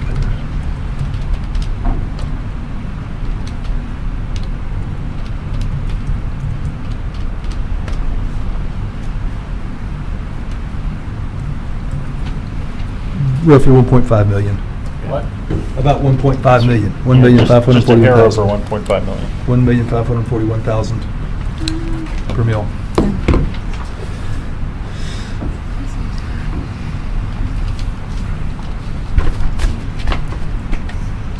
You know what? I'm sorry. You're looking at the rollback rate to the current stated rate. I was looking down under the projected proceeds, the difference between fiscal year 24-25 and then 25-26. Which follows in line with what you were saying. That'll help absorb some of those increased costs. Say that again. The amount of projected revenue based on the stated rate, with the rate we're at right now, the 7.2916, compared to the rolled back rate, which is how much money did we bring in Right, last year based on that rate without new construction, Right. is different than what the projection was from the 24-25 year to the 25-26 year. That Okay. difference is about $500,000. Yes. I'm so glad I'm finishing. It seems like it would be more, because if you look from 23, 24, there's a larger increase. Looks like almost $1 million jump there. Yeah. I can't That's believe when we it's got only the 200. 23-24 is when we got the camper park and several other big, Is that when the hotels came too? uh-huh. Yes, because we saw a big inflation. On what, bed tax? The Hampton and the Island Oaks both went on Yeah, the same time. that's the Yeah, one. but even from 22 to 23. Yes, You're- Island Oaks started then, but remember they came back with a higher value in the next year. As far as the spreadsheets or any information, can I provide you any other questions, answers, anything? Can I help in any way? One thing I would request is that when you and Sarah get together and you go through your processes and you figure out, the board needs to be updated and Definitely. not wait till August 5th. Yes, we talked about that this past week. We were like, we should be meeting with y'all at least a month before this, because it's just too much at one time. It's too much at one time. And I know we're going to meet in 2 more weeks, a whole day, but yeah. I think We'll have to talk That's about that's the very August quickly. 5th meeting all day, right? Yeah. In 2 weeks, Yes. well, 3 weeks technically. But we need an update on revenues and update on this tentative budget throughout the process. Well, the We have a revenue, lot of decisions we're gonna have to make Oh, yes. August 5th. And But I I don't wanna have- wait till August 5th and be bombarded with And if you everything. get budgets in, which I know some are due July 1st, and you get them July 1st, but we don't get them. It would be nice to have them. Of course, yeah, we can send them Yes, as we get them in for sure. And any changes that we see to revenue or insurance, like I said, we were kind of yeah. expecting to have that before the end of the day today.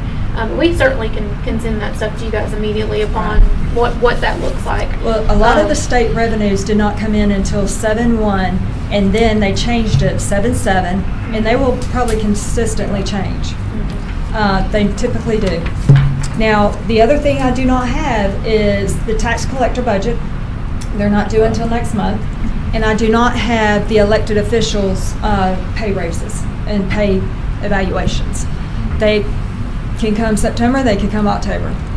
So if we get it in August, And that got to come before October because we got to vote on it before October. this past year we did, but 2 years ago, they didn't come until the 1st of October. We had to do a budget amendment after Yes. the budget Okay. started. We sure did. Yes, sir. We have to make some assumptions to get a budget passed. Yes, sir. Exactly. So, Yes, so sir.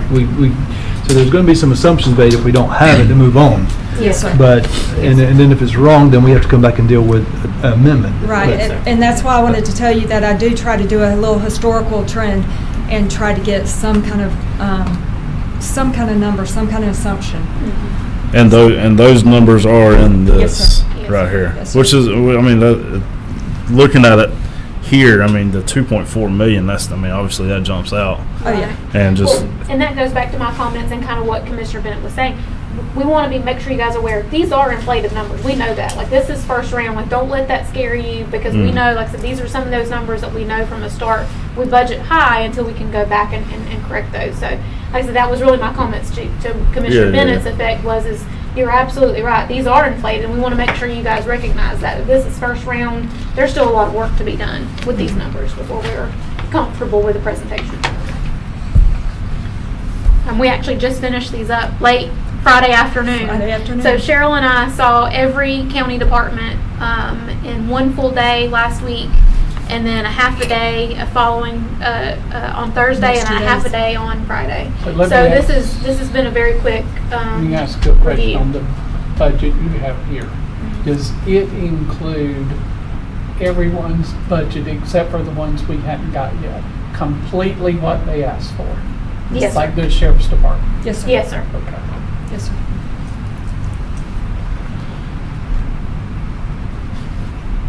Well, I can tell you, I've been sitting here for 15 years, and I knew that we was going to have an increase on the fire for the simple fact we was using safer grants for all these past 3 years, and I knew we was going to take a hit there. Yeah. That was a no for me. Solid waste is exactly what it is. It's a solid waste. Until you don't have the solid waste, and you'll have It's been a solid waste Iron barrel on the back. since I've been sitting here as a commissioner. It's just been as there. You either going to collect it with your general revenue, or you're going to pay it with an assessment. It's not going anywhere. Right. So we're going to get higher. The fine and forfeiture is always been pretty well awash. So the numbers that I see in front of me, except for the fire when it was double what I thought it was going to be, and now that you explained it, it helped me a little bit. But I didn't think that number could be right. Well, we're only supposed to have picked up 300,000 a year because the SAFER grant was what, 980 Yeah. for the entire 3 years, so about 325,000, 330,000 a year is what we should be picking up more than what we have in the past. And I hear it's 600-some thousand. So, Yes, sir. so there's other things We in have there to- that's we requesting, won't have to and let other that. things in it that's wanted, not that we've approved. So I'm leaning the same way as Commissioner Bennett. I've been here for 15 years. I've been here when we didn't have a pot to pee in when I first became a commissioner. Yeah, And we had didn't never raise trash ad cans valorem, right and we here. made it. Then we make it more. So I'm not going to be in support in my 15th year as a commissioner raising ad valorem taxes. I think that we ought to live within our means. I think we have done that for the past 15 years. I don't see why we should change this year. And I think that the revenues that are uninflated, I don't think that we inflated expenses and uninflated the revenue. Deflated. Right. So it's just going to be hard for me with the numbers that I see in front of me, and being here as long as I've been, and knowing I've seen 1.7 million come in and we balance the budget. I've seen 1.5 million come in and we balance the budget. Yes, sir. And it seems like in the first 2 weeks after we see this, the numbers start coming a lot closer together. Well, our revenues start to look a little So better. our numbers Yes, sir. start coming in. And I don't see those falling. Yes, sir. I just don't, I think things just picked up and things, so. Yes, sir. It's gonna be hard for me to support going after. If we wanna do anything, we need to look at the, solid waste. And I've said that for 15 years. We need to look at increasing the solid waste, just cause everybody uses it. You increase ad valorem, 30% of the people pay it. And Mr. Chair, just keep in mind, concept-wise, if you did increase your solid waste assessment, which Yeah, is offset routinely the looked at as a user fee, the expectation from your constituents is that you're going to reduce millage commensurately to take that off. Well, I'm not saying if you're gonna pay it out of our If you're paying it out of, you're General subsidizing right revenue, we now. might as well just keep paying it out of general revenue instead. I'm not going to increase, what I'm saying is I'm not going to increase the ad valorem to pay for solid waste. Yes, sir. If I'm going to pay for solid waste, we need to pay for it through solid waste. Yes, sir. That's how most governments look at it. So I can't see, I understand. that's just the way I feel. Mr. I'm just one little commissioner sitting in the middle in there. I'll just say this, if I may. From a staff perspective, I say this every year, but we mean it. We serve at your direction and y'all's pleasure. So whatever the direction that this board takes, we've made it work, and we will go back and we will look at it and make it work. And that's simply what we're here to do, and we'll make sure that happens. Well, now that we passed the shock and scare of overinflated expenses and deflated revenues, I'm prepared to put a proposal on the board for a maximum millage rate unless there's more conversation, more discussion. Can I add in one more thing? Yes, ma'am. I just wanted to give you actual right now, because I think somebody asked me what the actual budget was. The budget that we proposed was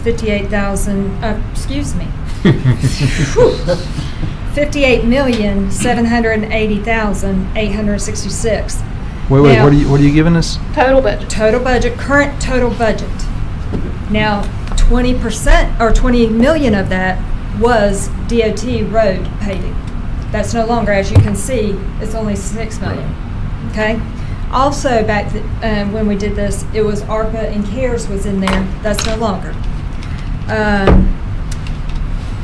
At this present time in revenue, we have collected 53% of our revenue that we had budgeted.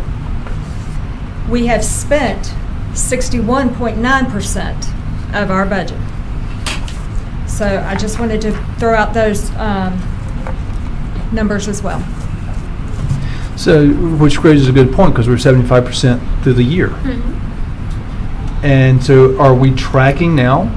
Just because we haven't collected it yet, is it still owed us? In other words, we may be getting revenues from 2 months ago, but yet we still owe 2 more months of revenues. And if we receive all the revenues up through the current year, because our expenses, we pretty much know right away. But if we're tracking revenues as come in from 2 months ago, but expenses are current, that means we got 2 more months of revenue. So we may not be so out of balance between revenues and expenses. Yes. So we're at 61% expenses, but we may and only 53% revenue. But if you get all the revenues for the same period of time, we may be Correct. ahead with revenues more than expenses. So, And mind you, have cash carry forward. State of Florida, again, closed their years June. We have a lot of true-up from State of Florida the end of July and August. So that's when we'll definitely have our cash flow coming in. Okay, and we'll get our true figures. So the 58 million, I'm sorry. You go ahead. Go ahead. I'm not even trying to compare that one now because that one's. The 58,780,000. I mean, you got a $13,640,000 difference between that and the proposed one, but that's the 20 million that was in Right. the road paving, Right. And where I you can- only did 6 million, so that's the Right. difference of 14 Oh, roughly. yeah, and the CARES and ARPA. Would you like? So the my CARES and summary? ARPA around $1 million, that gets you Because those were in back to the this number. previous year. Correct. I'm just trying to apples to apples. Correct. One's expenses, one's revenue. If y'all I would quit like. trying to figure that one out, guy, because that's going to be very tough because there's too many Well, I mean, other does- things. is that what it is? You're absolutely Yeah. right. yes. Okay. The concept I was is, in a snapshot. what's the difference? I got extra. Of course. We're at high grant year last year. All revenue and expenses. One's revenue, one's expenses. Yeah. Okay? Is that the same one I just got? No, No, it's one's one's revenue, one's revenue. expenses. Revenue, one's expenses. All right. Oh my God. And that is as of today. Okay. So I just wanted to give that to you as well. Mr. Chairman, I'll make a motion that we approve the maximum millage rate that's at the current rate, which is 7.2916. Second. Have a motion and a second. Any discussion? Any more discussion? All those in favor say aye. Aye. All those opposed, same sign. Motion carries. One more thing. And we need that. Just for my commissioners, I just want to let you know that means if this carries through, I will be doing a tax increase in the paper because at the bottom of that one, right here in the middle, is 2.33%. 3% increase.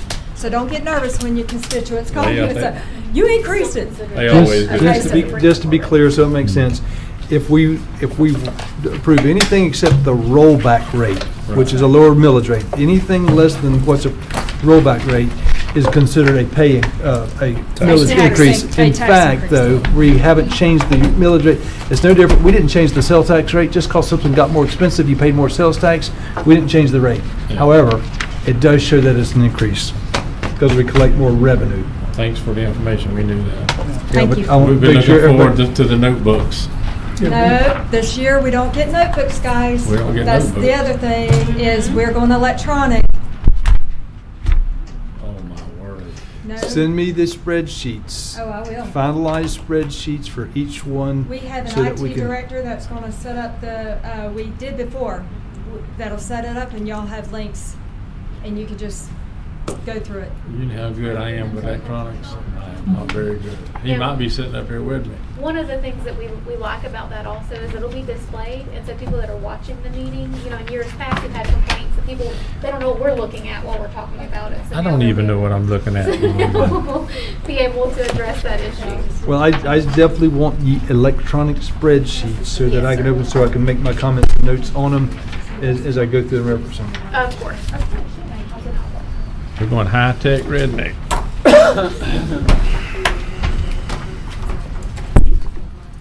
Okay. Miss,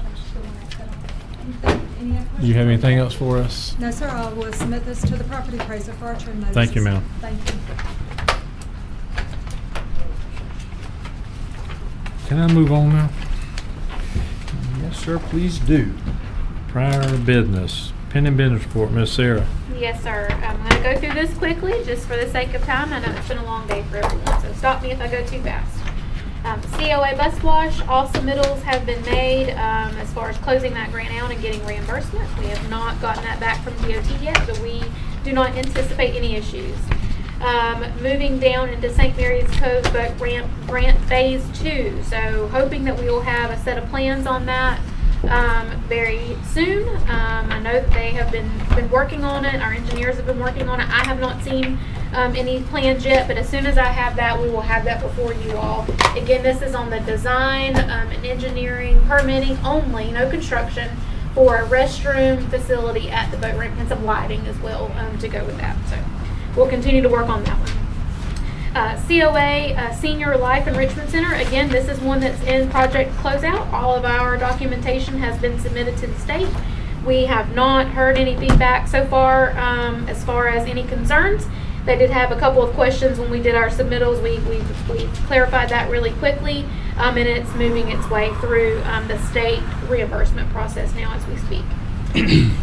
Kyler Fire Station, again, this is just a placeholder since we have not completely closed out that project, as the last leg of that was staffing and a mobile home on site. We'll just keep that one there as a continuation.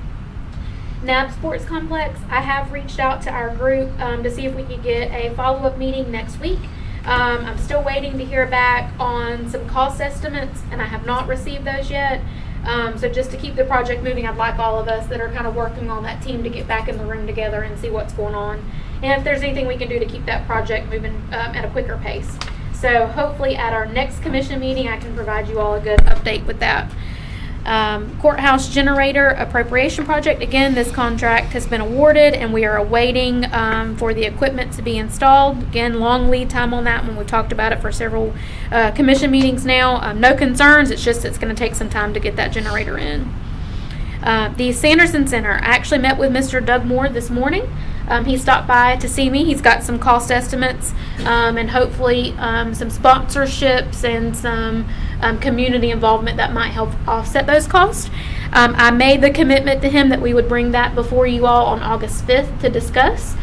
Because if there is a consideration to move forward in current budget year, I'm not sure that we've got the capability to do that, depending on what kind of donations and considerations he might be able to get on his own. So I told him we would bring that before you all to consider. Hopefully we'll have a better number in mind by August 5th, and then also kind of get some direction from you all if it's something you'd like to move forward with now or just wait to the upcoming budget cycle. So again, August 5th on that one. If you're gonna bring it to us, bring us an amount I have it, yes, a sir. budget that we have. Yes, sir. If we wanted to move forward, we would know what we had to work. Yes, sir, I have it. We went over that today, yes, Okay. sir. We've got, no one makes any donations, everything is just at cost. I have that budget to present to you All right, guys. thank you. Yes, sir. RFP auditing services, I know we're gonna kind of touch on this a little bit later, with, our audit updates. If you don't mind, we'll just hold that one until those comments.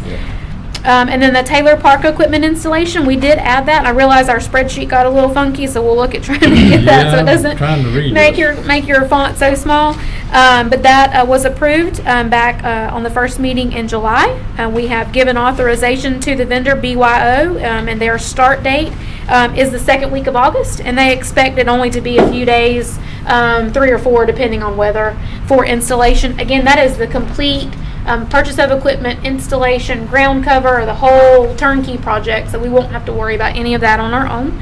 We'll continue to keep you involved on what is going on with that one, but we're really excited to see that come to fruition. That is the pending business unless you have any updates that I did not provide. Any questions, comments on pending business report? Anything on the expense report over 5,000 from Ms. Sarah? Any No, sir. questions, comments? Nothing from me. American Rescue, is there any updates? No, sir, just that one's still undergoing a reconciliation process with the auditors, and we hope to have some more information back before you guys very soon on what the remaining balances in those. We're just comparing our spreadsheets with what's been charged to those accounts. But nothing at this time needs to be charged to it. We're kind of in a holding pattern anyways. There's no progress that Nobody's it's holding waiting up. on money, is No, there? sir, they are not. Okay. All right, fiscal year 23-24 audit update. 23-24 audit update. Yes, I spoke with Ben this morning, and Ben is no longer with James Moore. We found that out today. Ben Clark was the auditor for James Moore. That was kind of the lead He was our auditor. lead, Yeah. Mm-hmm. So he is no longer with James Moore. We have a new one named Brendan and Allison who will be working with us to complete the fiscal year 23-24 audit. Got a quick update from Brendan today whenever he called me. Supervisor of elections is 95% complete. They're working a couple of the small miscellaneous items at the end of the audit, so they're pretty much done with it. Tax collector, I had it wrote down here. Tax collector, by the end of the week, they'll be at 95%. He thought they were about 85%, 90% now. End of the week, they should be wrapping up with that one. The property appraiser, same thing, 95%. Sheriff, by the end of the week, they should be around 85 to 90%. That's kind of the gauge he gave me. They were working through a lot of the requests and the final questions on their side, so they were kind of wrapping it up. The clerk, they said it would be 50% by the end of this week, and the board/county, we're still working on the trial balance. Ms. Cheryl, do you have an update on that? I do. Yes, ma'am. I spoke with the auditors today, and they had made some entries in 22 and 23 that we reversed, and he couldn't understand the concept. So we talked today. I showed him where he's submitted everything. So they are in full comprehension, and we communicated everything, and so he's accepted the trial balance, and they're working out the totals. So it is. You got that squared up today, Yes, Will? sir. Okay. Sure did. Can I ask someone that? Yes. How do we change things back from 22 and 23 Because after it's already gone through the audit and it's already done? Those are accruals. And then 22 and 23 happened just like this. And I told him why I reversed them and what we made as a correction. And he saw what I was doing and he agreed. So he's accepting those. Because see, they have to make the same entries on my side. And it's an audit. So he said, why did you do this? Match it to this. And then they make their adjusting entries. So do we got to resubmit for 22-23? No. The change was after the 22 change is what you're was saying. after. I have to reconcile, and then he says, what did you reconcile? And so I have to, just like with me paying a vendor, Mhm. why did you pay him? So this is what they do. They audit every single thing. But I guess I'm still maybe I'm missing the point. We reversed some things that were shown for the 22-year audit as well as the 23-year audit. And we're saying that's okay, and would that affect the audits if they were reversed for 22 and the reverse for 23? Wouldn't that change your final outcomes of 22 and 23-year audits? No, because I posted what they said, reversed it the next year. My beginning balances for 24 were off to what his were. So he wanted to know why they were off. And so I told him. And that's where the confusion was.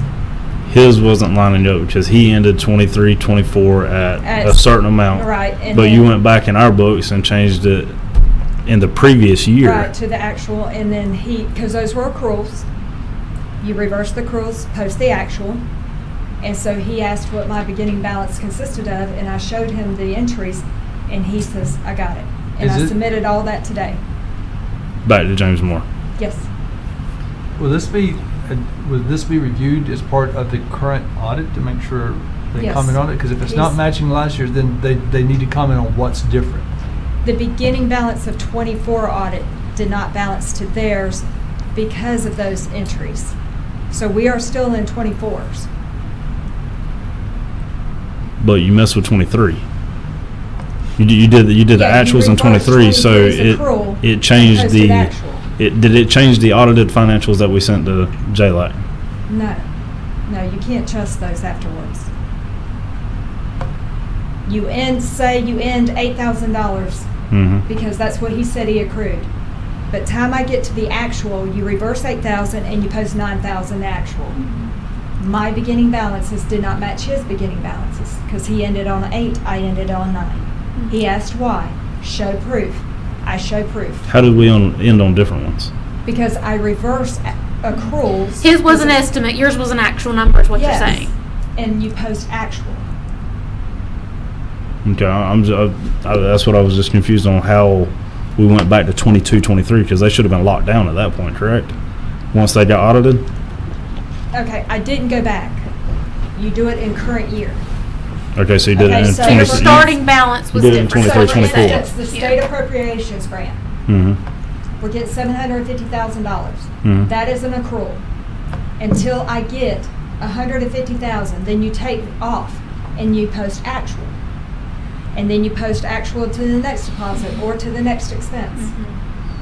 I got So you. you're not Yeah. saying you changed the audit, you're just saying that your beginning No. number was different than their ending number Yeah, of the you year have prior to post- because she Well, the posted real beginning- numbers. Your purchase orders. Your Yeah. purchase orders are outstanding from the previous years. Right. That's an accrual. Then once you post the expense, it might be a little different, so that's an actual. But That's this- why they pull everything. I guess I'm confused and trying to understand why the starting balance was different. It should have been the same starting balance, and then you would have adjusted it after that. I did. And he was just wondering why. And he was I- just looking at the after that, not Yes, and he was wondering why. Okay. And I said, this is why, is because we actually received this or posted this. Okay, so now they have a clean trial balance now. Yes. Okay, so his update was they were still, I think this was before you had sent it or something, that he was still waiting on that and should have had it completed by the end of the day is what he told me. Because we had a 3 that- o'clock phone call. They had begun working on everything they could that doesn't pertain to the financial numbers at this point. So Yeah, we've been they're still pulling- very, very preliminary in the county side of it. Now, after I spoke with them today at 3 o'clock, they said they still anticipate meeting the same deadlines. Yes. Which is? In mid-July. Mid-August. I'm sorry, mid-August. Mid-August, I'm supposed to yeah. have everything done by July. Yep, they're still shooting for the same date, but right now they can begin working on numbers today. And they're heavily working on the HR side. We actually had an inquiry last week of 41 different HR-related inquiries that HR submitted. I actually had my phone call, my interview this afternoon with Noah with the auditing firm, and he said the same thing, that they were working heavily on those submittals Right. as well. So you're absolutely right. They're Yep. working on a lot outside of the trial balances as well. So we're looking at July 15th. They're definitely deep into the county's audit. Definitely today they will be working on numbers from here on out. But they've done as much as they can to this point without the financials to begin with. All the constitutionals, other than the clerk, are all in the 90s by the end of the week. The clerk, like I said, they said it'll be 50% by the end of the week, and they're pushing forward with it. That's kind of where we're at with the audit update. We sent out, and this was coming back to Sarah's comments right there about the RFP. We have sent out the RFP, which Rich and staff has reviewed. I think what did it have 25 on it? It did, yeah. 25, 26, and 27. Right, but we have an engagement letter right now for. That was an error, but we're in current 24. It's 25, 26, 27. Yeah. Right, we have an engagement letter right now that's engaged with. It's directed to the Board of County Commissioners, but it was signed by the clerk of court, and it was for 23, 24, and 25 fiscal year. So right now we're working on the 24 fiscal year. Zach with James Moore called last week because they seen the RFP and kind of freaked out a little bit because, hey, they're working on the 24 and we had a clerical error on that side, and then the 25 they're engaged with to do, and we were sending out for pricing. So they wanted to just confirm with us, hey, what's going on? You know what I mean? I don't think I confirm if I'm wrong here, but has it been sent out for the last 10 years? No, it has not. It's just been re-engaged, a couple times since then, I think in 3-year increments. After talking with Zach and Ben at the time, which he's no longer with them, but we were talking about it, they're engaged with the board, but it was signed by the clerk. After talking with them, and it was kind of my recommendation to say, hey, they got 24, 25 still to do. We're going to honor it under good faith, but we need to get an engagement directly with James Moore through the Board of Commissioners. They agreed it'll clean up their side and give them peace of mind. And I told them, I said at the same time, under good faith, like, hey, it has been signed by our clerk of courts who is working on it right now. We need to honor that agreement, but let's get an engagement here. So it's my recommendation that we, they're going to send one over tomorrow, and we re-engage with them for the 24 fiscal year and the 25 fiscal year. After that, they know that we're going to send it out for pricing. Whether we use them or not, we're still going to make sure we're getting the best bang for our buck. And so everybody's under agreement with that. Can I add to that?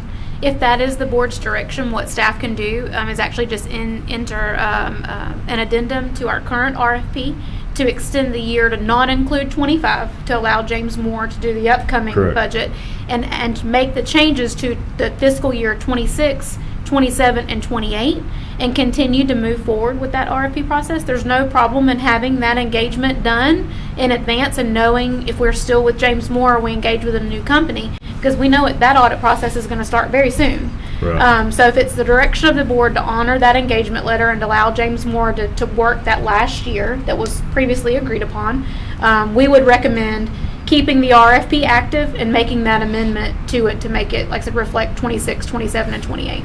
I guess I'm a little bit confused. Why would we want to go ahead and select an RFP for doing an audit for a budget year that don't end for 15 months? We don't have to, but that, I'm trying to understand. To me, if we're going to re-engage for another entire year and 3 months. Yes, sir. For the budget year, I understand the budget year that we're talking about for the 25 year. No, we're finishing we're finishing 24. 26. Hang on, Yes, we're sir. finishing 24. Technically, the budget that we're going to end, that our year closes out September Yes, sir. in 3 months, Yes, sir. actually shows to be done in 9 months. Yes, sir. So, but what does the auditor have? Does the auditor do any work at all during the actual fiscal year? Like right now, if James Moore is doing absolutely nothing on the current 25-year work, can he do anything, or would they do anything until the very end of the fiscal year? When they came last time and presented to us, they said that there was stuff that they could begin doing in, I want to say, December, November, December. There was the stuff that they can start doing and getting from Sometimes finance. they start as early as honestly October, November. Say again? They start as early as October, November, making the request of certain things. Yes. October, November, after the end of the at the beginning of the new fiscal year. So Right. they don't really do anything right now until October. So getting a consultant on board right now for the 26-year audit, they technically can't start doing anything until October 26.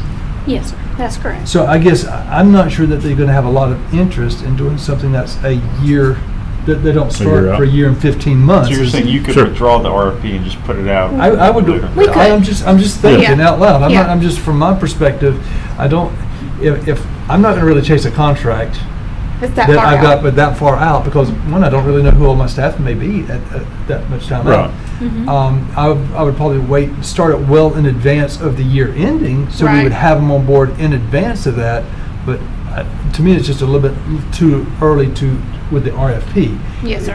Especially since if we weren't going to extend to do the year 25 year, which we are still in, with James Moore, then I would absolutely say keep the pedal running hard now. But if we're going to re-engage for them to do the 25, I would suggest that we just wait, hold off for maybe 5-6 months, and then put it out Yes, sir. and have them on board a couple months before the end of the fiscal year. Sure. But they're already fully engaged. That I think you'll get a better response from it. But that's my thoughts. I'm okay either way. That'd be my suggestion. The intent was just try to get ahead of it for sure. You know, I mean, if our fiscal year ends next September, then to get ahead of it, and I know we're a little premature here, which I didn't know. I was under the assumption we were ending at the 24 year. I didn't. Once I read the engagement, Right. we're engaged through the 25, which we're going to honor. I mean, I say we should honor. I say we should honor Yes. it as well, but I will also put some emphasis back onto the contract manager, who should have known he had a contract that was executed that was not by an unauthorized party to the contract. That's as much on them for failing to have good contract management as it is anything else. So, but I agree, they did it in good faith. We ought we should agree to recognize that as well in good faith. But I think my concern is if we continue with the RFP now, this early on, you're not going to really get interest of others because it's too far out, and I think we're going to end up limiting the selection that Yes, we sir. And you actually may- have. yes. That's just And there's no issue pulling it as well. If the intent is to honor the 25 engagement letter, like so we can have an actual engagement letter for the board execution at the next commission meeting, and we can certainly rescind that RFP and reissue it. It's ready to go. The only thing that would have to be changed would be dates later when we're ready to do that. So we're open either way. And Commissioner Bennett's right. It may delay some of the people that might be interested in responding if they see that it's too far out. Sure. Well, I have a difference of opinion. He's going to say do it early. I'm going to say that we did not extend the contract for 3 years, this Yes. board. We was put in a situation, not only by the clerk of court, but by James Moore, because they had their obligation to let us know that we were so far behind on our audits. They had an obligation to this board. They had an obligation when they signed with the clerk instead of this board. So I feel different about honoring an obligation that they know that they shouldn't have been doing to begin with. They hold responsibility. They should have been letting this board know. And the guy, the auditor, stood right there and said that we should have known that we were so far behind on our audits. So I called the failure of not only the clerk of the court, but of James Moore, of not letting this board be aware of the situation that we were in. Sometimes you have to be held accountable for your actions. Not only do I think we should not honor that year, I think we should keep our RFP exactly as it is. If they want to resubmit, I have no problem. They can do it. But I think it's time to hold people accountable. We awarded the bid with James Moore. The clerk didn't. But they never came back to us for anything except said that we had a clean bill of health every time that they come in, even though we're 2 years behind. So it's my opinion. I'm one commissioner, but I think everybody needs to be held accountable.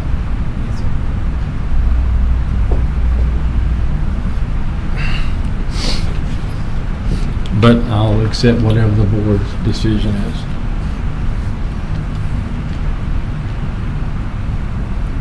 My opinion on behalf of Baker County, we would honor it and go through fiscal year 25 with them, and then, send out for RFP in 26. Just, we're going to stand our ground, and hey, we'll honor it, but going forward, this is what we're doing. Some of the legal support for that is there was a bid award that was made for a 3-year term. So even though it's signed incorrectly with that bid award. Usually when you enter a contract and you sign it illegally, you can throw that out the window that you signed it for 3 years. Yeah, contract principles we can probably should talk about this offline. Have a lot of different kind of defenses, what's called a parent authority, meaning that if they thought the person that was signing it was authorized to sign it, that gives them the pass.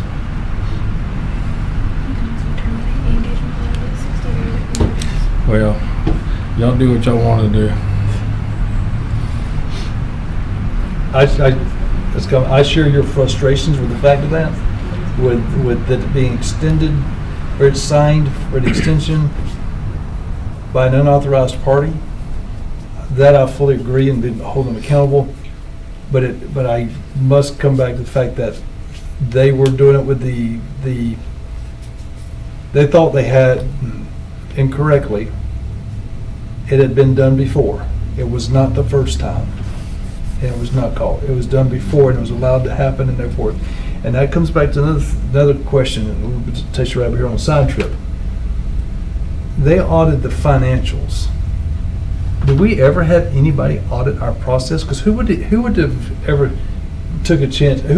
If they're not reviewing any of the contracts to look to see if things are working according to the requirements of the contracts, who does that? Well, that's what you asked JLAC to do in the board's letter to them. That's the operational audit. Well, again, that's why I come back to where are we at with making sure we're following operational procedures, because that clearly is a major malfunction with that. They did the financials, but we got a bigger issue to check to see are we following our county requirements and processes. That's it. But the reason that I would support continuing with the 1 year is only because it's been done for the previous extension and it was approved and things. So this last one, they think they still had the same authority to do it.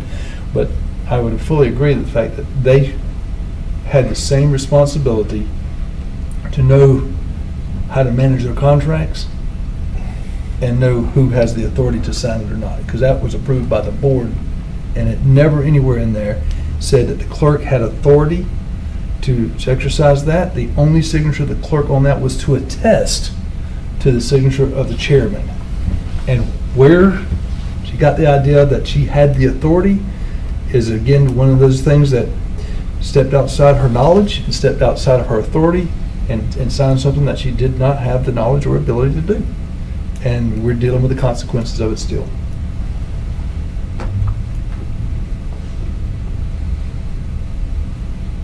So to give staff direction on where to go from here, whether to re-engage with James Moore for 24-25, is that just it's consensus of the board.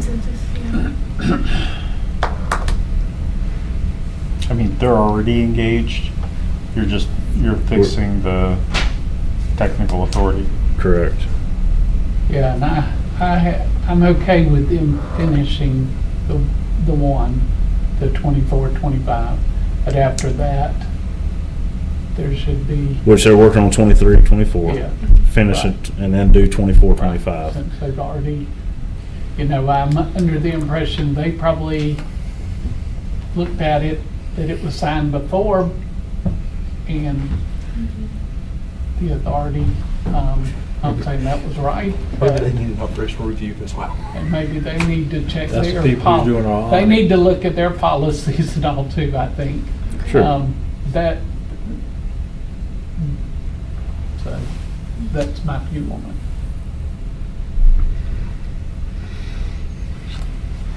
I may as well have a say at it.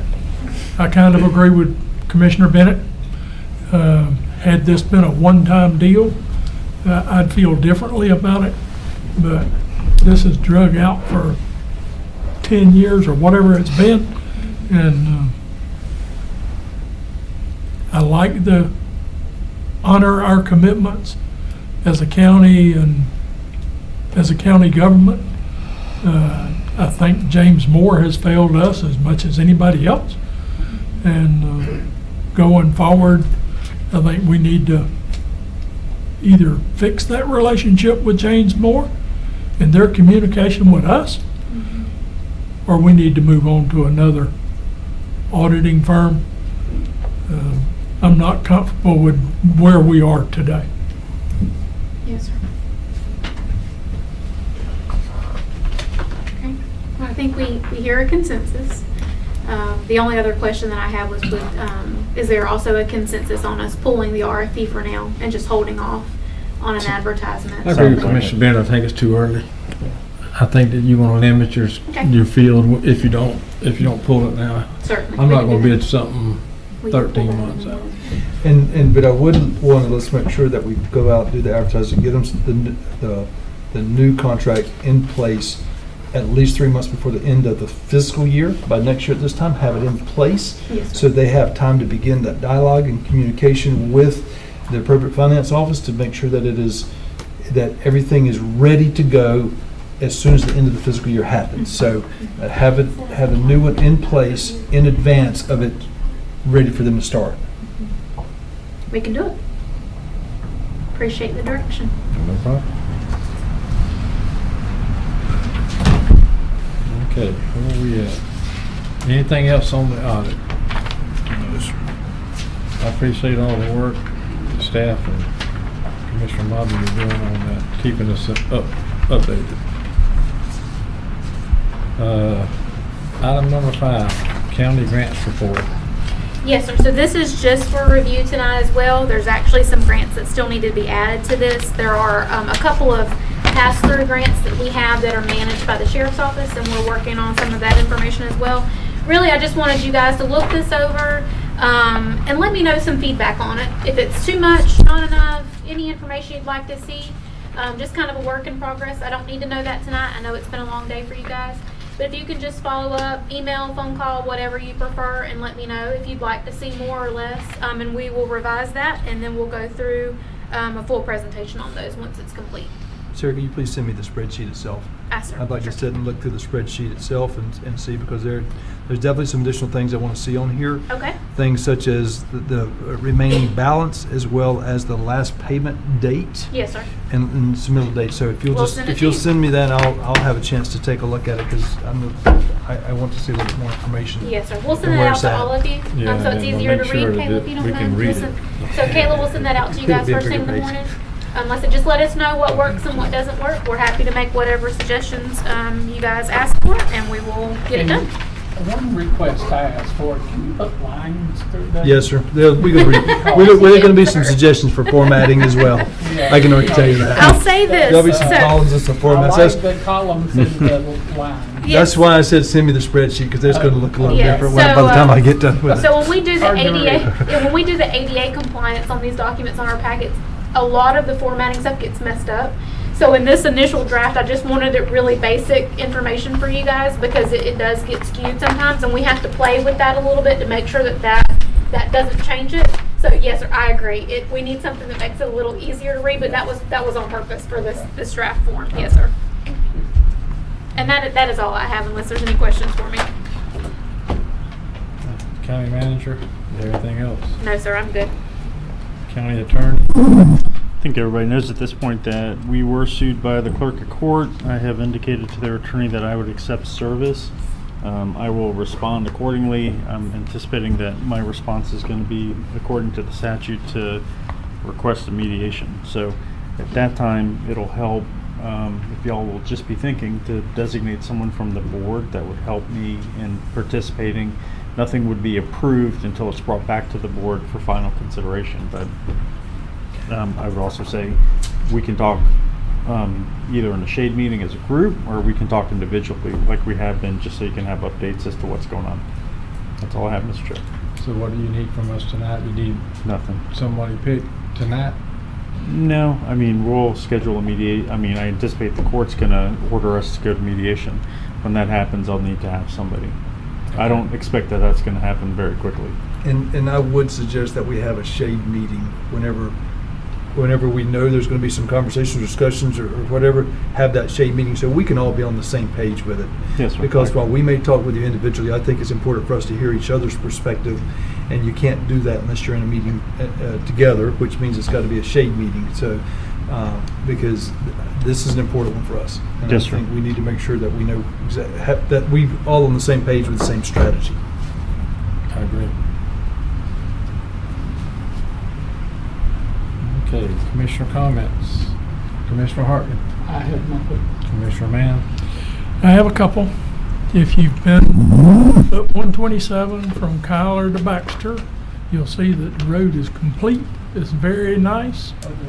It was terrible when they started working on it. It's one of the better roads in the county now. It's marked well, it's repaired, it's not washboard anymore, so all that's good.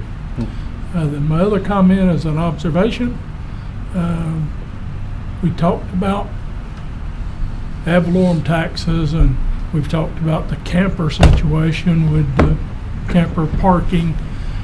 We've got a growing epidemic of people living in campers and not paying their share of taxes. I understand that you have to report somebody and all that, how that works to clear that. We got people that are renting residence in campers for long term of other people. We've got an issue there, and we need to find some way to clear it up. Because if somebody gets reported today, oh, well, the government comes down, our county comes down on them.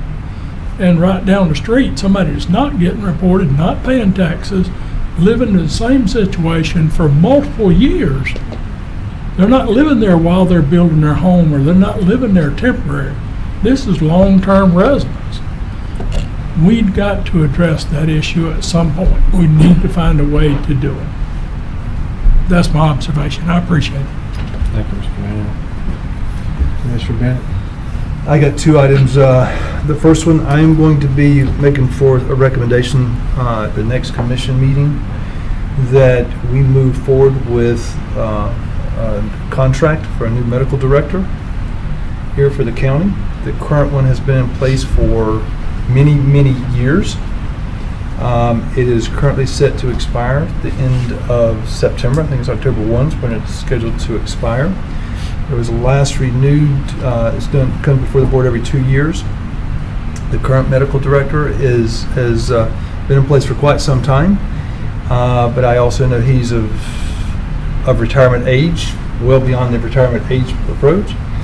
He is not a resident or does not work here in Baker County. He's been a good medical director by all accounts. I've reached out to him a number of times as well.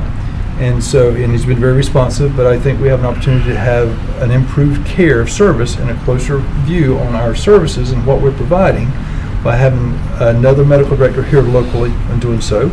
And I'll put forth that recommendation. It'll be coming out next meeting. And so, Rich, I'll talk with you as well about preparing a draft contract to have that ready for the board's consideration.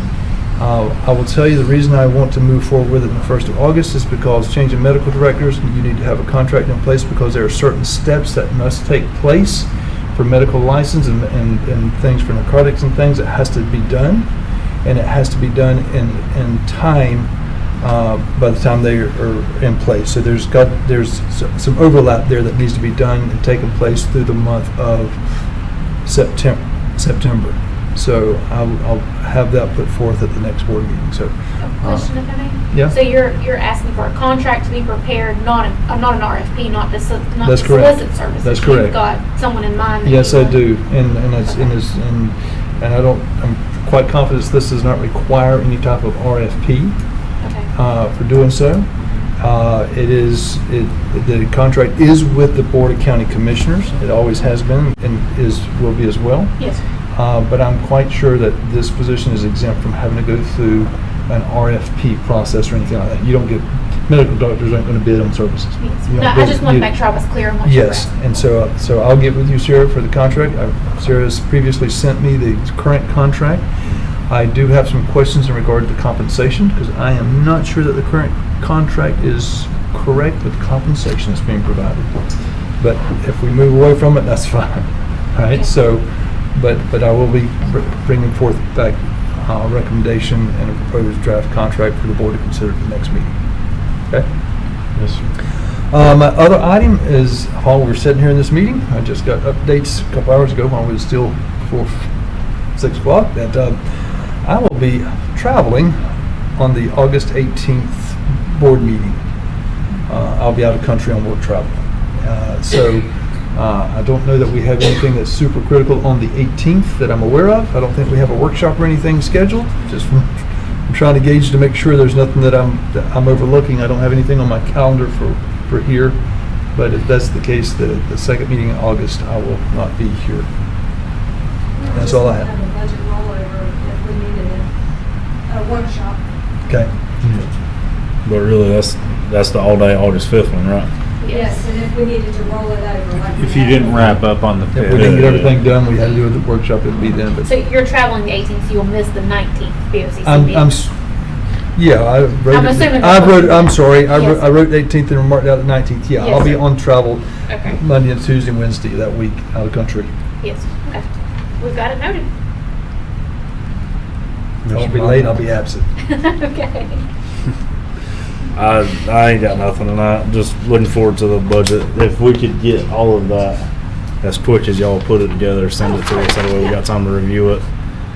And then hopefully that'll make August 5th go a little bit smoother. Yes, Yeah. ma'am. Yes, ma'am. Just like Sarah said, I just want to remind you that we are looking for more insurance rates, hopefully tonight, but I haven't seen an email yet. If you wouldn't mind at least giving us until Thursday or Friday, that way I can update those spreadsheets. fine. And y'all can do apples to apples, okay? Yeah, I mean, But I can send you the constitutionals. I did send you guys those out on Friday. The ones that we have, you can check your Oh, okay. weekly memo from Yeah, me. we I got did those. send those out to you guys. I got these, we just make sure, I think I would rather wait if we're going to know we get the insurance Yes. rates coming in. Even if- just wait That's a after big, that. dollar That's a big item. hit, that's a big hit. And I'll be honest with you, we normally send it out to the constitutional as well. They send me another budget, so you will be getting an update on that. Typically, I round them up and then I'll tell you a version 1, version 2, version 3 to help you out as well. Okay? yeah, I mean, So- even if you give it to us Monday, that's fine. I Okay. just want some time to As we review make it. changes, Well, I let just you wanted guys to know. tell you Yeah. why we don't give it to you tomorrow. because Right. We're hoping to get that. And I heard tonight that high dollar expense item, if you don't want, I will submit the salary of 5% down like we had before to a 3 and a 4 or whatever you want. We can do that. It can stay as long as we're aware of it. And if we know it's 5%, then we know that we're working down from that. Yeah, and then we can work down on the fifth. We can talk about that at the budget Yes. workshop. And give Yeah, you some that would be options. something we would decide Yes, sir. that day. Yes. Yeah, if options could be Right. provided with it. you know what I mean? What's the difference in impact from a 5% to 4% to 3%? Right. Just like we did. What a What is, percent what's increase the looks like. percent increase Yeah. looks like, so we can come back and then take a look Then at we it, look at that number. because, I'll just, as much as I come across as the bad guy when I don't want to do 5% raises for the county employees, I'll assure you where I'm at. Yes. There is no 5% in our budget, and so I'm not sure that we're that much different than most others, so. Yes, sir. Thank y'all. Thank you. That was all I got. I don't have anything except I won't be here Monday. I'm gonna be in Alaska on a cruise ship, so if you send it, I won't be able to get it. If your luggage is extra heavy, just pretend I'm not there and let stow away. I've had a lot of people. I just ask everybody if you know how to swim. I no problem. You better have on a wetsuit. It's the only thing I can tell you. to Alaska. But I don't have anything, but I appreciate staff and everything y'all do. I know that it's a lot of work getting the budget ready for us commissioners, and we appreciate it. We appreciate the hard work.